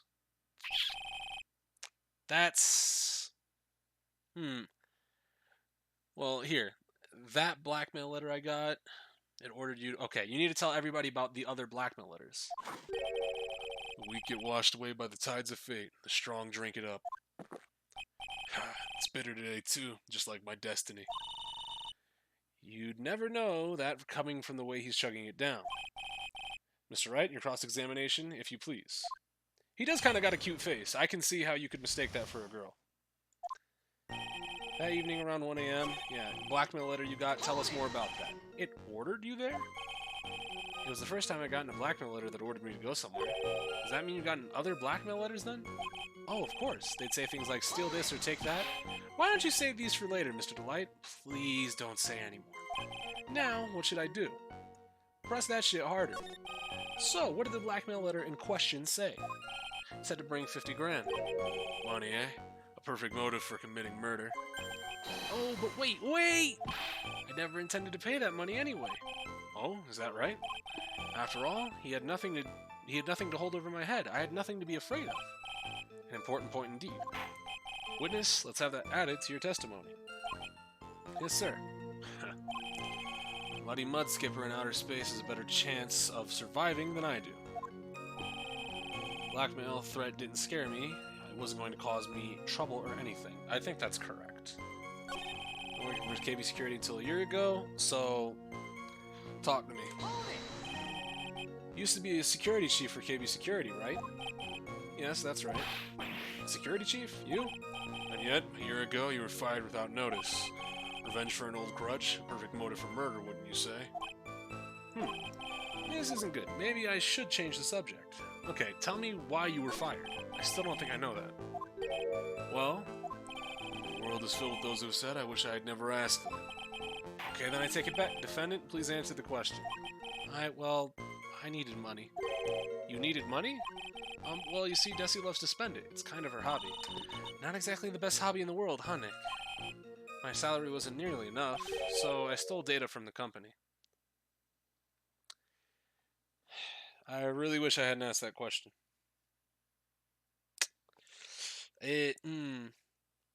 So now you've presented a proper motive. I know you're innocent, but it's going to be a hard fight for us to prove that you're innocent. Come again? KB Security has a lot of security info on all sorts of companies, and since I was security team chief, you stole some data and sold it. Mr. Bullard found out, and I was fired immediately. What? I wish I'd never asked that. I was somehow able to keep it a secret and made it seem like I had quit on my own. What is it, Nick? You don't look so good. Someone who brings harm to their company is fired as punishment. You do well to remember that. He sure told you. So, you admit that you stole data from your company, is that correct? Also interesting to note is that we haven't had either Pearl or Maya transform into Mia yet. In front of him. I assume the first time it happens, there's going to be a look of shock on his face. Yes, I'm sorry. This is a very important fact. Please add it to your testimony. Oh man, this whole thing took a big turn for the worse, crashed and blew up. It's gonna take the jaws of life to rip this from the clutches of disaster. If any of y'all play Yakuza 3, we might. Don't put it on hard. You're getting blown away in Yakuza 3? No. Sosa, no! Pepe hands! He fired me for selling company secrets, but Desi doesn't know about that. Okay, so... a blackmail threat didn't scare him.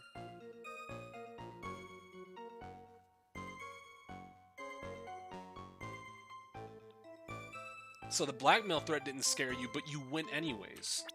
Did you go because of your wife? Because there was 15 grand needed? You're scared of your wife. I know that for a fact. Mr. Delight, what you just said doesn't match what you told me yesterday. Huh? What doesn't? I think you must have been scared. Very scared. Of having a certain person find out your secret. A certain person? Miss Desiree Delight, the defendant's wife. But listen to me, my Desi, she's... So if I just sit back and relax, the fun will end before it truly begins. Godot. Yes, we know, it was all your wife's fault. What do you mean? Mr. Light stole company data to pay for his wife's spending habit, for which he was fired. Unable to face his own wife, someone used his dirty little secret to blackmail him.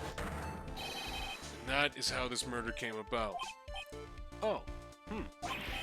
No, everything is falling neatly into place for him. Don't talk about my Desi like that, or you'll be sorry. Well, it seems that we've learned a great deal of things here so far. What do you think, Nick? I didn't think it was possible to get so thoroughly whipped in just 20 minutes. Has it been 20 minutes? It's been like fucking 10, maybe? Clearly there was sufficient motive for murder. He stole data for his wife, and then he killed her to protect his secret. A family man who cared just a little too much. The motive is clear. Let's move on.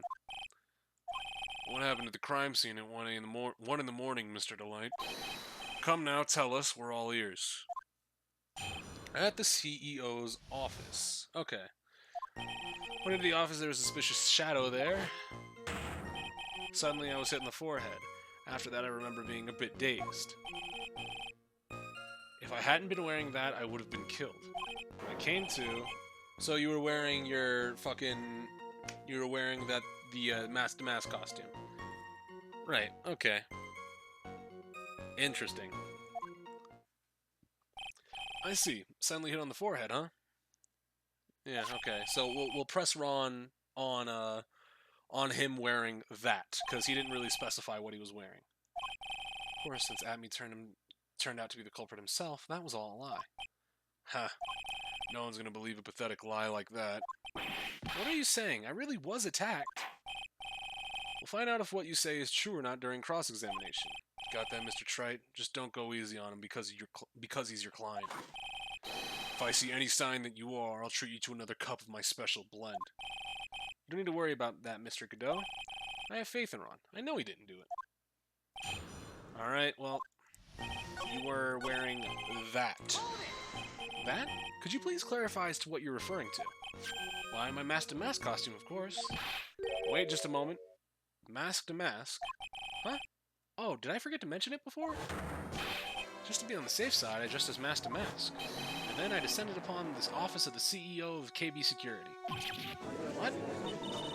Did you know about this? He never told me this. I don't recall him ever mentioning it to me either. Even I didn't know that. Seems our little friend really loves to keep secrets. I'm sorry, I just never had a chance to mention it up until now. Wait, that's not right. You know how sometimes things just slip your mind? My 6th cup of coffee is staring at me coldly. At any rate, we can't ignore this new piece of information. Witness, please correct your testimony. I've been killed if you weren't wearing your Mask to Mask costume. So, why would you have been killed? Why are you dressed up as Mask to Mask? Why? Because I'm Mask to Mask, of course.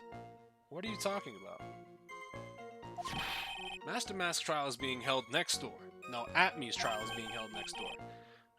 Yeah, I guess. Anyway, at that time, I thought I was being blackmailed over the Mask to Mask issue. So I thought I should go as him just to be safe.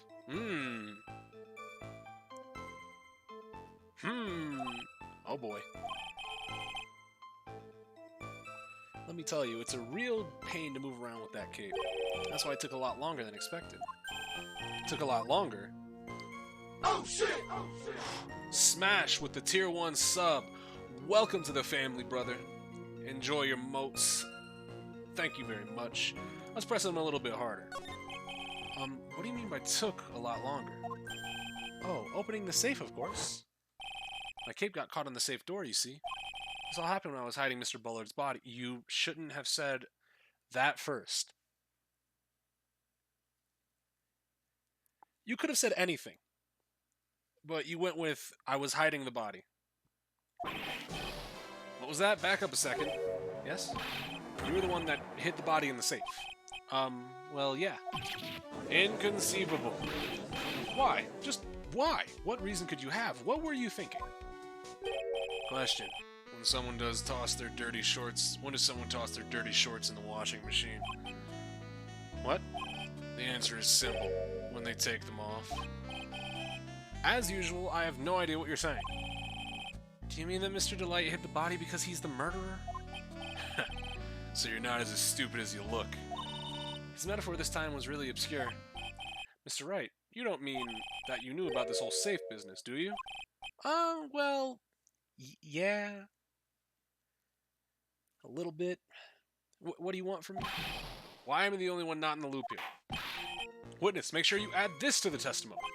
Yes, sir. Uh-oh, looks like a storm in front is moving in over the fair-weather judge. Panic hit the body of the safe. It took about 10 minutes. But the buzzer went off at 1:02, 2 minutes after you were supposed to arrive.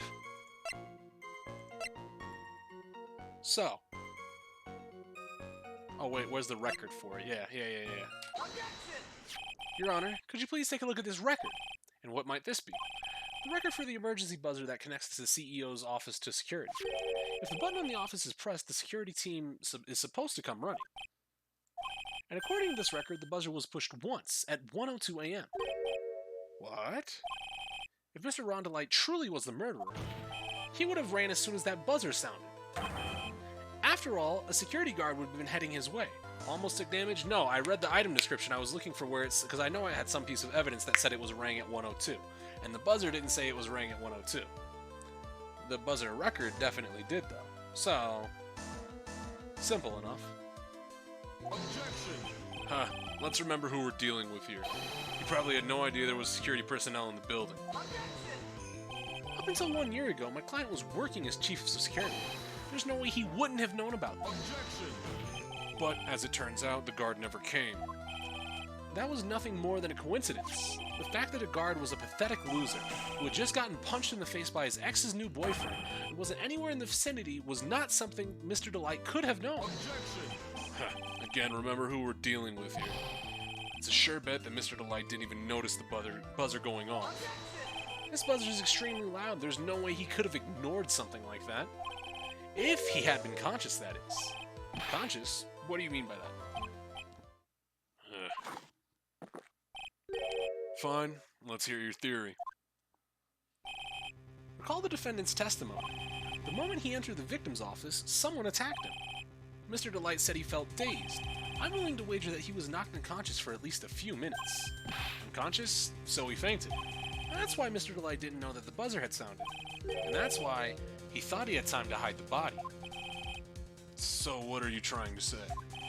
Mr. Delight was knocked out, and the buzzer went off soon afterwards. Now, unless my client was able to hit the buzzer while he was unconscious, it can only mean that there was another person in that room. That's right. Whoever it was, they knocked out Ron Delight and pressed the buzzer. Order in the court. Mr. Wright, this is preposterous. It was this kid. Ron Delight is the one who killed Kane Bullard. Then who pressed the buzzer? It was the victim, of course. He pressed the buzzer when the defendant attacked him. He didn't die right away. He must have held on long enough to push that button. So Kane Bullard sounded the buzzer himself. What is your opinion on this, Mr. Wright? I need to prove that the real criminal was at the scene, but how? Can I prove that it wasn't Kane Bullard who sounded the buzzer? Well, no. Well, no. If he did push it, there would be fingerprints. Yeah. The defense's opinion is this, Your Honor. The piece of evidence proves that the victim wasn't the one who sounded the buzzer. No fingerprints. I believe this is the piece of incontrovertible evidence you were looking for. You're really just going to use his word on him. Damn, Phoenix. Alright. Brown rice. Shit. The emergency buzzer. Is there some kind of clue on it? Absolutely not. Hey, come on now. At least give some thought what you say before opening your mouth. The fact there are absolutely no clues is itself the clue. He wears gloves, doesn't he? No. Atme wears gloves. Bullard did not wear gloves. This button had no fingerprints on it. If Mr. Bullard really had pressed it himself, naturally he would have left his fingerprints behind. Spit your coffee out. Ron Delight obviously wiped them off. Why would he? A guard could have come in at any moment. He touched that button, I know he did. The defendant, Mr. Delight, was dressed as Mask to Mask, and Mask to Mask always wears gloves. What reason could he possibly have to wipe the button free of fingerprints? Order. It would seem I've been forced to eat crow. I wonder what blend number crow-flavored coffee is. However, if the real killer was there at the scene, why would that person press the emergency buzzer? Shouldn't they have run away without putting themselves in extra danger? What's with this awkward silence all of a sudden? Looks like you're fresh out of parlor tricks. They're on to you, Nick. Just give me a minute to collect my thoughts. The real culprit killed Mr. Bullard around 1 a.m. And Mr. Delight just happened to waltz in when the murder was taking place, right? The killer clobbered Mr. Delight, then sounded the buzzer. Even though security was supposed to respond right away if the buzzer was pressed. Security was supposed to respond? Time's up, Mr. Wright. If they have gloves that you... Yeah, those definitely exist. You don't even have to do it with gloves. You can do it with tape. You can plant somebody's fingerprints with tape. Let's hear what you have to say. And especially now with 3D printers, it's actually really easy to do so. Not that I know that or anything, but you can do it nowadays. It's increasingly simple. Very well then. You got some guts. I like that in an opponent. Why did the real killer sound the emergency buzzer? To call the security guard. The killer knew that if they pressed the button, a guard would come running, or was supposed to. And that was exactly what they wanted. Do you mean to say the killer called the guard on purpose? Yes, although as it turned out, he never showed up. Because he was getting his clock cleaned at the time. What a touching story. You're saying the killer had a change of heart and called the guard to turn himself in? No, I'm not. When that buzzer sounded, there were 3 people in that office. The victim, Kane Bullard, who was already dead, the defendant, Rhonda Light, who was out cold, and the third person, the real killer. Hypothetically, yes. Now then, in this situation, if the real killer made an escape, what would happen? The only ones left in the room would be the victim, Rhonda Light, although the victim and Rhonda Light. And if any security guards came running in at that time, they would think that I was the murderer. Yes, that's precisely the real killer's objective, to frame Rhonda Light for the murder. Really took a sip and spit it out. Out here killing and framing niggas? No, definitely not. Not me. Me? Me. I would never kill somebody and frame somebody else. You'd know it's me. It would seem I've been made to eat my own words once again. The only way I'm framing somebody is if I'm trapped in a killing game and I have to prove my innocence.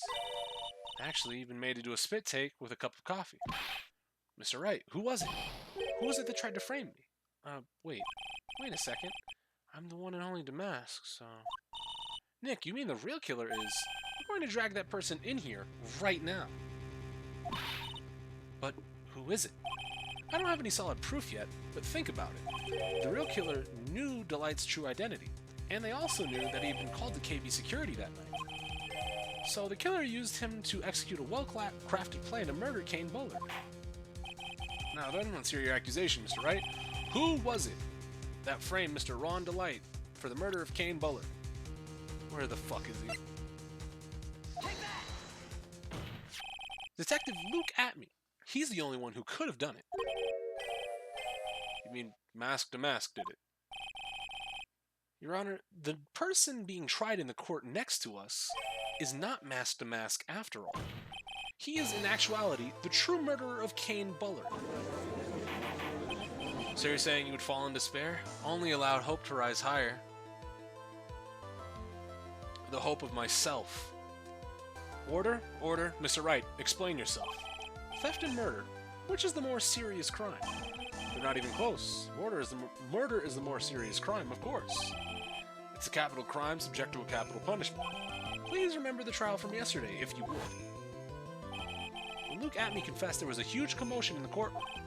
Of course, a famous detective was unmasked as well, masked to mask. Instead of being convicted of murder, he was recently found guilty of grand larceny. Test, you're good, Alex. That was his true objective all along, to be found guilty. Mask to Mask had the perfect alibi for when the murder took place. He was stealing the urn at Lordly Taylor. In other words, being found guilty as Mask to Mask was Luke Atme's airtight and watertight and unassailable alibi. Chat wouldn't load for you? Well, if you selected Desiree there, it would have given you unique dialogue explaining why she couldn't have done it despite her being the wrong answer. Yeah, Desiree was just stealing the urn. That seems about right to me. A guilty verdict as an alibi. You know, it's almost time. For what? For Luke Atme's verdict. It was a pretty simple trial after all. We're going to stop this trial once trial install that one. We need to do it now. Of course, that's assuming you have proof that the detective was the one who committed the murder. Mr. Luke Atme's trial has indeed attracted the attention of the entire country. If we were to intrude and fail to provide the adequate proof of his true crime, Mr. Delight would be left with no grounds for appeal. Am I really sure about this? But it's only good when your life's on the ante. When your life's the ante. Mr. Wright, I believe in you. Mr. Delight. So, please, I'm begging you. Thanks, but my decision will determine the rest of your life. Can I really risk your life like this? Ah, there she is! Phoenix? What was that? Don't stray, Phoenix. For your client, take the path of trust. That voice, it sounds like Mia. Your Honor, the defense requests an immediate recess. Huh, so that's your answer, huh? Very well, I've decided as well. This court will now take a 20-minute recess. Mr. Wright, when we return, please summon Mr. Luke Atme to the stand. Yes, Your Honor. October 14th, 11:58 a.m. District Court, courtroom, Mambo number 5. Oh, fucking Payne is presiding over this case? Who's the defense? I just say, Mr. Payne, you performed splendidly. Oh no, sir, Detective Atme. You were the one who... Who is this judge? Bro. Blonde judge suck. This court sees... Bro, what's up with his hair? Why you got your shit down the middle? This court finds the defendant, Luke Atme. Wait! Don't hand down your verdict yet, please. Well, sir lawyer. Welcome to my court. Who's this ozer, eh? Oh my god. Does he have a fucking... Is he fucking Canadian? No. No. What is that? What is that fucking... What is that Canadian? Fuck. My name is Phoenix Wright, attorney at law, and I wish to file an accusation against this man, Luke Atme. Accusation? You accuse Master Mask. That man is not Masked Mask. He's just a ruthless murderer. What? To be continued. His edges, dog. His shit is all fucked up. Just go bald. Like, just shave your head. There's no... You're holding on to nothing. You're just annoying me at this point. Jesus Christ. Alright, so, let's get back to it. October 14th, 12:14 p.m., District Court, Defendant Lobby 4. My sis? I could have sworn I heard Mia's voice. So then she's still alive, inside your heart. Nicky boy. Oh, Mr. Light. Is it true that that detective is the real killer? To be honest, we don't have any definite proof. But he's the only one who could have done it. But wasn't he at Lordly Taylor that night? Not to mention, we don't exactly know his motive. Yeah, Midsummer Cliff just fucked up all of his edge. No edges. Just shave your head. Like, if my hair ever gets to that point, I'm gonna just get my Mr. Clean on. What is your favorite trial between Game 1, Trial 4, Trial 5, or Game 2, Trial 4? I'd say Game 2, Trial 4 is probably, like, my favorite just as the trial proceeds. The events of it are probably Trial 4. Like, I love the fact that I had to prove Edgeworth's innocence. I love the fact that in Game 2, Trial 4, fucking Edgeworth and I literally just start banting back and forth to, we play some chess, right?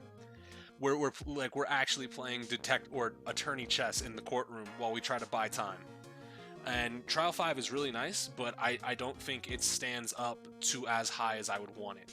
Trial 5 is really nice in Game 1, and I think the story is really nice, and I think there's a lot of unique stuff in it that I like, but at the same time, I don't think it's as strong of a chapter as 1-4 or 2-4. Look at me, my hairline went back and I just started shaving bald. That's all you gotta do. If your hairline starts to go too far back, you just have to throw it away. It's time. I mean, why would Detective Atme want to kill Kane Bullard? Oops, it's almost time. Better get back to the courtroom. I need to find some solid proof, and it's gotta happen sooner rather than later. October 14th, 12:21 p.m., District Court, Courtroom Number 6. What's up, Godot? Now then, this court is back in session. Mr. Luke Atme, please take the stand. Well, how do you do, sir lawyer? I would never have thought to see you acting so recklessly. I couldn't let them hand down your verdict just yet. That wouldn't have given you a perfect alibi. Alibi by the name of Masked Mask. I'm sorry. I'm afraid even the great Luke Atme has no idea what you mean. Of course, I have been in the next courtroom ever since 10 o'clock this morning. I'm afraid there's no way I could have known what's been going on in here. You've been in the defendant's seat all day, correct? Being tried as Masked Mask. Indeed, it's truly child's play to fool the ignorant masses. Not only did the poor fools ask me to protect their valuables, they even gave me a generous reward upon returning their own property to them. Take this red diamond ring that sparkles upon my divine finger, for example. So you continue to insist that you are in fact Masked Mask? Of course. Very well then, Luke Atme. Let us begin with a simple question. On October 12th at 1 a.m., Kane Bullard was murdered. Where were you at that time? One without knowledge lacks even the knowledge that he should be ashamed of himself. But do not worry. I will not hold it against you, Sir Judge. Thanks. Alright, Mr. Atme, the night of the murder. Speak.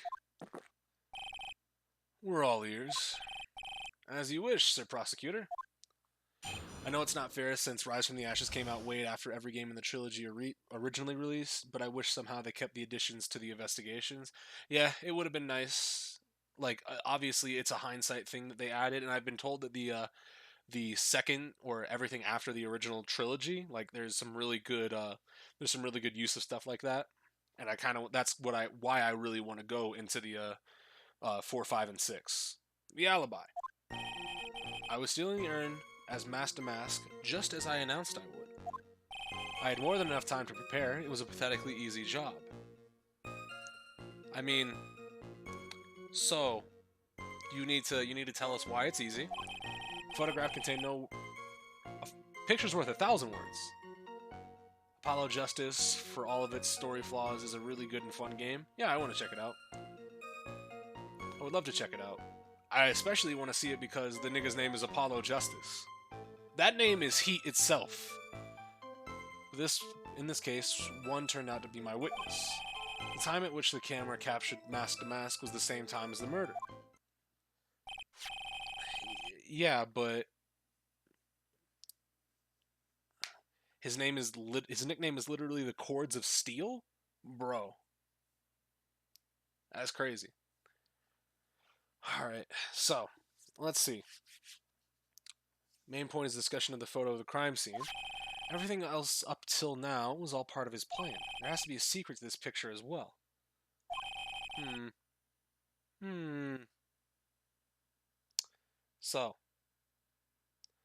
So there's supposed to be the statue got moved before this, right? Even the great Mask to Mask cannot be in two places at once. Now then, if you'll excuse me, I have a verdict to receive. Unfortunately, Mr. Atme, we still have to do your cross-examination. A fool is to fool... No, you don't get to use the word fool. That's not yours. I think he's trying to say that you're full of it, Nick. The only thing that's full of it is his alibi. Alright. So tell me. I believe Adrian Andrews hired you at one point. That's right, that was over 20 days ago, if I'm not mistaken. You sent the calling card to Lordly Taylor 10 days before the heist. That would mean you sent out the card after you began your security watch, right? Indeed, there was no reason why I couldn't do both jobs at once. It was a perfect opportunity to steal my latest target. I see, you truly are evil, aren't you? Yes, evil is what I am. Hey Nick, isn't there something odd about this? A little bit. A little bit. Detective Atme was always proud of his ace detective skills, right? But if the urn was stolen from Lordly Taylor while he was the only one watching it, he'd have no way to maintain his perfect ace detective persona. You know, that's true. It is kind of odd. Which is funny because Apollo is my favorite character and has my favorite pursuit theme, so it's funny that the game is also my least favorite. Okay, that's kind of weird, but bro, all these fucking pop-ups just came up from the fucking Epic Game Store. You son of a bitch.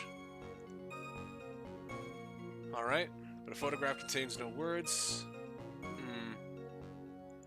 I mean, this is a bit weird, right? But I don't think that... Like, hold on, fuck it. Pressing doesn't get us anything, right? It doesn't get us negatives. The pain of Epic Games. They gave me free games. I can't hate them.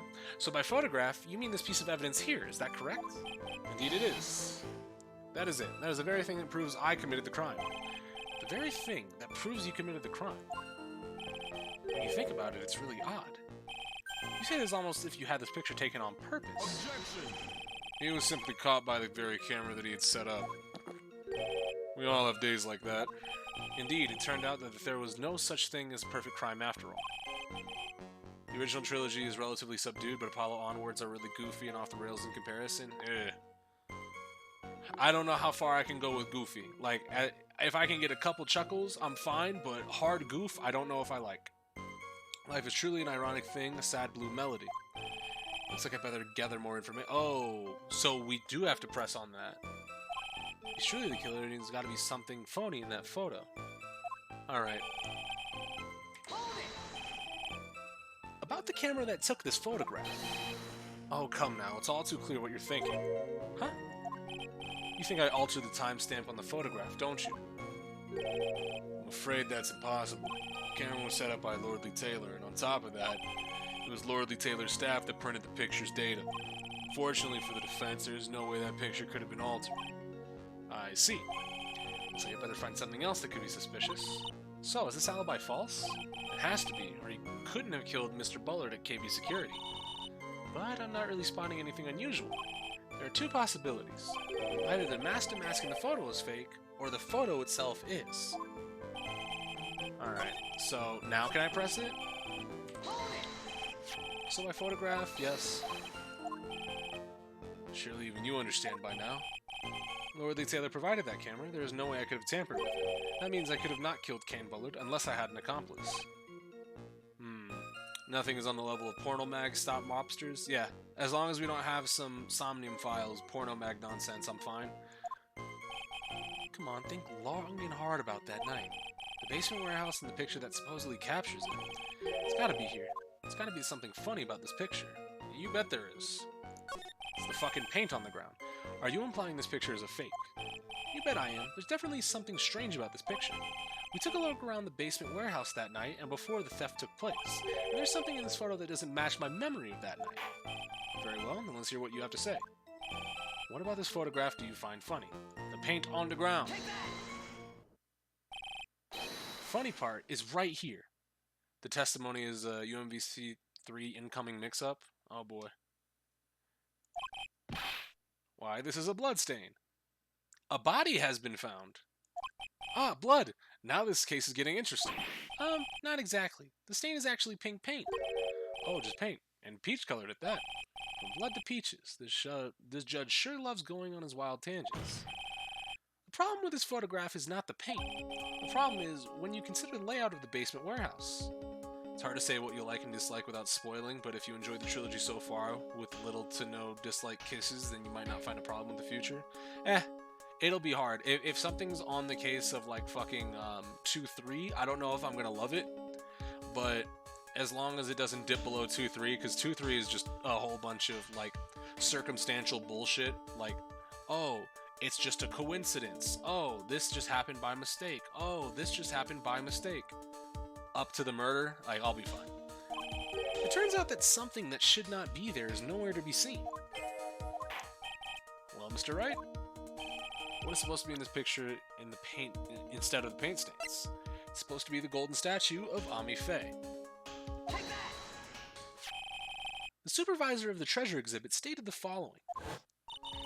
There's a good reason for that. On the day of the crime, around noon, that golden statue just happened to arrive from the mountain training hall. I realized the statue would be perfect size for covering up the paint stains. That's why I put it where you first saw it. I was there that night the theft took place and saw the statue in that spot. If this picture was truly taken on that night, then that statue should have been there. Objection! But when I went there the day after the theft, the statue of the old bag was sitting in that corner. Perhaps it was somehow pushed there accidentally. Your Honor, this statue is slightly larger than yourself and quite heavy. It would have taken more than an accident to move it that distance. In that case, can you prove it? Can you give us the rhyme and reason as to why the statue was moved that night? Can you do it, Nick? Case 2-3 is pretty much the worst case in the series, but there's another contender, but not in the same way. Yeah, no, then Phoenix Wright, like, altogether is, like, consistently decent, at best. It's not really good. Like, I think the Phoenix Wright cases, the Ace Attorney cases kind of plateau a little bit better, whereas the Danganronpa cases, it kind of has the opposite, where it has peaks, right? Like, you'll have, like, a really good case, a decent case, a decent case, a very bad case, decent case, amazing case, and then you start the next game, right? Can you do it, Nick? Never mind who moved it. The real question is, why did they move it? Well, Mr. Wright, I hope you're prepared with your answer. Now then, who was the one that moved the golden statue the night of the crime? Well, that one's very clear. The one who moved the statue is none other than Luke Atme. Come now, Sir Lawyer, there you go again in one of your strange delusions. Mr. Wright, what basis do you have for your strange delusions? It's very simple. The witness was the only one in the basement warehouse that night. That is indeed very simple. However, why would I want to move a heavy golden statue? The reason for moving the golden statue, here's where a battle really begins. Well, Mr. Wright, what reason did the witness have to move the statue? Well, I mean, the reason can be found here in this photograph. You pretended to be mask to mask, create an alibi that's showing you were at the Lordly Tailor that night. This photograph contains one single fatal flaw. If the statue had been there, your lie would be exposed like cheap film at a drugstore. That's a bar. A lot of Ace Attorney cases tend to be solid, but like with a million solid cases, one bad, and multiple great cases, you got a good recipe. Yeah. I think that's why I don't like 2-3 that much, just because it's like there's a lot that I actually don't like with it, and comparatively to the case that comes after it and the case that comes before it, I'm like, wow, this could have been much better than it actually was. If that makes sense, right? Right. So, that is why you had to move the statue. A single fatal flaw. Interesting theory. Please enlighten us. Just where in this picture does this lie exist? What? It's the clock, right? Naturally, the lie in this photo is the timestamp. What do you mean? I'll tell you exactly what I mean. On the night in question, Luke Atme went to the KB security and murdered Kane Bullard. Therefore, it's obvious. It would have been impossible for him to have been the Lordly Tailor at this time. The peaks of Danganronpa are higher, but the lows are much lower, so Ace Attorney averages out. I don't know about, like, so much lower. It's just that the lows, like, the very bad lows are, like, it's so far off that I'm just like, fuck off. But the highs are so much higher, it's like, oh yeah, anime bullshit. Remember, if you will, Your Honor, when was the statue placed besides the warehouse door? Well, the statue was taken down to the warehouse at the day of the crime, and was placed there in order to cover up paint. Exactly. Luke Atme had already decided on the time he was going to kill the victim, and so in order to create an alibi for that time, he took this picture days before the murder took place. What the... Of course, the statue hadn't been brought down to the basement warehouse yet. So, on the day of the crime, Mr. Atme must have been quite nervous. As nervous as a long-tailed cat in a rocking chair factory, so to speak. That is crazy. Yeah, we have yet to see a simultaneous objection. The fact that, well, I mean, also, these games are pretty old, but, like, thinking about it, the fucking double "no, that's wrong" cut in from AI Chiaki and Hajime at the end of DR2, that's heat. That's nothing but heat. The dual cut in "no, that's wrong"? Nah, y'all ain't telling me. Unless I get the dual fucking objection, we're not gonna have anything. A dual objection with the objection lines being the same, said by two people at the exact same time. So, like, Miles and Phoenix, double objection, and they're in sync with their words, and they're saying the exact same thing. Then I'll pop like a motherfucker. Why? Because something that wasn't supposed to be there had been brought down and placed where it wasn't supposed to be. And that is why Luke Atme had to move the statue on the night of the murder. He did it to make the room match the way it had been in its photo. Order, Mr. Atme, is this true? One moment, Your Honor, have you forgotten this? What's that? The data for the basement warehouse computer. According to this, the camera did indeed go off the night of the crime. It's true that the camera had been set up by the Lordly Tailor staff. However, the program used to manage that data was yours. That alone would have allowed you to tamper with the data. Order, Mr. Godot, what's the meaning of this? Godot, I warned you about making me wait. Now put that coffee down. My 11th cup. I promised to drink no more than 17 during a trial, which means I'm still good to the last drop. However, the defense has a very good point. A good point? So what? We are all but travelers on a road of infinite points. I think he's got his points mixed up with his other points.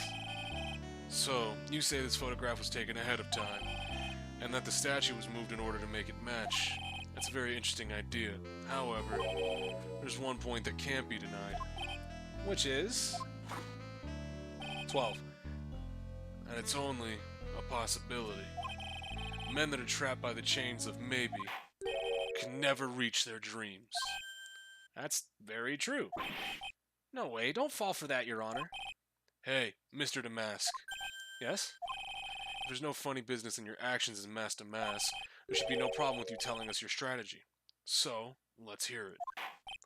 Yes, please provide this court with your testimony about your plan to steal the Sacred Urn. Sacred Urn heist. Alright. First received the request from Lordly Taylor about 20 days ago. The urn was placed in a box in Zavari. It was sent to the warehouse. Hence, I was actually unable to see the urn for myself until the day of the crime. But...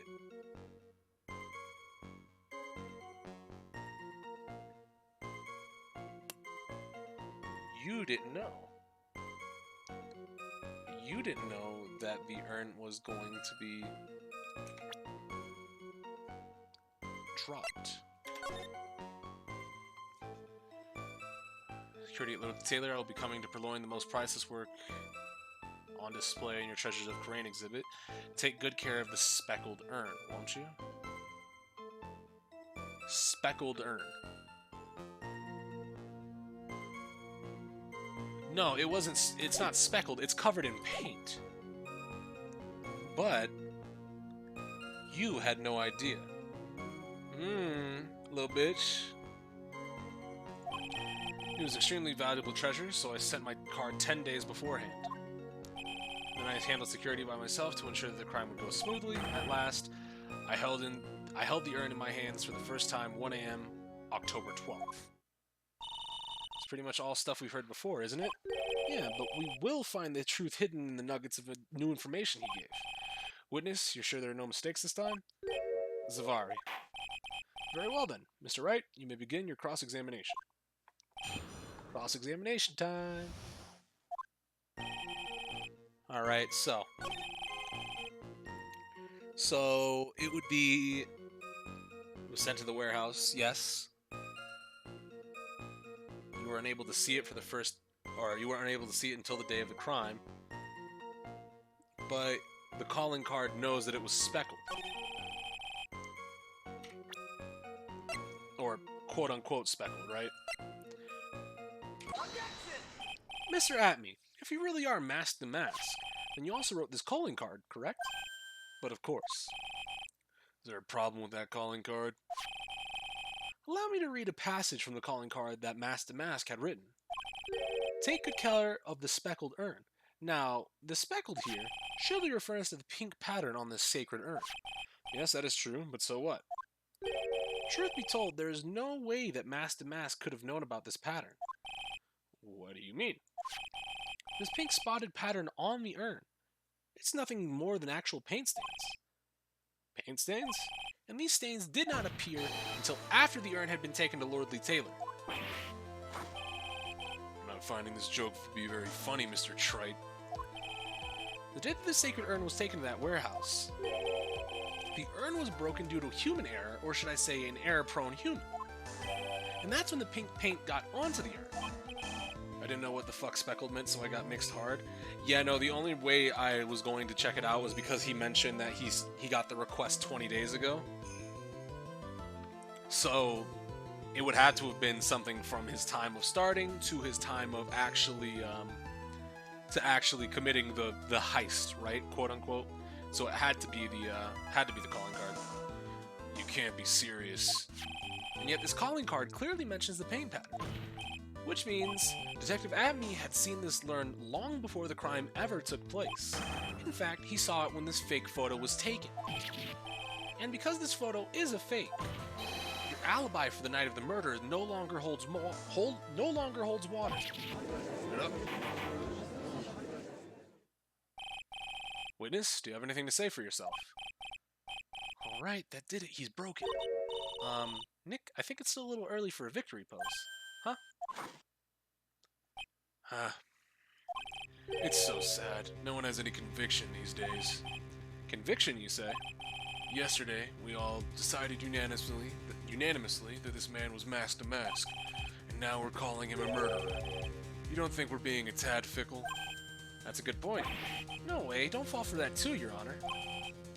You say that Luke Atme was the one who killed Kane Bullard? Let me ask you this. Why would he do that? An excellent point. Motive, Mr. Wright. Motive. Might you my merry murderous motive manifest? Nick, he's getting his second win. If he prepared an alibi and pinned his crime on Ron Delight, as you say, he must have had a very strong motive for murder. Well, I mean, it's definitely the fucking... You were in on it. You were in on these fucking blackmail heists. The only one with any motive we've seen is Ron Delight. Isn't that right, Detective? Indeed. According to my own research, the boy's motive is clear. Without a motive, it's nearly impossible to prove guilt in a murder case. Now then, maybe you can enlighten us as what the defendant's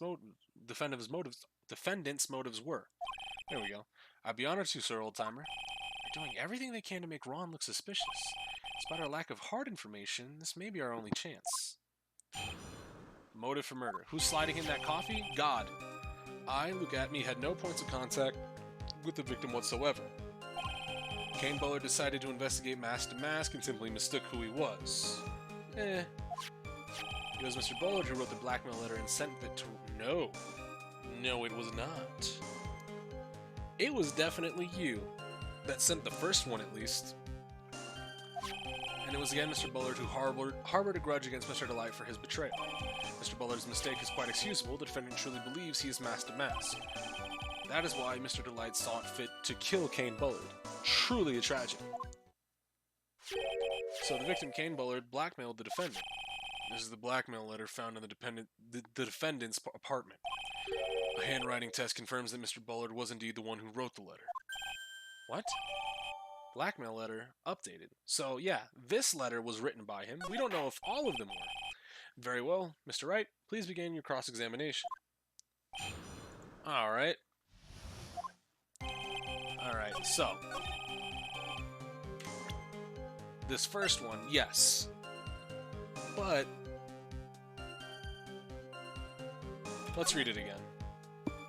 If you don't want your true identity to be revealed to the world, it's KB Security, 1 a.m. October 12th, and bring 50 grand. If you don't, I'll take that red diamond you received the other day instead.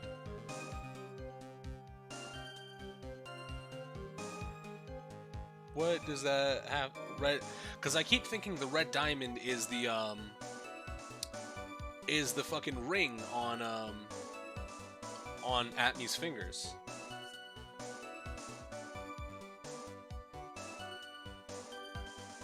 So it seems like the blackmail... Was the blackmail ever truly for Ron, then, is the question?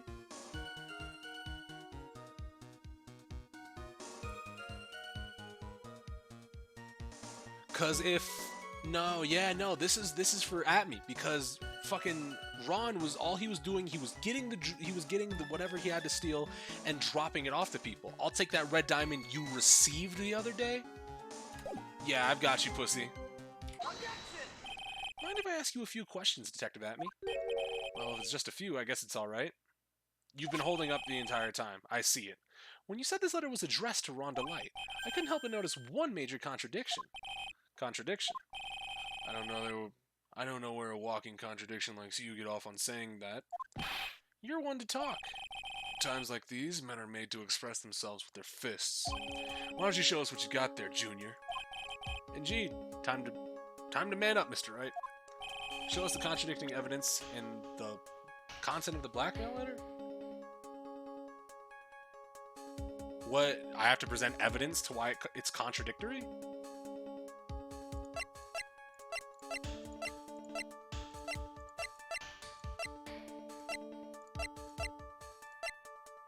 About the first heist.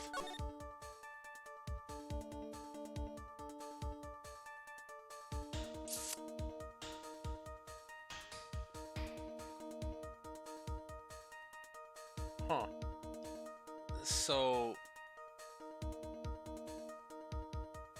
It's blue in this, yeah, but this is the first heist. Yeah, the letter said it was red. However, the important thing to note here is that this is because the heist of the urn is allegedly Damask's fifth heist, right? So there's 3 other heists unaccounted for. And like I said, we're talking about him receiving a red diamond. So, take a good look at this newspaper clipping. It contains a picture of the Tear of Eminon, the stolen jewel. What about it? The problem is this jewel's color. Color? I'm not much for discussing color myself. According to the clipping, the color of the jewel stolen was blue. However, in the blackmail letter today, a totally different jewel is mentioned. I'll take that red diamond you received the other day. Red? Which means the red diamond described in the blackmail letter is not the Tear of Eminon that Mask to Mask stole at all. And your point is, Mr. Trite? So you're trying to say this blackmail letter was intended for someone else? That's what you're trying to say, right, Trite? That is what you're trying to say, right, Mr. Wright? Well, that is what you're trying to say, right, Nick? Yes. This is who Kane Bullard was actually blackmailing. Look at me, you son bitch. Naturally, it was you, Detective Atme. Do you have some sort of basis for that claim? You've been personally involved in every single Mask to Mask case. In the last case, you recovered what was stolen and received a jewel as your reward. A jewel? Probably the one wrapped conspicuously around your finger. That red diamond ring. Okay, yeah, so I was right. I was right, but it kind of, there was a little bit of a loop, you know, to it. It was the right logic, but I just got there a little bit in a faster method. Phoenix was taking the scenic route. I got you. It's okay, Phoenix, I got you. That is the diamond referred to in the letter. That means Kane Bullard wrote that letter in order to blackmail you.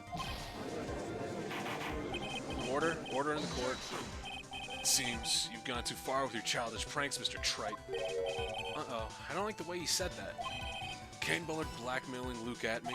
Are you for real? Yes, I am. Come on, Nick, stand up to him.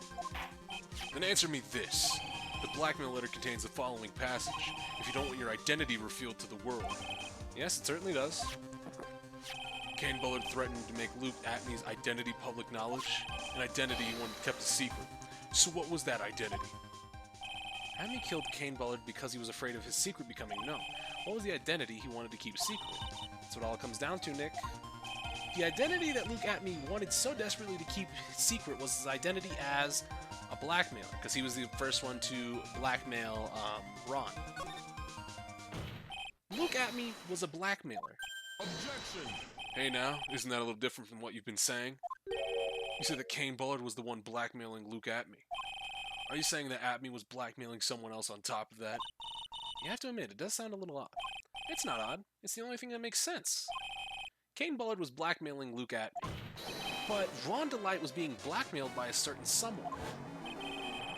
Yep. Started getting plans, yeah. Detailed plans? In which case, that would mean that Ron Delight was actually Mask to Mask.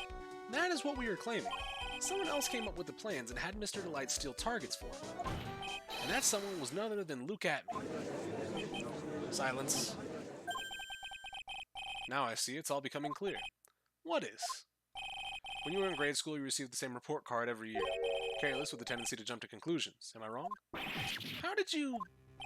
You say that I, Luke Atme, was blackmailing Ron Delight? In which case, I would naturally know all about his relation to Mask to Mask. Well, yes. Ron Delight started receiving plans for his second crime onward, correct? Which means I learned of his identity when he committed that first crime. Good point. You certainly couldn't have blackmailed him otherwise. In that case, let's see some hot, bitter evidence. During the first crime, how did Luke Atme know that Ron Delight was Mask to Mask? Well, I can show you the newspaper again. Do you want to see the newspaper again? Here it is, there's a newspaper again, and here you go, Godot, here's the newspaper again. I think I see it. See what? When you were in grade school, you received the same report card every year. Gets into a lot of mischief by trying to be the center of attention. What do you mean? This newspaper clipping. It has a picture of you and Ron Delight in his guard uniform. It seems that Master Mask didn't just appear into thin air. He took off his outfit and hid it in a bucket. That sounds far too stupid to be true. Correct. With tricks like that, he couldn't fool a baby, let alone an ace detective. And that's when you figured it out, Mr. Atme. That's when you learned that under his mask... Oh, well, that's when you learned his identity. Never mind. We'll just let it rock. Why, you? How dare you expose me like that? Why, I mean, I've never blackmailed anyone in my life. I'm a famous and proud ace detective and also Master Mask. Why can't you understand that? I'm afraid you are neither a proud thief nor an ace detective. You're a blackmailer and a murderer. That is your true identity. Why, you? Oh.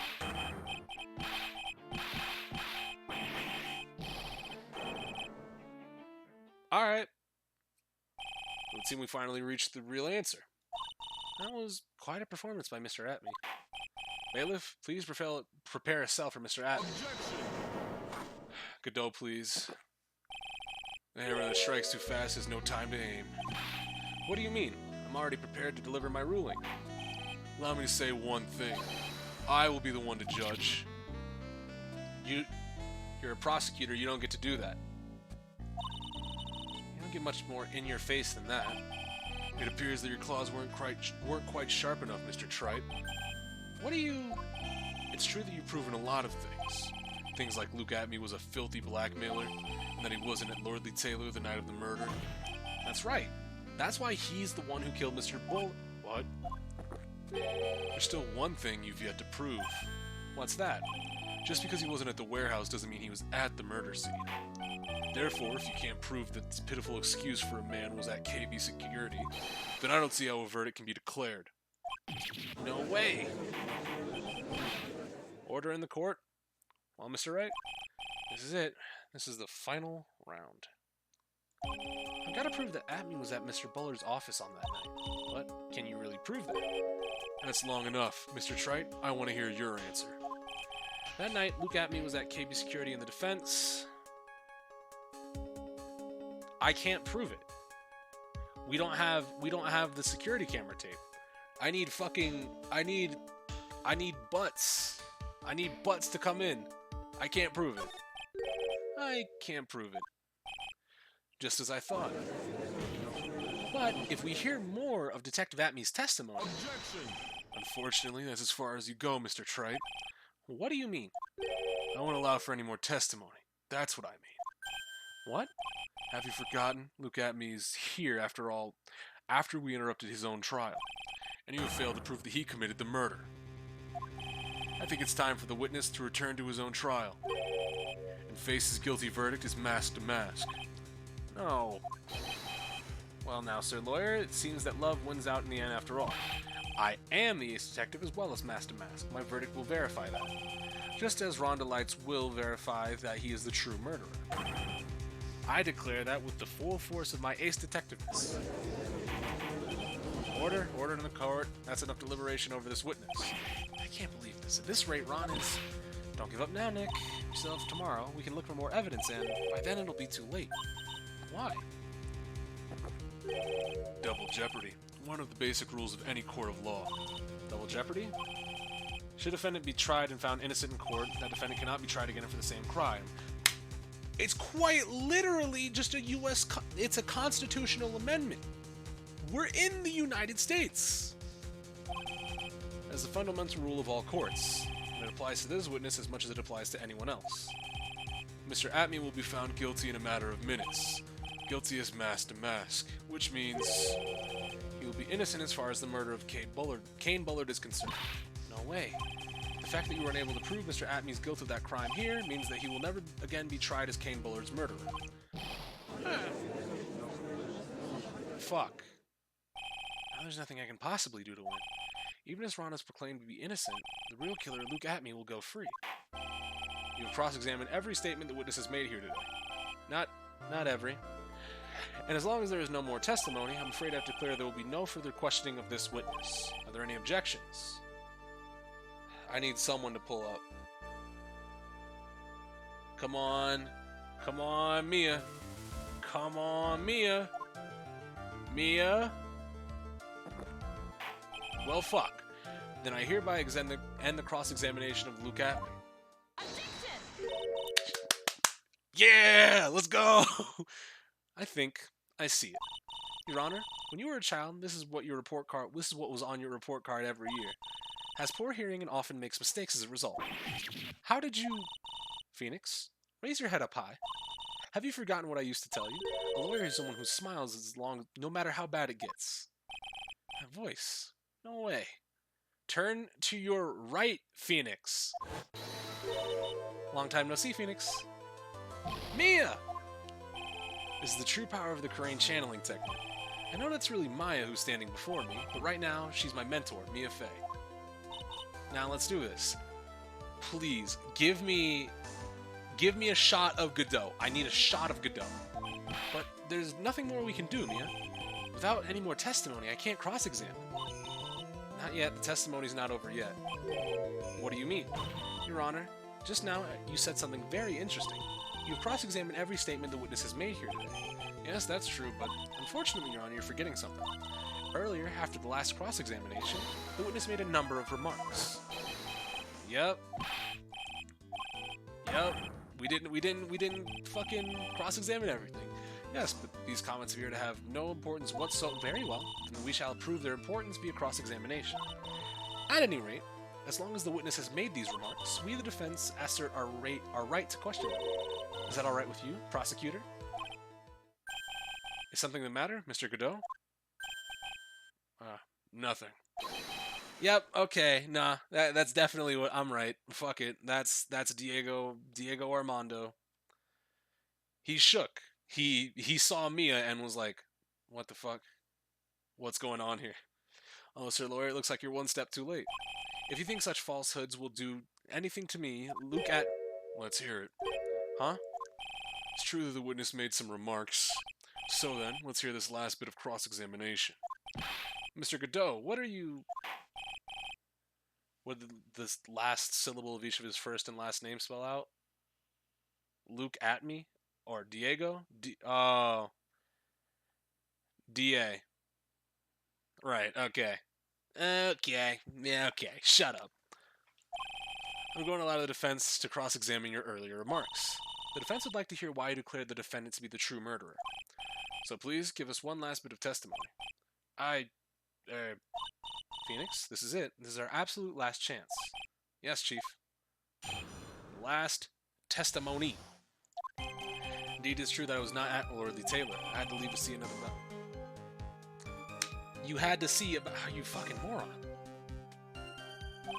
I'd known about the day beforehand, so I had this photograph ready. My brilliant deduction was what informed me that the true culprit was Rhonda Light. And thanks to the key card and wallet, it was abundantly clear that he was there. I was also making the deduction from the buzzer, which only sounded once. The buzzer did not have any fingerprints on it. Why? The victim would have left prints on it if he sounded it. Which means the killer sounded it. Mr. Delight was wearing his masked mask outfit, which is why he left no prints. You're wearing gloves! You wear gloves! Are you stupid? Therefore, all the evidence points to that poor boy. This testimony actually seems to hold up pretty well. The witness's earlier remarks do not appear to have been hastily prepared. All of his points have been explained, and none of them seem to contradict anything. But of course, he wears... Oh, fucking Christ. What? How did you know about the emergency buzzer? The police investigation documents went directly through me. And I always look over all the documents. It's elementary, Sir Lawyer. Are you going to make even more trouble for us now, Sir Lawyer? I will not allow any of your usual shenanigans, Mr. Wright. Yes, Your Honor. We cannot postpone Luke Atmey's trial any longer. This is your last chance. Hang on a sec, just one chance? Seems the party's about to begin. Well, Phoenix, there isn't any evidence that contradicts with that testimony. So it would seem. What do you mean, so it would seem? Listen, Phoenix, pointing out contradictions doesn't always mean you have to present evidence, does it? At any rate, this is our last chance. If you can't point out a case-breaking contradiction, you lose. That's all there is to it. Cup number 17, the last cup.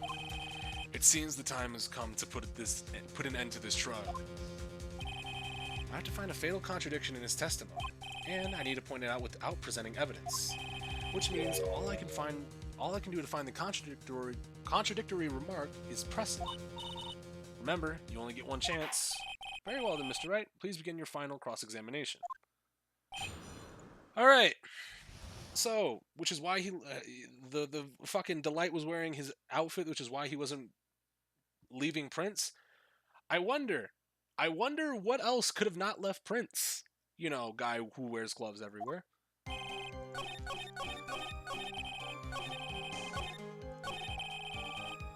Like, fuck off.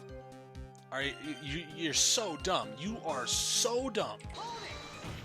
Mr. Atme, about this last remark. Objection. You still don't get it, do you, Tribble? This isn't time to be pressing the witness on every little statement. I'm afraid you're the one who still doesn't get it, Mr. Goodell. What? Mr. Atme, it seems you have finally admitted that you were in the CEO's office on the night of the murder. How can you say that? There's something like 13 or 14 statements here. Yeah, that was shit long. That shit was at least higher than 10. It was like, yeah, it was around 13 or 14. There was a lot of those fucking statements. Let's review your testimony, shall we, Mr. Atme? The button did not have any fingerprints on it. Why? Mr. Delight was wearing his mask-to-mask outfit. Is that correct? Indeed, that's what I said. My deductions are absolutely foolproof. More like your deductions to prove that you're a fool. I'm sorry, whatever do you mean? For some reason, I'm starting to get real thirsty. When exactly did we learn the fact that Ron Delight was dressed as mask-to-mask when we went to the scene of the crime? That was before we brought him in. It was just a few hours ago. Back when my sixth cup was looking at me with a cold stare. Huh? Yeah. That's right, the defendant had yet to tell anyone else this fact before this morning. Therefore, the only people who should have known about this are those who have been watching this trial. Do you understand now, Detective Atme? There is no way you should have known about that. Blue tracksuit niggas. I can't believe it again. You are being in the next courtroom being tried as mask to mask. So then enlighten us. Just how did you know about that piece of information? Objection! Come on, this detective must have known about it. He probably had plenty of chances to find out beforehand. And those chances is exactly what I want to discuss next. That night, Mr. Delight was wearing his mask-to-mask outfit. There was one and only one way for Detective Atme to have found that out. One way, you say? Please recall, if you will, Mr. Delight's testimony. When I entered the office, there was a suspicious shadow there. For a second, my client witnessed the real killer. Objection! But Mr. Delight never saw his attacker, so there's no way to tell whether the real killer was Luke Atme. It's with that statement that I'll turn this case on its head. Just what are you implying? Mr. Delight saw the real killer, correct? Now, if you turn that statement around, it stands to reason that the real killer also had seen Ron Delight. Impossible. Detective Atme, you saw Master Mask at the murder scene that night. You saw him when you killed Kane Bullard and assaulted Ron Delight. That was the only way you could have known what Ron was wearing. What is that rumbling? Oh, low tier God. Take a good look, everyone. Unable to find a rival worthy of my genius, I was forced to create one by myself. Here I am, the tragic clown. That's the same line you gave yesterday. But I think there's a little more meaning behind it this time. Yep. What an awfully complicated incident. Kane Bullard was blackmailing Luke Atme, who was in turn blackmailing Ron Delight. And upon killing his blackmailer, Luke Atme tried to frame Ron Delight. He then claimed to be guilty as Master Mask in order to escape his true crime, and to that end, he came up with his plan. He used the double jeopardy rule when making his alibi. At any rate, it would seem we finally found the truth. Excuse me. I came perilously close to besmirching the record of an innocent young man, besmirching him with the title of murderer. Don't ignore me! Oh, I didn't realize you were there. Why wouldn't he be? About the verdict, I know, you never committed any murder. That's right, I'm so glad you understand that, but I really am Master Mask. Huh? So thanks to the trial yesterday, I'm innocent now, right? Fuck! Double jeopardy for him. What was it you said? Double jeopardy? Now that you mention it, I've been careless. Careless? What do you think, Mia? As the defendant says, the rules of double jeopardy are absolute. A defendant can never be tried twice for the same crime which he was once found innocent. Then Master Mask really is innocent? It seems so, for now. For now. Now then, this court finds the defendant not guilty. I'm still counting the earlier verdict. 12-1, fuck you. Boy, this is really lucky. Wait, this isn't so good after all. You see, the thing is, Master Mask. Oh. Alright. You did it, Phoenix. Thanks, Mia. It's been a long time, hasn't it? Yeah, it's because Maya doesn't call on me much these days. Oh? I'm just joking, Phoenix. Don't take everything so seriously. But on the other hand, Maya, she seems kind of torn these days. You know, becoming the master of Korean channeling school? Becoming the master, it means saying goodbye to our mother. Misty Faye, right? Watch over her, will you, Phoenix? Of course. Well then, see you around. So, the last game, or the last case in this game has to be fucking... It has to be Misty involved in some way. They're kind of they're pointing to that WrestleMania sign, I see it. Mia. Ah, Mr. Wright. I don't know what to say. Congratulations, Mr. Delight. Thank you so much. No, wait. Nothing really matters anymore now. Oh, come on, just be happy already. Maya, you've been cleared of the murder charges and got off as Master Mask to boot. But in exchange, I lost everything. What do you mean? Stealing security information from KB Security, becoming Master Mask. I did it all for one reason. For her. You mean your wife, Desiree? She hates criminals more than anything. Come to think of it, she was once held hostage by some robbers, wasn't she? She always said how she hated sneaky criminals. I knew that, but once I got fired from KB Security and lost all the money I had, she wouldn't have any reason to stay with me. That's not true. She loved you, idiot. She just really loved you. So that's why you became Master Mask? Yeah, but it's all over now. Broken Bowl can never be put back together. That's not true, right, Nick? Right. Really? Can we go back to the way things were? You'll be fine, and Nick can prove it. I can? I wish you would check with me first. Mr. Delight, even if a bowl is broken, there's always a way it can be put back together. You just have to remember how things were. Sacred Urn? Desi was the one who found this. Desiree, your wife, she's always believed in you, Ron. That's why you'll be fine. You don't have to worry about anything. There you are. Mr. Light. You did it, Ronnie. You're innocent. I'm so happy. Thank you. I appreciate that, but, I suppose you don't want anything more to do with me, do you? Ronnie, why didn't you talk to me about what was going on? I had no idea you quit KB Security. I never imagined that you were really Master Mask, either. Mr. Light, what are you going to do now? You're not going to really leave him, are you? Come on, it's obvious, isn't it? How could I ever let a wonderful man like him get away? After all, my bike's really fast. So fast there's no way he could ever get away. But didn't you say that you hated criminals? No, I only hate people who act cowardly and sneaky. Like that detective. I see. My Ronnie went and cleared his crimes before he committed them like a man. I just love a man who's so chivalrous. Chivalrous? I knew I was right about you. Every day I spend with you is filled with thrills and excitement. Desiree, you really do love Ron, don't you? Nicky boy. Yes? I'm really glad I asked you to defend my Ronnie. Thank you so much. I'll never forget what you've done for us. Oh, well, take care of yourself. You too, Nicky boy. I can feel my face going red. Mr. Nick, Mr. Come on. She's gonna hit me again. The child is going to hit me again. Oh, no. Talk about bad timing. Mr. Nick, you got it! So just as the case came to a close, so too did my consciousness. Ron said a broken bowl can never be put back together, but I know that's not true. I mean, just look. Aw, look at him! Here's a perfect example of one that was put back together even better than before. It's odd that we never found the murder weapon for the CEO. That's correct. Maid Cafe Maya, Pog! Poggers!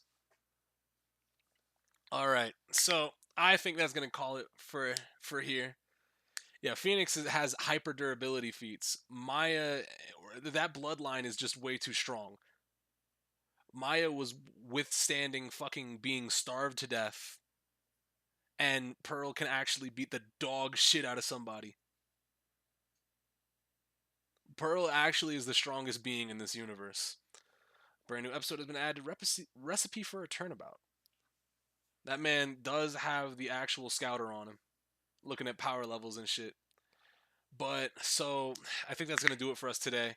Actually, really good trial. I really enjoyed this one. Um, episode one was kind of whatever, and I think it sets up the fact that Godot is actually Diego. Fuck, Diego Godot.